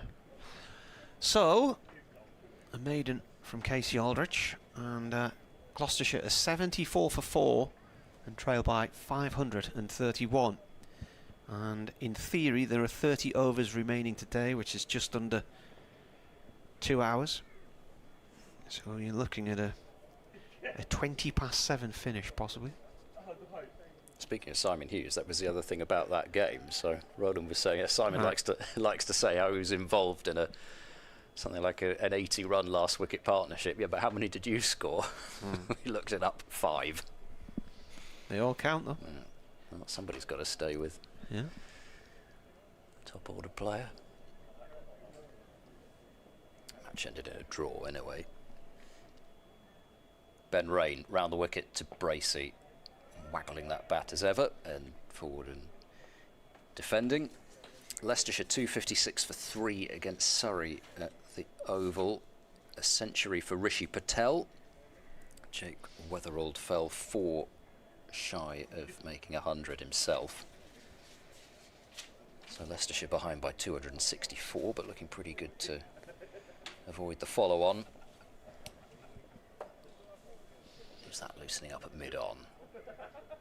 Rain to Bracey, into the thigh. Parkinson. Turned away to backward square for a single. I did wonder whether it might be him, so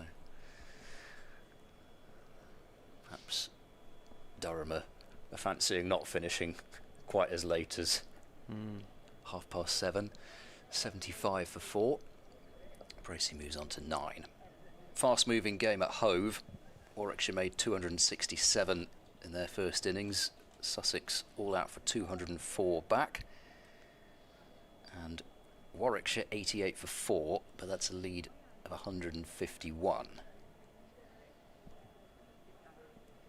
Ben Rain to Price, who edges, but it's a thick edge, and it's pretty much along the floor, and it's wide of the cordon, and it's 4. That covered all the details there. It did. I think that was very comprehensive. Very comprehensive. Price is into the 20s. First batter in this innings into the 20s, I think. Phillips made 18. And just a gentle dab from Price, the sort of shot that infuriates a bowler. See the ball coming off the edge and automatically should be a wicket. 79 for 4.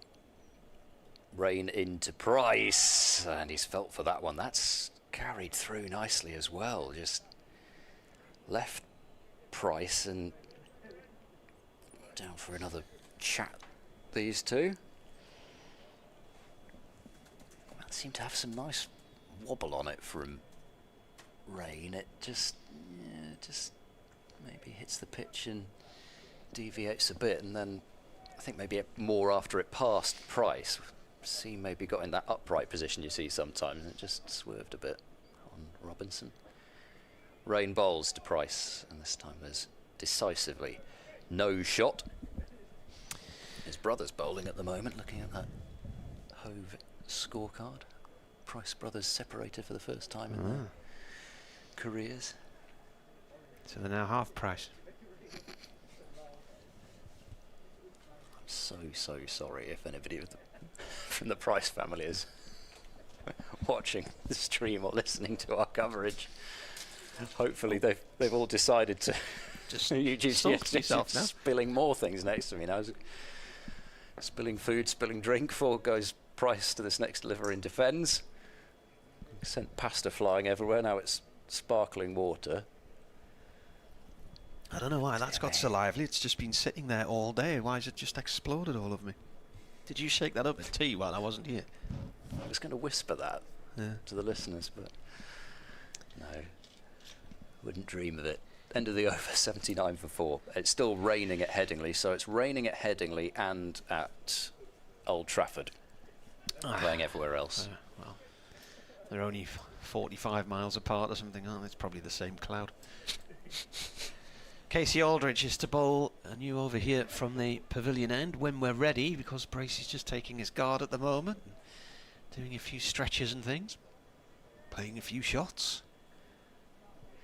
Now he takes his stance and is ready to face him. He's on 9. 79 for 4 here on the BBC. Aldridge in, and played upfield, cut off by Ben Rain, running round from mid-off to stop the ball, more or less behind the stumps, but it is a single for Bracey.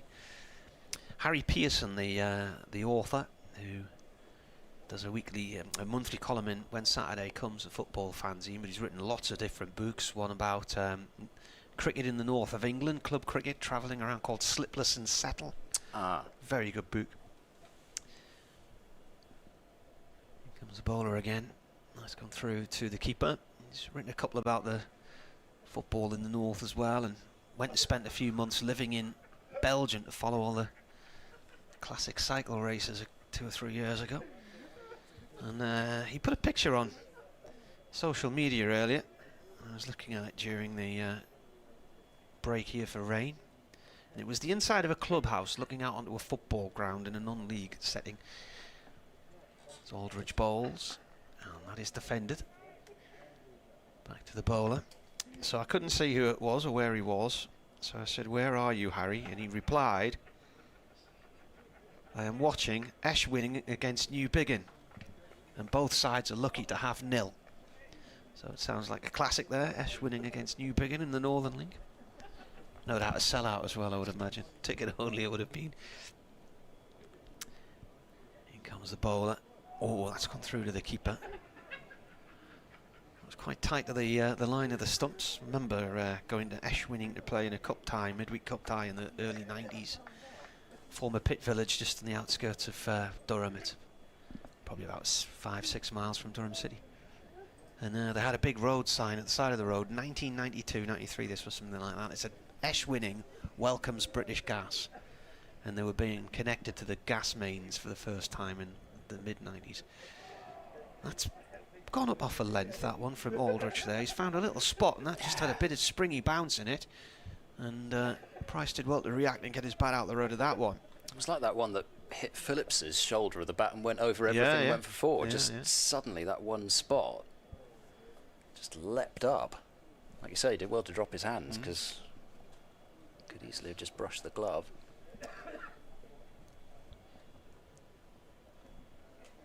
Bowler comes in again. That is pitched up and driven. It's gone back past Aldrich. It's been chased up towards the boundary rope in front of us, and it's gone for four. Past mid-off. Was in the air momentarily.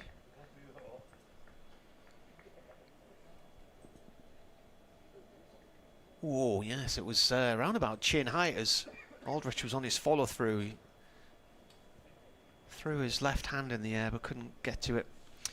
Yeah, so we were thinking, why would they not have had British Gas here when, you know, virtually the whole country's connected to the gas supply now? But in a little pit village like that, I think all the miners used to get free coal. Right. So you didn't need to be on the gas network, but then all the pits had shut by then, so the coal supplies ran out. So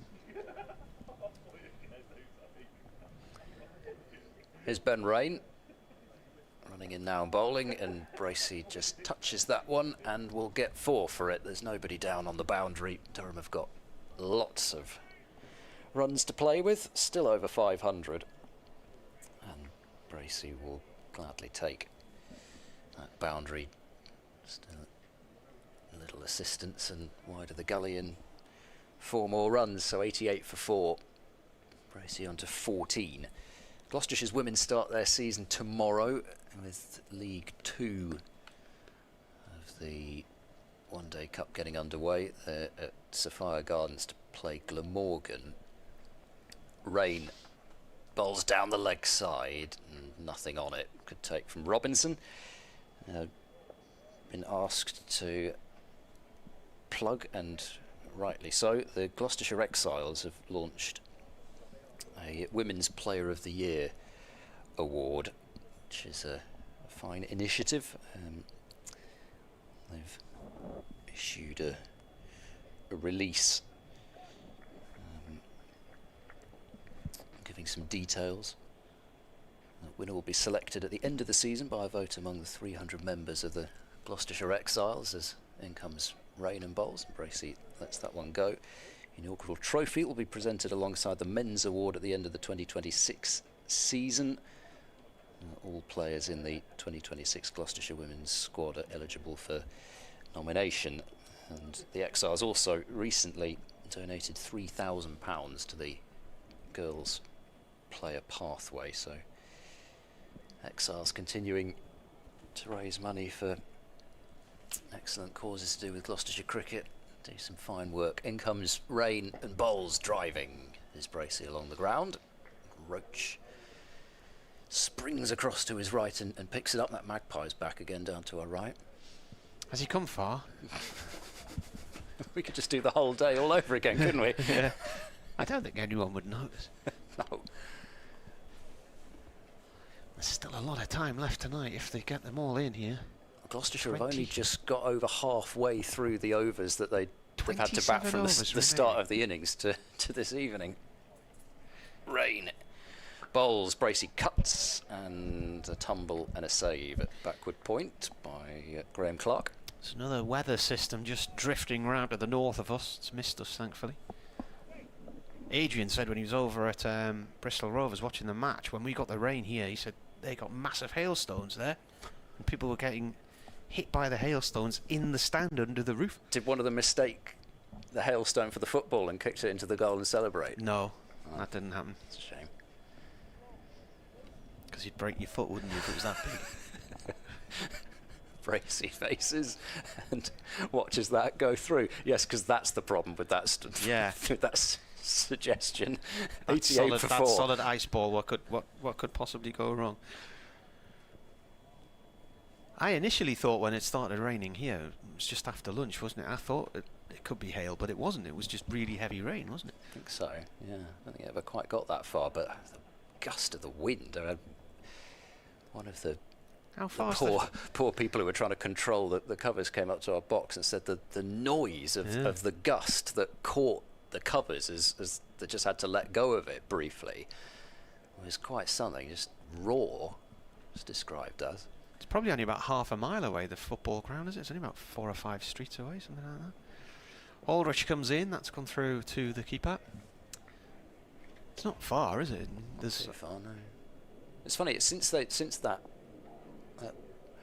bright blue stand that still isn't in my mental image, it seems an awful lot closer than it did. Yeah. Certainly stands out. It's a bonny stand. Nice shade of blue. If only we could work out what shade of blue it was. 88 for 4. Aldrich bowling here. And Price forward to that one with a defensive shot. Pushes it to Clark in the covers. Dot ball.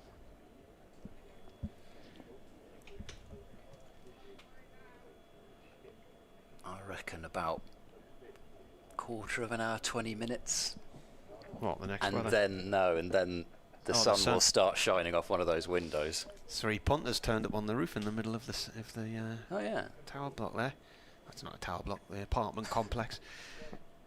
Aldrich balls, that's well wide of off stump in his left, so they are sitting up above the sight screen. Even higher up than we are. Yeah. Looks a bit chilly up there, mind, doesn't it? Got their coats on and hats on. I think by the time it gets to 9 o'clock or whatever time it is that I'm going down and getting some reaction after the day, it's definitely going to be time for the bobble hat to come out. Aldridge in past the umpire, bowls defended.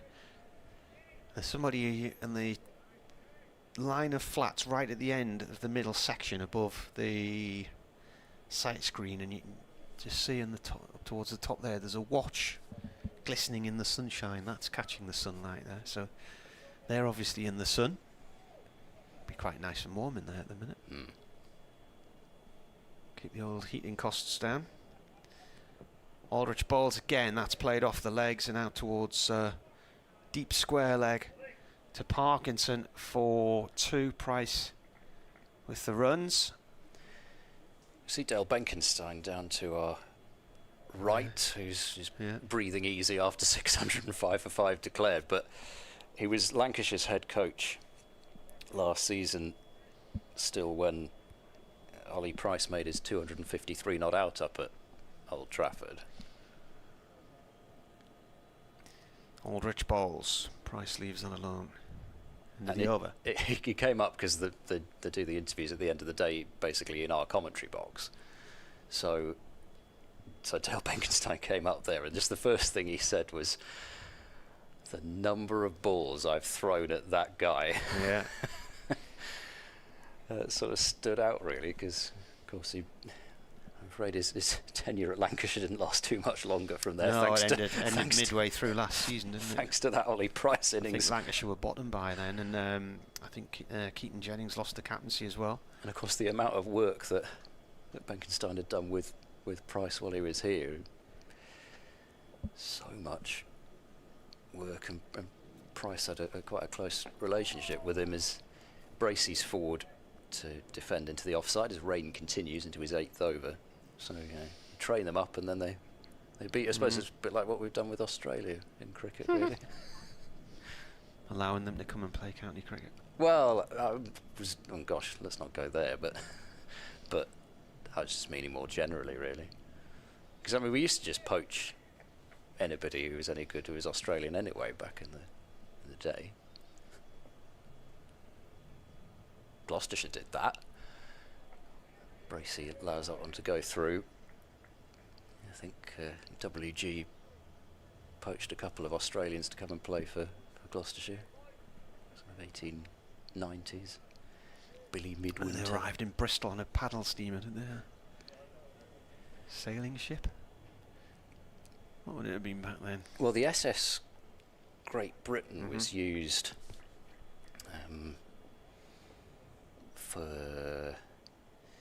before the Ashes was used for an overseas trip. Forward goes Bracey and defends to cover. I'm afraid I can't remember the year, but I do remember that a paddle that steamer?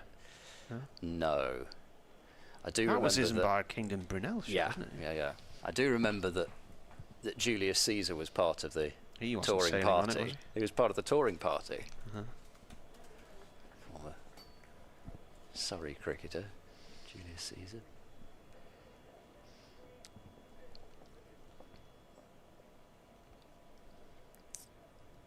Kemar Roach is loosening up again at mid-off. Ben Rain bowls. Bracey's nicked behind. He's gone. Rain's got a third. And Gloucestershire are 5 down, 90 for 5.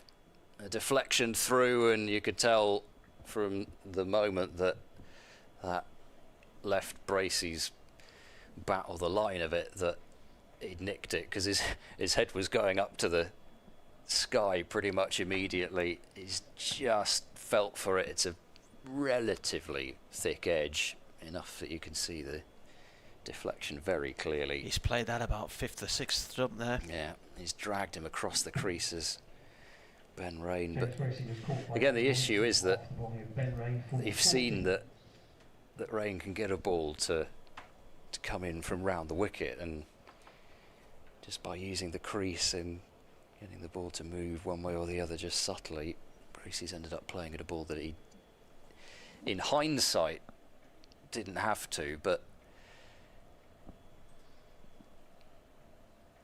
it's tricky when you've got somebody at the skill level of Rain. 3 for 27 for him, and well, Gloucestershire have got Graham van Buren coming to the crease at 90 for 5, and after that you're basically into the bowling, because you've got the tail of Miles, Taylor, Williams and Bell, and whilst there's ability to hold the bat, there's no more specialist batting after this.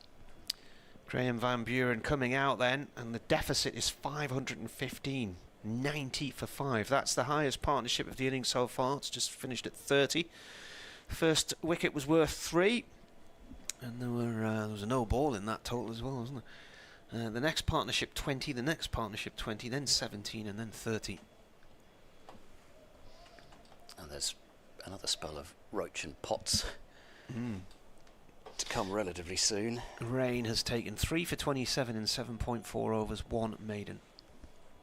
150th first class match for Ben Rain.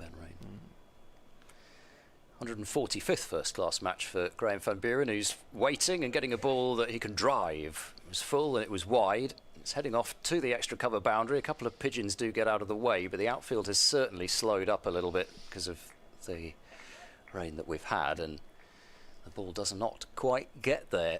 3 runs to get van Buren underway. 93 for 5. 150th first class match. How many for Durham? And a few years away at Leicestershire. 80 something? Oh. 81. Oh. This is his 87th. That's not a bad guess, though. Not a bad guess. Price, 1 ball of this over to face from Rain. He bowls it down the leg side. It's dropped by Robinson, but no matter. End of another successful over. 3 wickets in his 8 overs. Gloucestershire got, 25 overs left this evening. It's becoming a bit of a question as to whether Gloucestershire will be batting in their first or second innings tonight.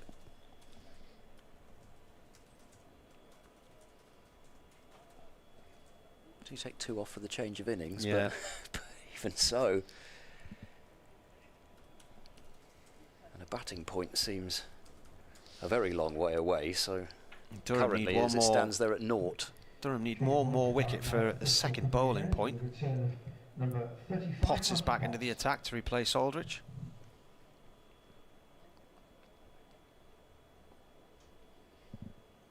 And Van Buren's on strike on 3. Potts comes in and bowls. That's pulled by Van Buren down towards long leg, cut off by Parkinson. 1 run.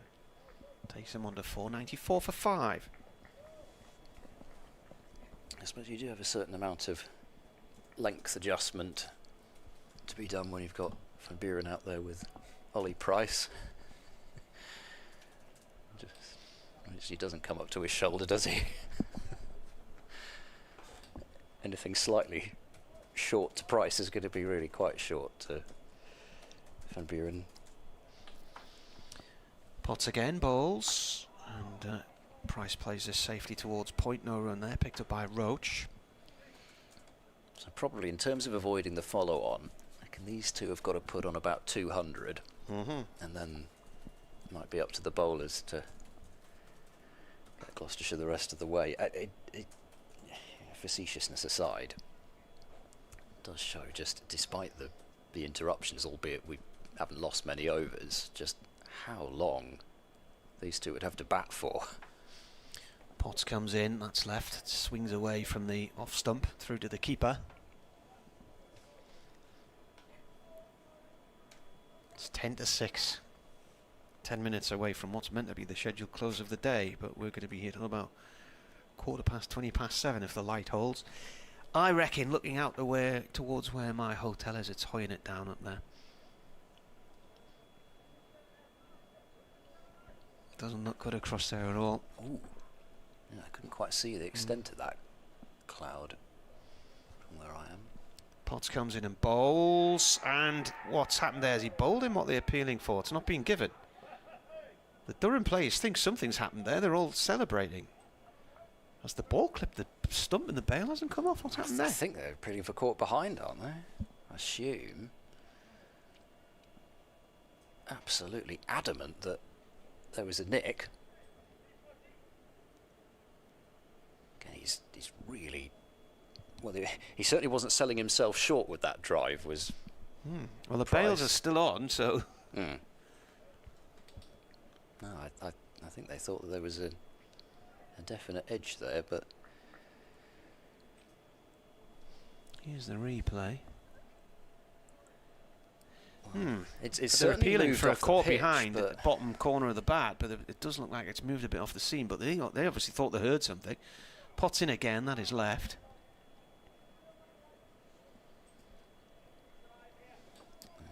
Look from behind. Other angle. Can't see a deviation off the edge, but then... From up here and watching that, it looks like he's played inside the line, but the players obviously thought there was a feather. I wonder if it was one of those where it was just because of the deviation off the pitch they felt there'd been an edge, but... They all just think that's out. I mean, they're just celebrating. They're not even waiting for the finger of doom. They're just convinced it's out. If there's a noise, it can't be anything else other than an edge. Potts again bowling here to Price. That's played out into the cover area. End of the over, the 1 run from it. Big appeal, which wasn't given. Or a celebration, which turned out to be a non-celebration. 94 for 5. He just continued to be a little unlucky. Either way does Potts in his 10 overs, 1 for 24. He should have had Phillips. It's difficult to tell with these cameras if there was anything on that or not. It looks, I mean, if he hasn't hit it, he's got as close to hitting it as he possibly could. Well, Price is grinning a bit, but then he probably would grin anyway because he's just a very happy individual. So impossible. Well, I can't really tell, despite having watched Price for quite a long time, I can't really tell whether he's guilty or not there. Rain bowls to Van Buren, who gets everything out of the way of that one. Again, it's a nice carry through to Robinson, and it's been tricky to make definite pronouncements about the pitch given what we saw from Durham, but I mean it looks like there's actually some decent pace in it. There's clearly now some movement there that we didn't see in Durham's innings, as Rain is in and bowls. Van Buren across to cover up, defends to cover. And yeah, I think in terms of just purely looking at the pitch, as a relatively late day 2 Bristol pitch, the ball is still really carrying very nicely through to the keeper, and that's the sort of thing that they've been looking for here for a while. They haven't been looking for is 605 for 5 declared plays, 94 for 5. Rain in and bowls, and forward. Van Buren playing back to the bowler. One of those deliveries that, oh, if he hadn't hit it, it's just a shame that it was played off the middle of the bat straight back.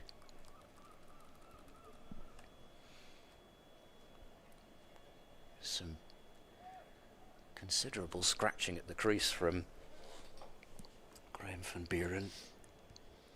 He's got 4 to his name as the sun just peeps behind a cloud, and Rain bowls to Van Buren, who is going to pick up a boundary as once again Rain finds himself deflected past the slip cordon and for 4. Van Buren will double his score, 98 for 5. And Rain, look of pure frustration. Somebody tell him he's got 3 wickets already? 4 runs doesn't matter too much. Getting towards reducing the deficit down to under 500. Well, a certain member of the Gloucestershire staff, who I won't name, thought that Ollie Price nicked it. All right. Rain bowls for defending his. Well, the entirety of the Durham staff seem to think he did as well. Well, I'm not saying that they wouldn't try it on, because any side probably would try it on every now and then, but I mean, just the way that Durham went up for that, there's quite a lot of people who reaction-wise would have to be wrong. So anyway, perhaps from Gloucestershire's perspective, Ollie Price's fortune is Miles Hammond's misfortune. Oh, he's gone across again. Here is Van Buren, been struck on the pad. You can see why Rain is appealing for LBW there, but it's not been given out by Paul Pollard. And that's the end of Rain's 9th over.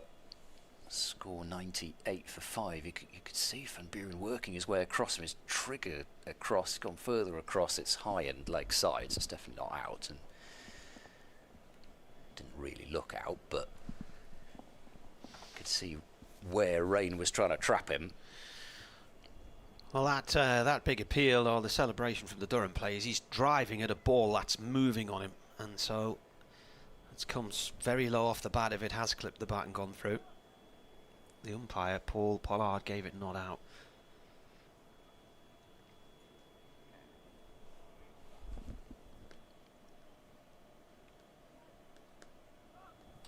Potts has ball in hand, ready to start the next over, and we've still got 23 to go today. Coming in to bowl to Price on 29.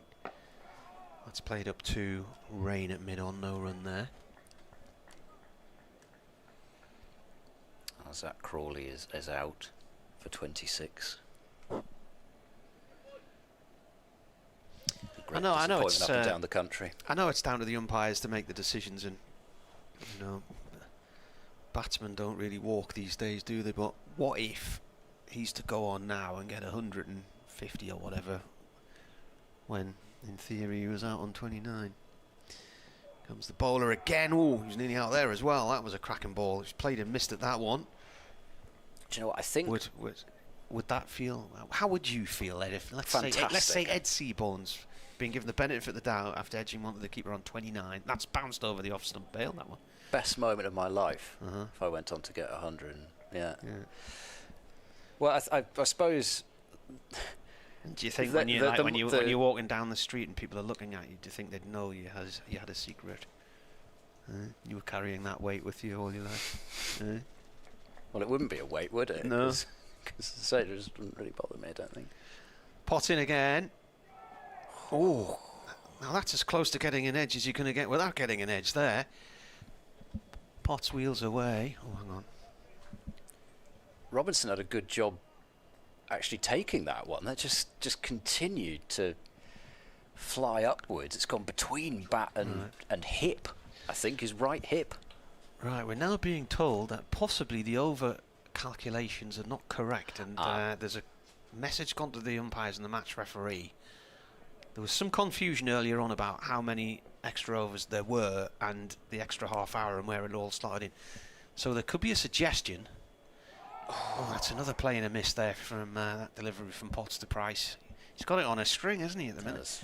Yeah. That we may have 8 overs too many scheduled, which means that they better get to the bottom of this quickly.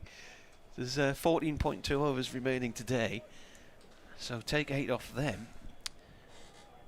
He's got a lot of seam movement and swing here, Potts. You do feel Price is not long for this world if he continues bowling this line and length. Currently on 29. He's not scored since that life in the previous Potts over.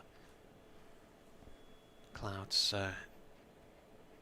obscuring the sun at the moment. That one's right on the money at the foot of middle stump and is played away by Price to mid on, no run there.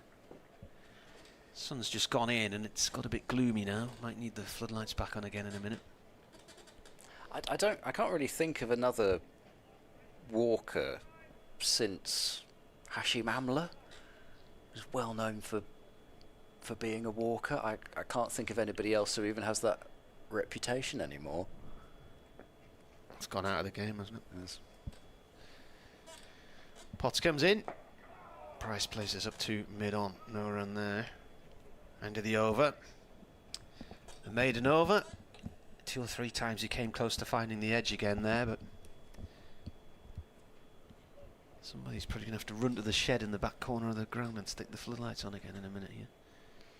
We might be just getting the edge of that cloud system that I said gave the impression it was raining on yon side of Filton, across to the northeast of us, or the north of us. So we've now only got 14 overs remaining. Have they taken this? They have, yeah. Right. Okay. It was about 24 or something on the board. So 14. I did wonder, even with the extra half hour, exactly how we could arrive at a scheduled close of about 7:20, but ours not to reason. Kemar Roach is back replacing Ben Rain and bowling short and wide and getting cut by Van Buren for probably 2. There's an exaggerated slide, pick up and throw. Emilio Gay's sun hat is off once again. Somebody's got to take a picture of that sun hat just in the middle of nowhere. When they came back on at 5:10 after the rain delay, and this told us there were 35 overs still to go today, and we were looking at that thinking we're going to be here till nearly 7:30. So actually it should have been 27 overs at that point in time. Right. So Gloucestershire's 100 has come up with those 2 runs. Roach in once more, edged, well caught at second slip. That's Aldridge. A really good catch from Casey Aldridge. That was flying. He took that palms up and up above his head, drew himself up so quickly. A great view of that as it was full and wide enough to draw Van Buren into that drive. And it's a pretty classic Kemar Roach wicket, really. He's got this amazing ability to float that ball up really full, and it doesn't seem to do an awful lot much of the time, but it clearly does just enough to generate those edges, and Van Buren's seen that as a ball that he can do some damage with. And the second, actually, sharp catch from Aldridge in the slips, and it's 100 for 6. As Van Buren has gone for 10 and Gloucestershire into the bowlers. Well, he got all the runs in that partnership there because he's out for 10 and the partnership was 10. Right. Well, Craig Miles is walking to the middle. Gloucestershire still have not even got the deficit down under 500 runs, and they are into the bowlers. 505 behind at the moment. Remember, the follow-on target was 456. I'm afraid at some point we may well be looking at records in terms of margin, but perhaps let's save that particular excitement for some future time. Even now, having taken those overs off the day, Gloucestershire are in danger of batting again this evening. The tall figure of Craig Miles taking guard. So a first-class average of 15.4. You'd have to say, these days for a number 8, that's not the highest.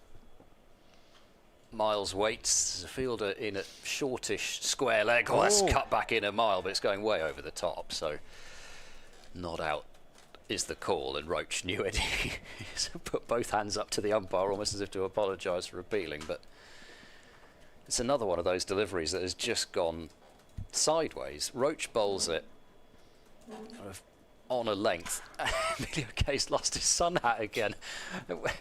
This is turning into a bit of a farce. He's running off towards the umpire, and where Roach would land, it's just about brought the hat under control. And Roach is in once more. That's a full toss, and it's driven quite nicely by Miles out through the covers, and I think that just has enough on it to go for 4. It does. Crosses the boundary rope, so Roach trying that full wide tempter again, but this time just overdoing it a bit. 104 for 6. But it is just that ability that Roach has always had. I don't really know how you do it, but it's just so subtle in terms of it seeming to be a really juicy half volley, and the number of times in his career, 586 first class wickets, the number of times he's got batters to chase like that. Roach bowls, and that does move in off the pitch, but starts from wide enough that Miles does not have to play. He was batting at 8 again in Gloucestershire's first match of the season, 13 in the first innings, and was pinned LBW by Ryan Higgins without scoring in the second innings. 104 for 6. Last ball of the over. Roach in and bowls to Miles, and there's no shot. So Roach has come back over, another wicket in that over. 2 for 23 from 9. And Ollie Price is in danger of... Well, he's already a bit in danger of running out of partners, even though Gloucestershire are only 6 down. Sort of position where you've no idea whether to stick or twist when you're this far behind.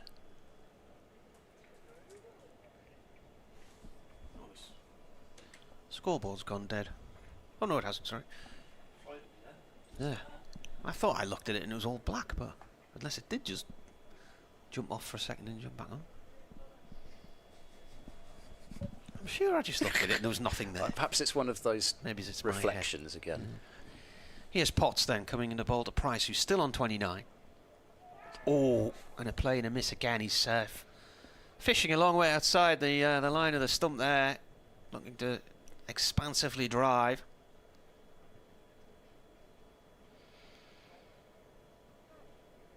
That's all what I mean, really. This just feels like a matter of time before Potts gets him here.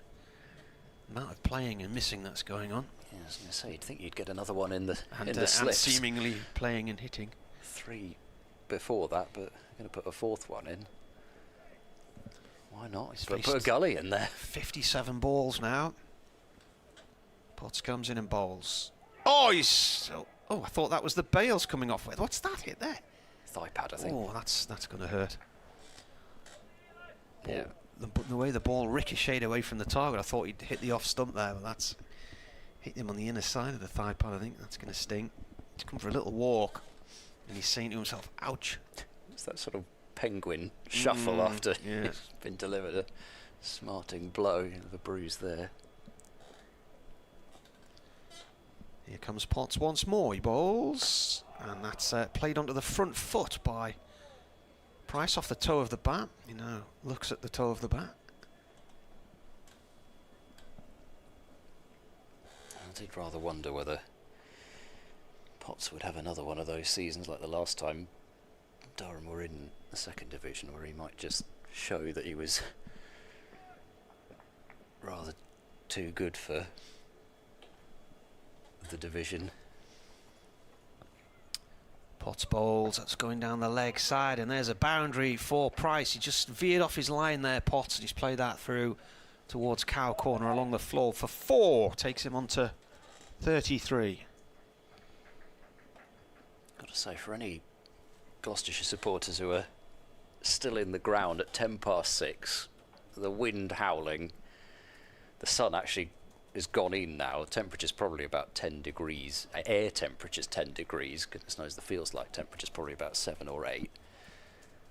Side's only just gone under 500 in terms of the deficit. I think that's what's known as being a diehard. Yep.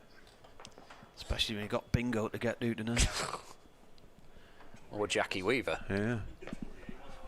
Jane Weaver. This is played by Price off towards long leg, 1 run. Or Torrey Amos. Depending on your budget. Yeah.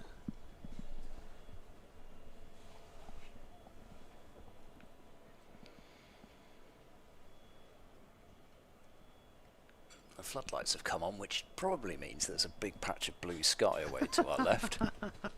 Yeah. Are they LED bulbs? No. No. I don't think so. I think that's why they take time to warm up. Potts comes in, and that is a leave by Miles. He almost followed the line of the bat as he was trying to pull the line of the ball. He was trying to pull the bat away there. End of the over, 109 for 6. 12 overs remaining. Is I have to say very much touch and go. Whether Bancroft and Charlesworth won't have to get their pads back on, and can't see why Durham wouldn't enforce the follow on anyway. Not as though they've been in the field for very long. And showers forecast tomorrow as well. Forecast doesn't look that great, but won't really matter. Bound to get some play, you'd think. It's not solid rain, it's just heavy showers, 70-80% pretty much all day at the moment. In comes Kemar Roach and bowls to Price, who doesn't play a shot. That's the problem. You sort of feel you've got to play at everything because you've seen balls just go sideways from wide of off stump, and then you end up either shouldering arms and given LBW as Bancroft was, or you end up doing more what Bracey was doing and playing at a ball on 5th, 6th stump and nicking behind.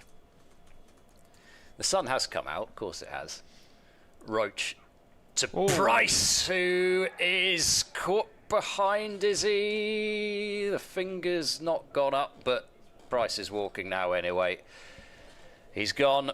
Gloucestershire lose their last specialist batter as they're 109 for 7. Once again, Roach just putting one out there wide of the off stump.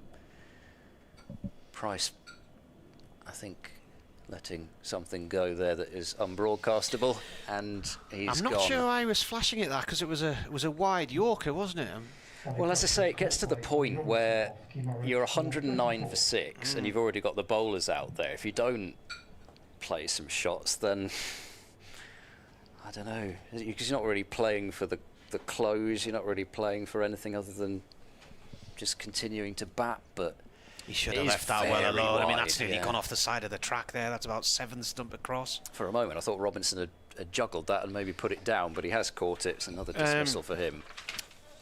We might already be past this territory, but let's have a look. The lowest score for Gloucestershire, 132 all out at Chesley Street in 2002. 174 at Chesley Street in 2019, but they won that one. So that's still on the cards. Then 132 all out. That could be another one that falls today. They are currently 109 for 7. Matt Taylor is the new batter at number 9. Sports Extra have joined us, where Gloucestershire, having seen Durham declare earlier today on 605 for 5, and now 109 for 7. Kemar Roach has just taken his 3rd wicket of the innings. He's got 3 for 23. Two of them in this spell. Got Van Buren caught by Casey Aldridge in the previous over for 10 at second slip, and then Price has chased the ball, which was about 7th stump, and he's clipped that one behind as well.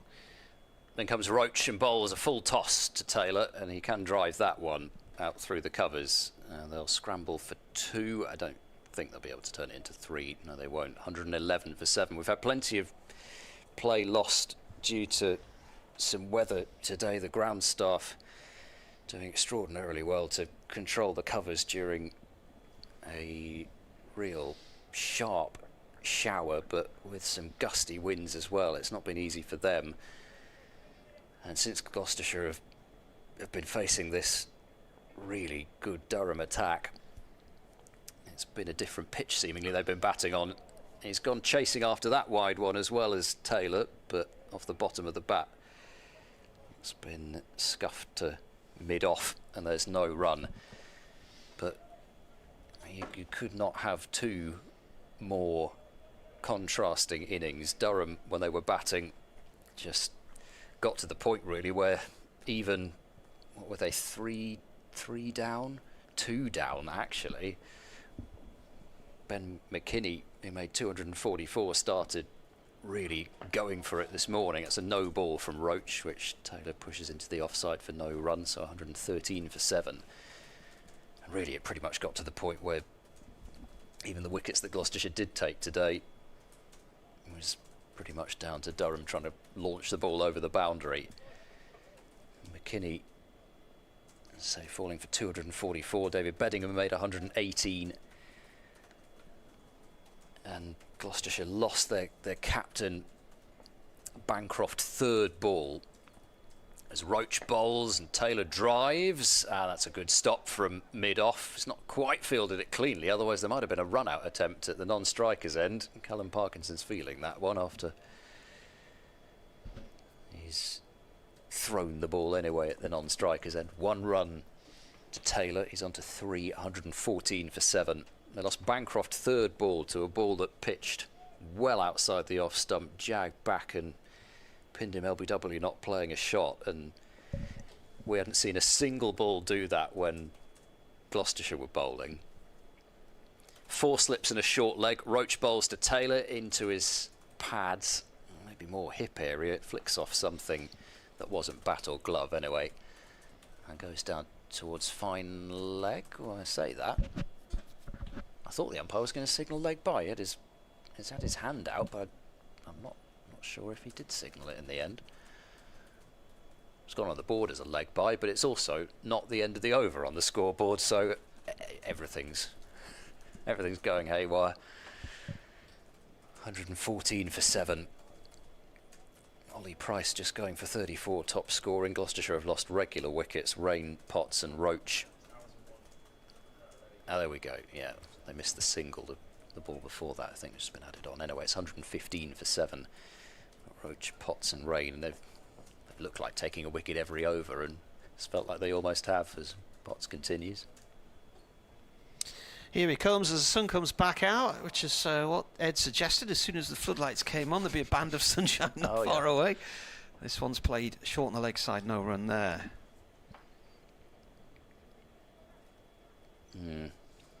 It's another one of those days where I'm sure people will be queuing up to talk to me at the close of play.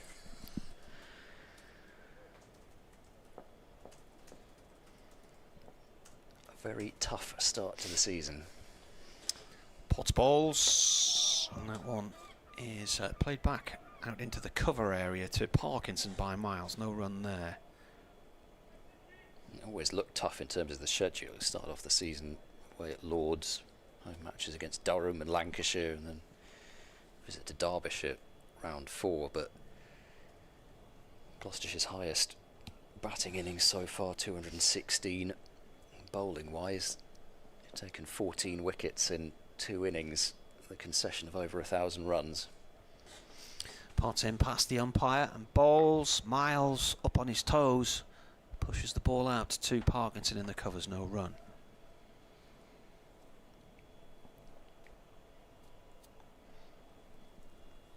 But at some point, season's too long for a batting lineup that scored the most runs in the country last year. I think surely something has to turn at some point, but somebody's got to make it happen. Potts again, Miles plays this towards mid-wicket. It's stopped one-handed by Emilio Gay. Close in on that leg side.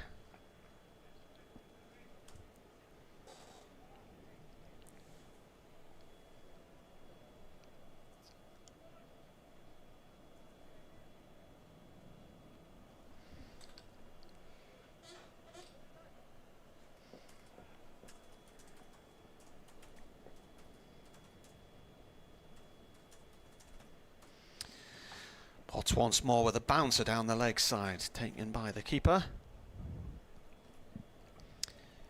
So there's still 10 overs to go tonight.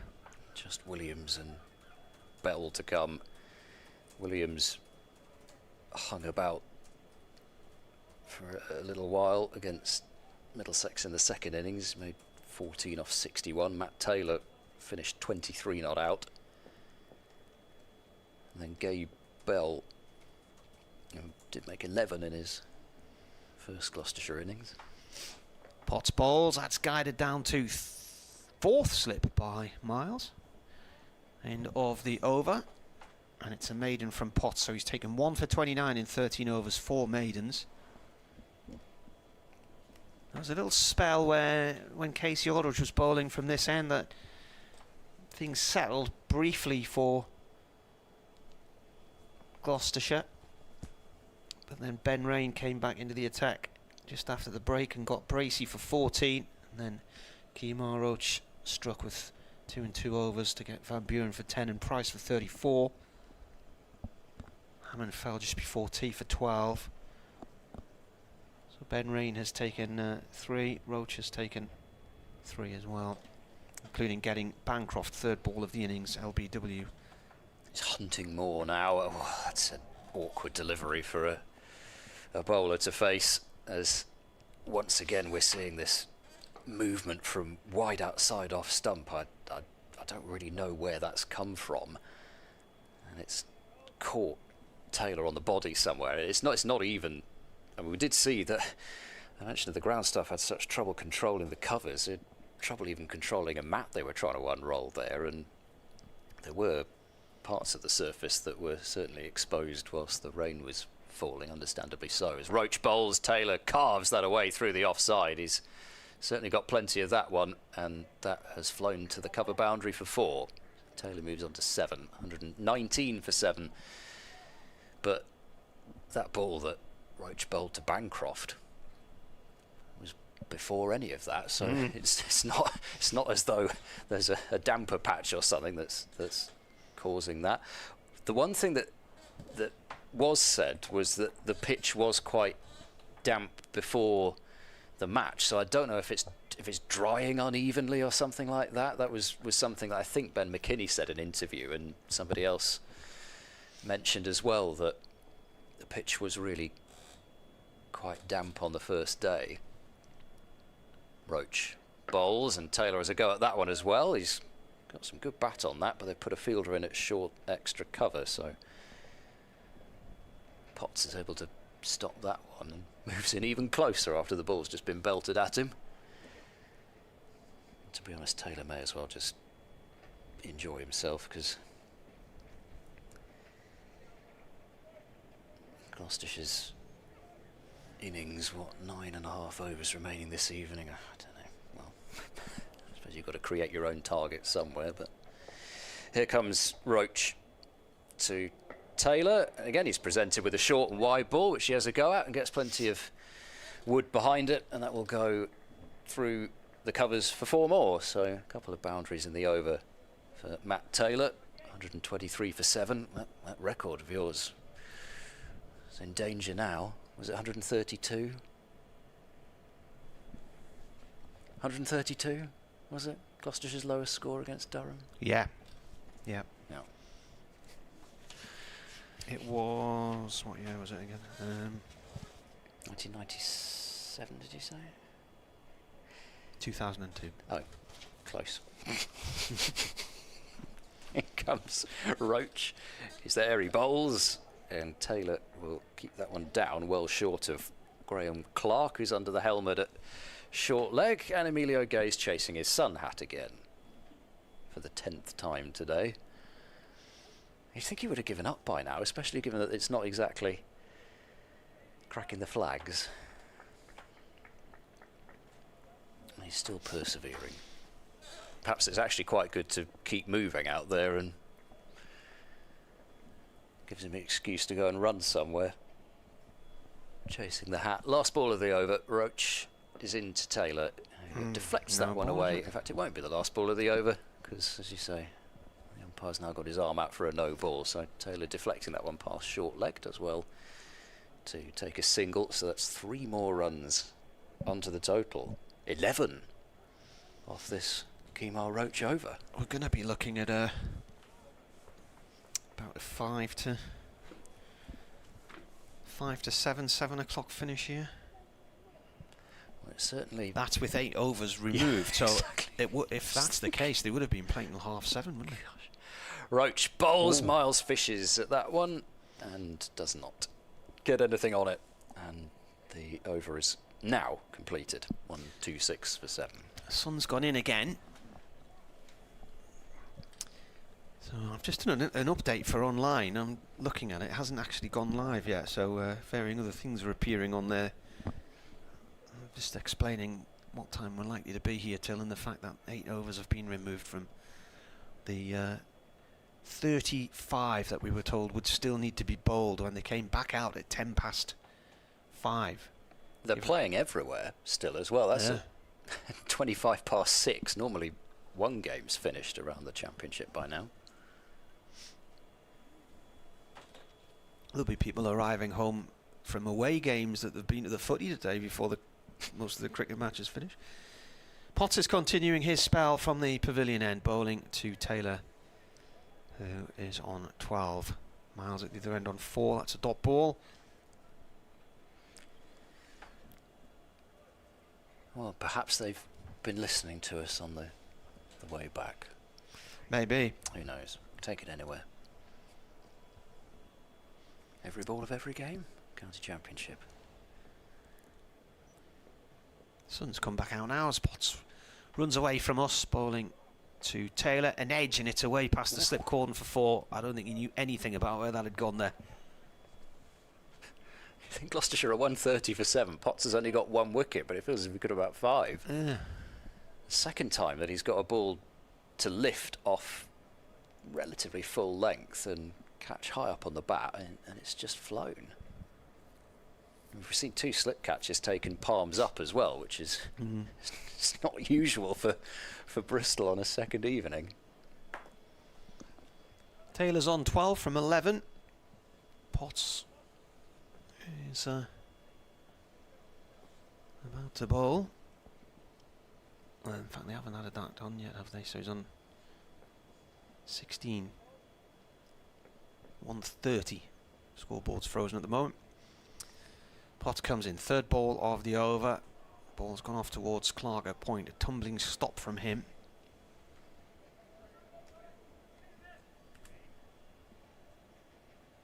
Computer says no, the score... Oh, there we are, it's jumped up. Still a delivery behind, I think.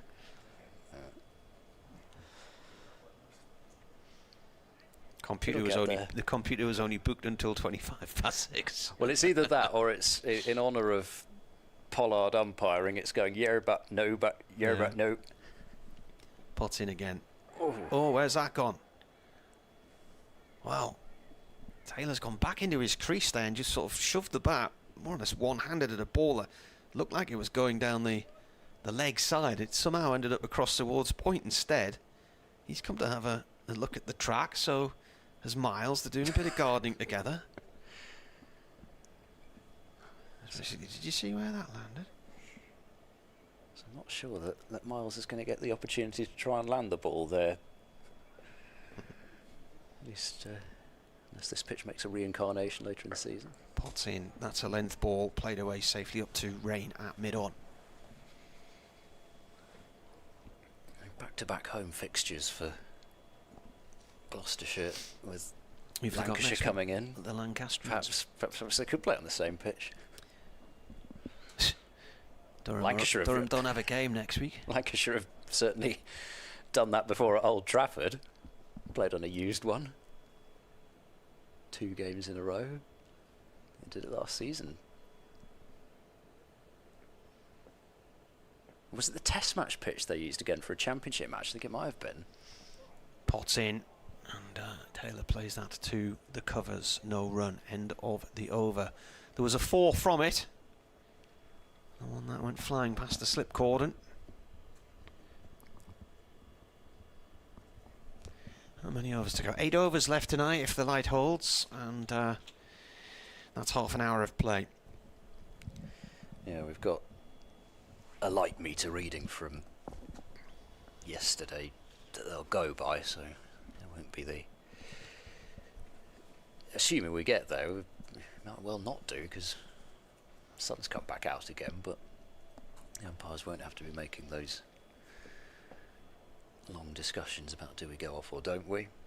Here comes Roach and bowls a short ball to Craig Miles, who gets down underneath that one and just not having anything to do with it. Sure, I'll be being goaded by Graham Clark at short leg into having a wild swish. Mind the windows in the car park.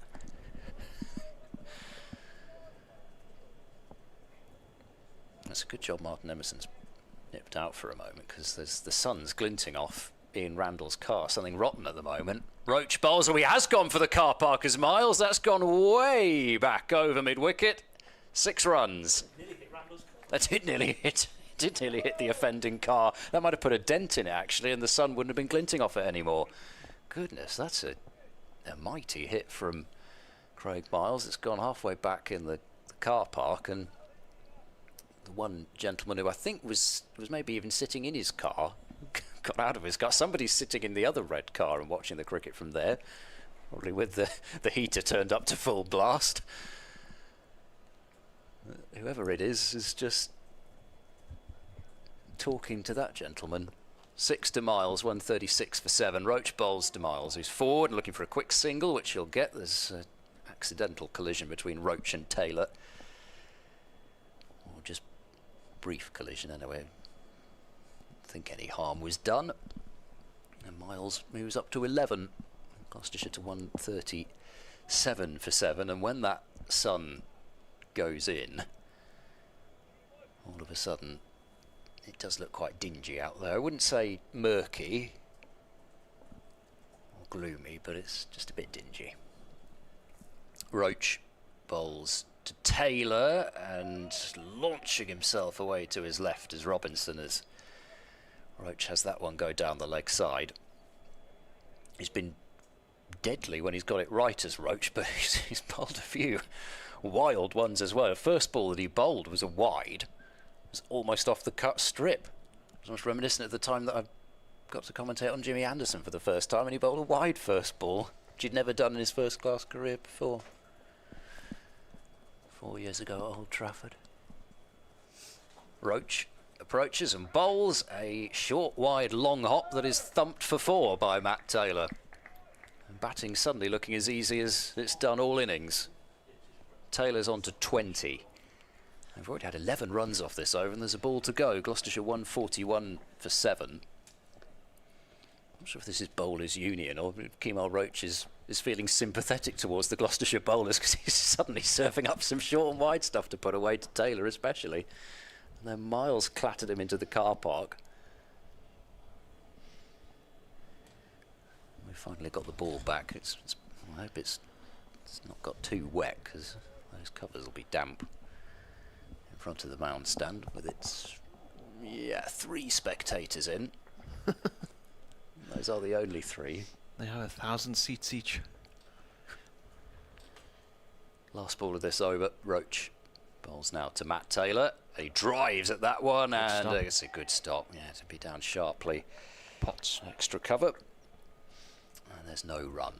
So 141 for 7. Good grief, Worcestershire are 6 down.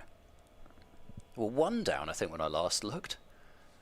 Leading Middlesex by 206 at Lords, 198 for 6. They were 179 for 1. So they've lost 5 for 19.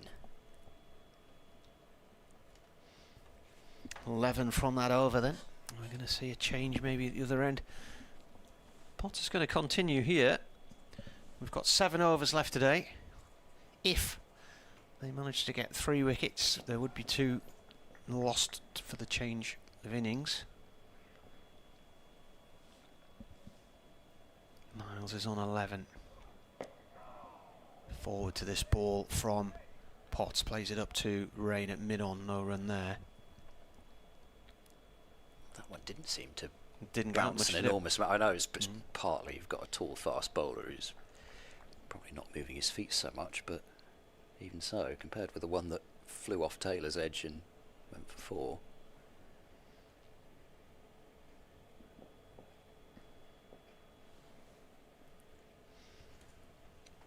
Potts to Miles, pavilion end. Miles turns that down towards fine leg. It's gone for 4 runs up to the apartment complex at the far end of the ground. Is this the largest partnership of the innings? The last wicket fell at 109. Oh, we'll get the partnerships up. Yep, it is. Beats the 30 between Price and Bracey.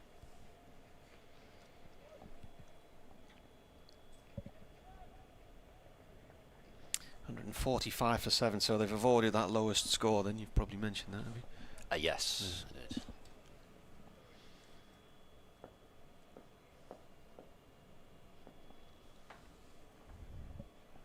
Miles on 15 as Potts bowls. It's a short one. It's gone down the leg side. That's a very... I was going to say that's a very athletic take from the keeper, but it's gone for 4 pies. It was I thought he got a glove on that. I couldn't see where the ball had gone. I think he might have got a fingertip to it, but that was a wild one. Rain's loosening up again.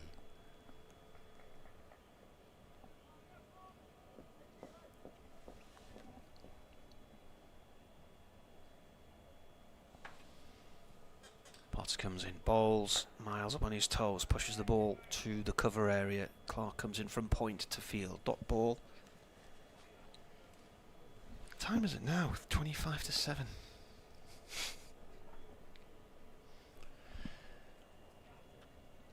Hadn't realised we would be working night shift this year, did you?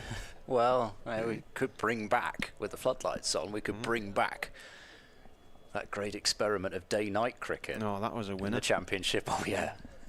Who wouldn't want Nobody to sit in out the ground. 3 degrees, 9 p.m. Potts to Miles, and that's away for 4 more. That's come off the edge of the bat, and it's gone off down through third man. Nobody there. I think we might be about to see a change at this end as well. This might well be the last over from Potts for the time being. It's got 2 fours off the bat plus the 4 byes. So it's cost 12 runs this over so far. 153 for 7 after 41.5 overs. They don't have to put a fielder on the boundary, but they could at least put a gully in there that might stop the ball from going there and also might take a catch. Last ball of the over. Potts to Miles. Miles turns this out through mid-wicket and we'll get 1 run and keep strike. As Rain chases after it. Close of play just about everywhere else at the minute. Still Middlesex are still playing. Can't be much Gloucestershire. long to go there. The close of play signs are starting to go up around. They've closed at Trent Bridge. Lots against Glamorgan there. They're into the final over of the day at the Oval. Down road end with the return of number 44, Ben Rain. So Ben Rain replaces Roach from the far end of the ground. So he did his damage to Roach, but last couple of overs allowed a few scoring opportunities. 3 for 50 from 12. They had a bit of a rain break at Chelmsford earlier, so they're still playing. Essex in their second innings are 122 for 3 against Somerset, so Somerset ended up with quite a decent first innings lead there. They made 348 to Essex's 149, so Essex still behind by 77. Ben Rain into Miles, who tries a Yorker, and Miles digs it out, drives it to mid-off, and then thinks, actually, I can take a single there, which he can. So, tumble and a stop from Alex Lees. Warwickshire at 147 for 5 at Hove on day 2, lead Sussex by 210. Hampshire is 75 for 1 in their second innings in Leeds. That's a low-scoring epic. They're ahead by 149 after Yorkshire were bowled out for just 177. Do get a lot of exciting cricket at Hove. Well, there's another Yorker attempted and the strangled appeal, I suspect, because Taylor's got an inside edge onto his boot. Ball goes into the onside and there's no run. Looks like a bit of a road at the Oval. Surrey 520, Leicestershire 349 for 3, so they trail by 171.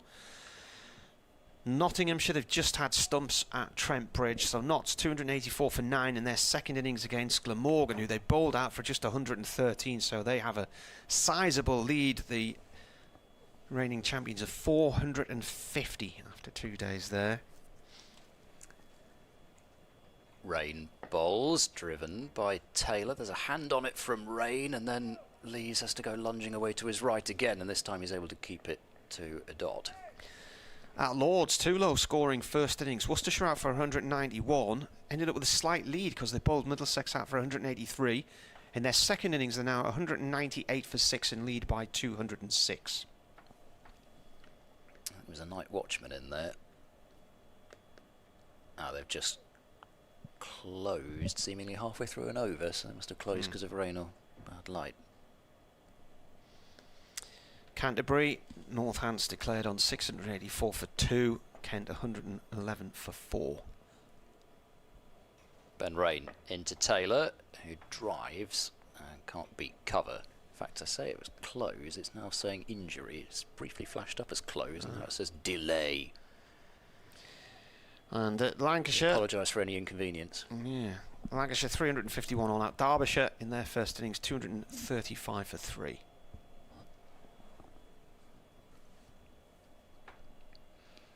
That game's still got a fair way it needs to go. Lancashire women have hammered Durham women in the one-dayer by 149 runs. Rain bowls. Oh, I thought there was an edge on that one from Taylor, but he just about was withdrawing the bat as the ball went by. And it's taken down low by Robinson. There's such a strange thing, Lancashire, the women's side, because they seem to underachieve year after year in the regional era, and then it's gone to the county era, and they won 2 out of the 3 trophies last year. I don't know what's happened. Bit more irregular guidance, a settled base, that kind of thing. Rain bowls down the leg side. Robinson fumbles it, so there'll be at least a bye, should be 2, as McKinney chases after it. And a couple more onto the score, so 157 for 7. These two came together with a score on 109. 18 extras. So that's, in context of the innings, a sizable contribution. Somerset squeaked home against Yorkshire in their Tier 1 debut by 1 wicket. Sophie Luff scored the winning runs off a very hard caught and bowled chance with the scores level. Surrey winning by 52 runs, and Hampshire another last over finish to beat Essex. So Gloucestershire's women make their bow for 2026 tomorrow at Sophia Gardens against Glamorgan. Casey Aldridge back into the attack to replace Matty Potts from this pavilion end. First ball is played off to the leg side by Miles for a single. So he's got 22, Taylor's got 20. This is the highest partnership of this innings. Came together with a score on 109 for 7, so they've taken it to 158. And we're 4.5 overs from the close of play, so Aldridge in again, and that one popped a little bit. The play in a miss there from Taylor.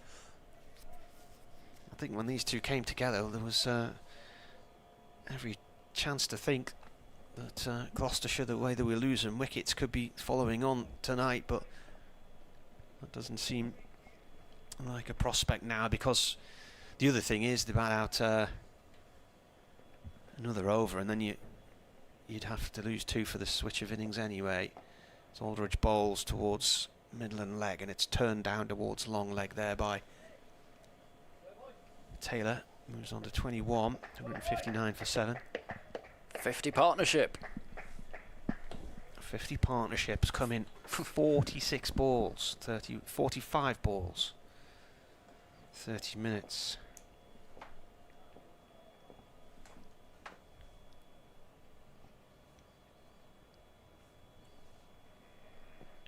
Aldrich in with a short one, which the batsman ducks out the road of. I think he almost might as well have just shouldered arms to that one, because I think even though he ducked it, it looked as if it passed him about even below his shoulder. But it was so wide, it could have hit him if it had been straight. Just that one didn't get up at all. 2 balls left of the over. Aldridge bowls, and that one's played back to him by Miles.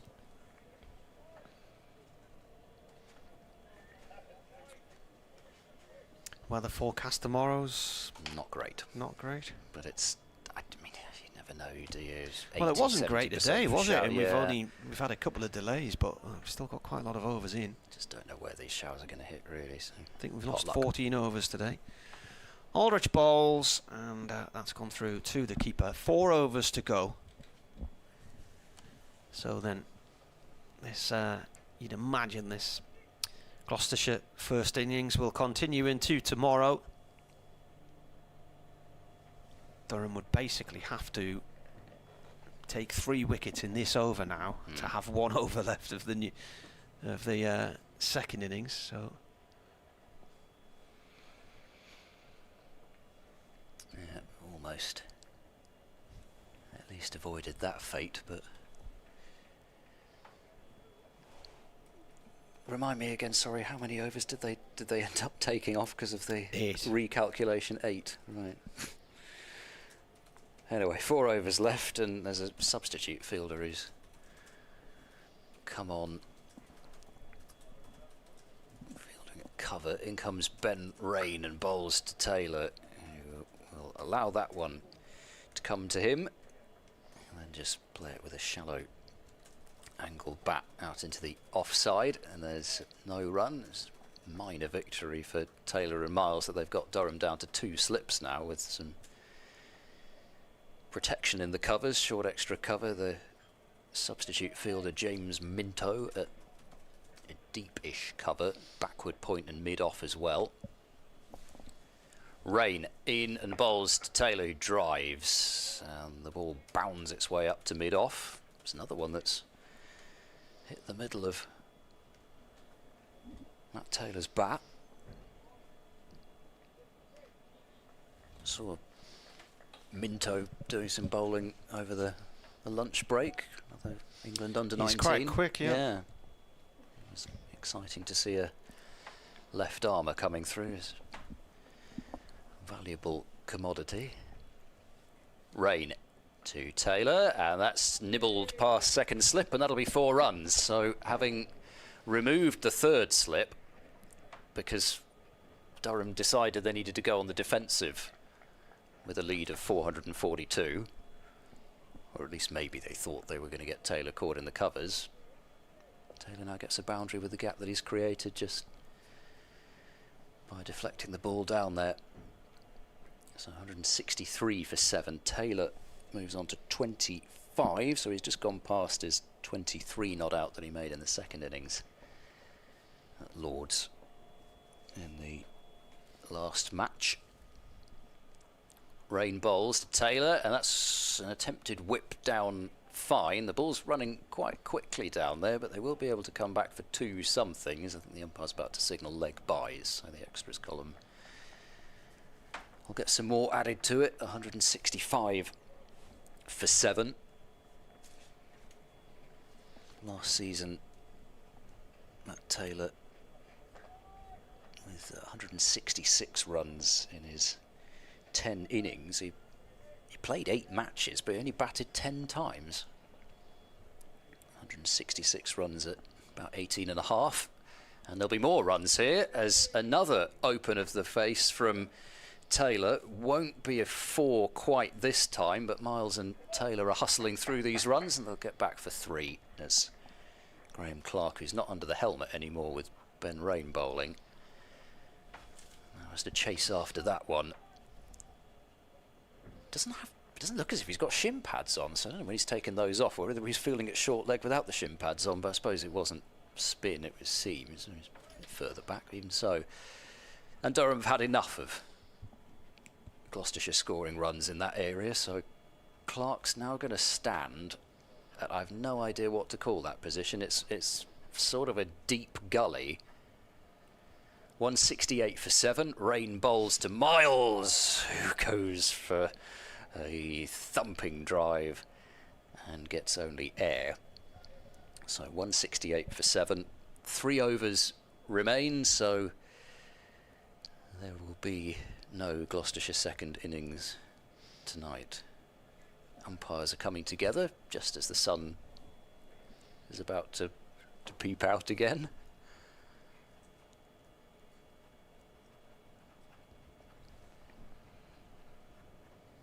Looks as though Durham is still going to persevere with these 4 seam bowlers. I'm just looking, as I brought up the list of Durham's players, and I'm looking down the list where it says bowlers. There's 1, 2, 3, 4, 5, 6, 7, 8, 9, 10, 11, 12, 13 bowlers on that list. That does include the likes of Mark Wood. And of course, Bryden Cast, who's been listed as a bowler there, which I'm sure he would take issue with, and spinners, but even so, 13, that's a handy number to have. Casey Aldridge is bowling here too. Taylor, who's on 28. Oof, that's done a bit, and it's gone right through him there. And he cut him in too, that delivery. I'm not exactly sure what shot Matt Taylor played at that. I think he was totally taken by surprise by one that popped on him.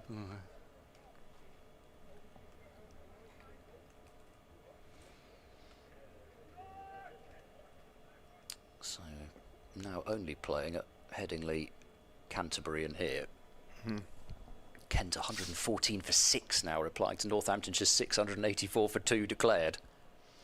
Aldrich in again, and that's driven into the covers, and that's a diving catch from Parkinson, and that is the end of Taylor, a delivery after he was nearly cut in two by Aldridge, and he's out for 28. 168 for 8, the deficit 437. That was a good diving catch by Parkinson.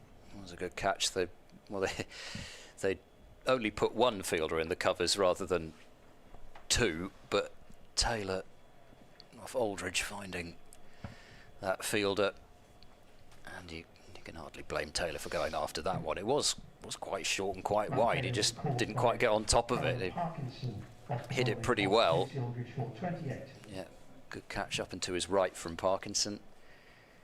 Was able to take it two-handed, but had to judge the pace of the ball off the bat, and Will Williams is out there in the middle. Another tall figure making his way to the middle.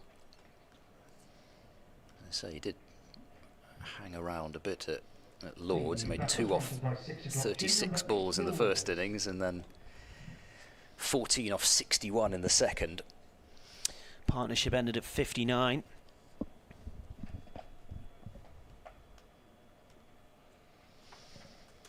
think from a Durham point of view here, they've only bowled 46 overs, so they know that they've got the mate down here. If they could get it 9 down tonight, then they know we've got an extra. Got a. You know what I'm going to say? We've got an extra. Half hour. No. Yeah. Well, that's 9 down, isn't it? Yeah. Or it would be. Perhaps Durham don't want to take another wicket. I'm not sure the light would hold, but either way, I mean, if they could get them Get them skittled now. You know, they've got they have a night's rest and then come back fresh in the morning and have another go in the morning and force the follow on. So this is Will Williams on strike here to Aldrich. He plays the first ball to Emilio Gay at mid-wicket, no run there.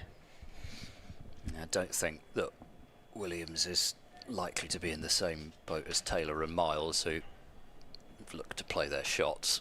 Williams is a bit more of a blocker. He's got an average of 12.5, one first-class 50. Gabe Bell will be the final player to come out, either tonight or tomorrow.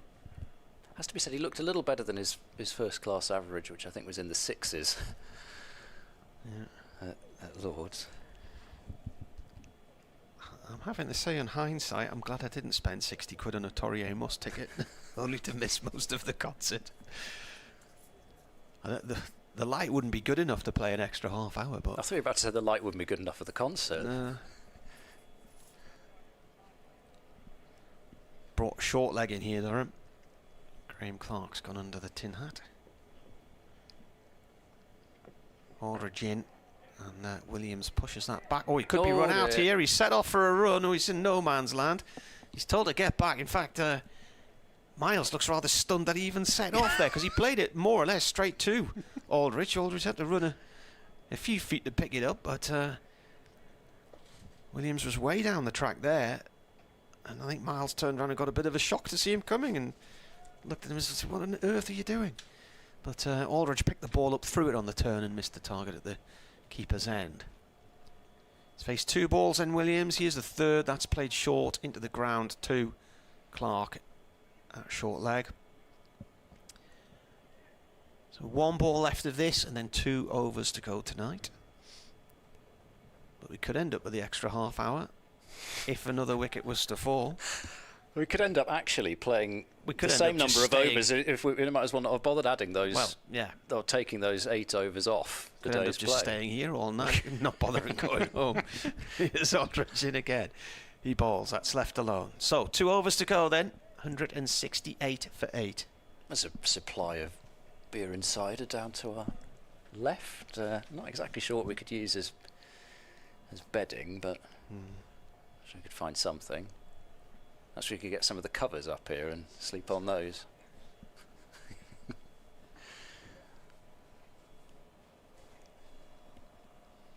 Not sure I fancy sleeping on a swivel chair. No. Floor's probably better than that. 2 overs left. The umpires, I think, are taking a light meter reading, but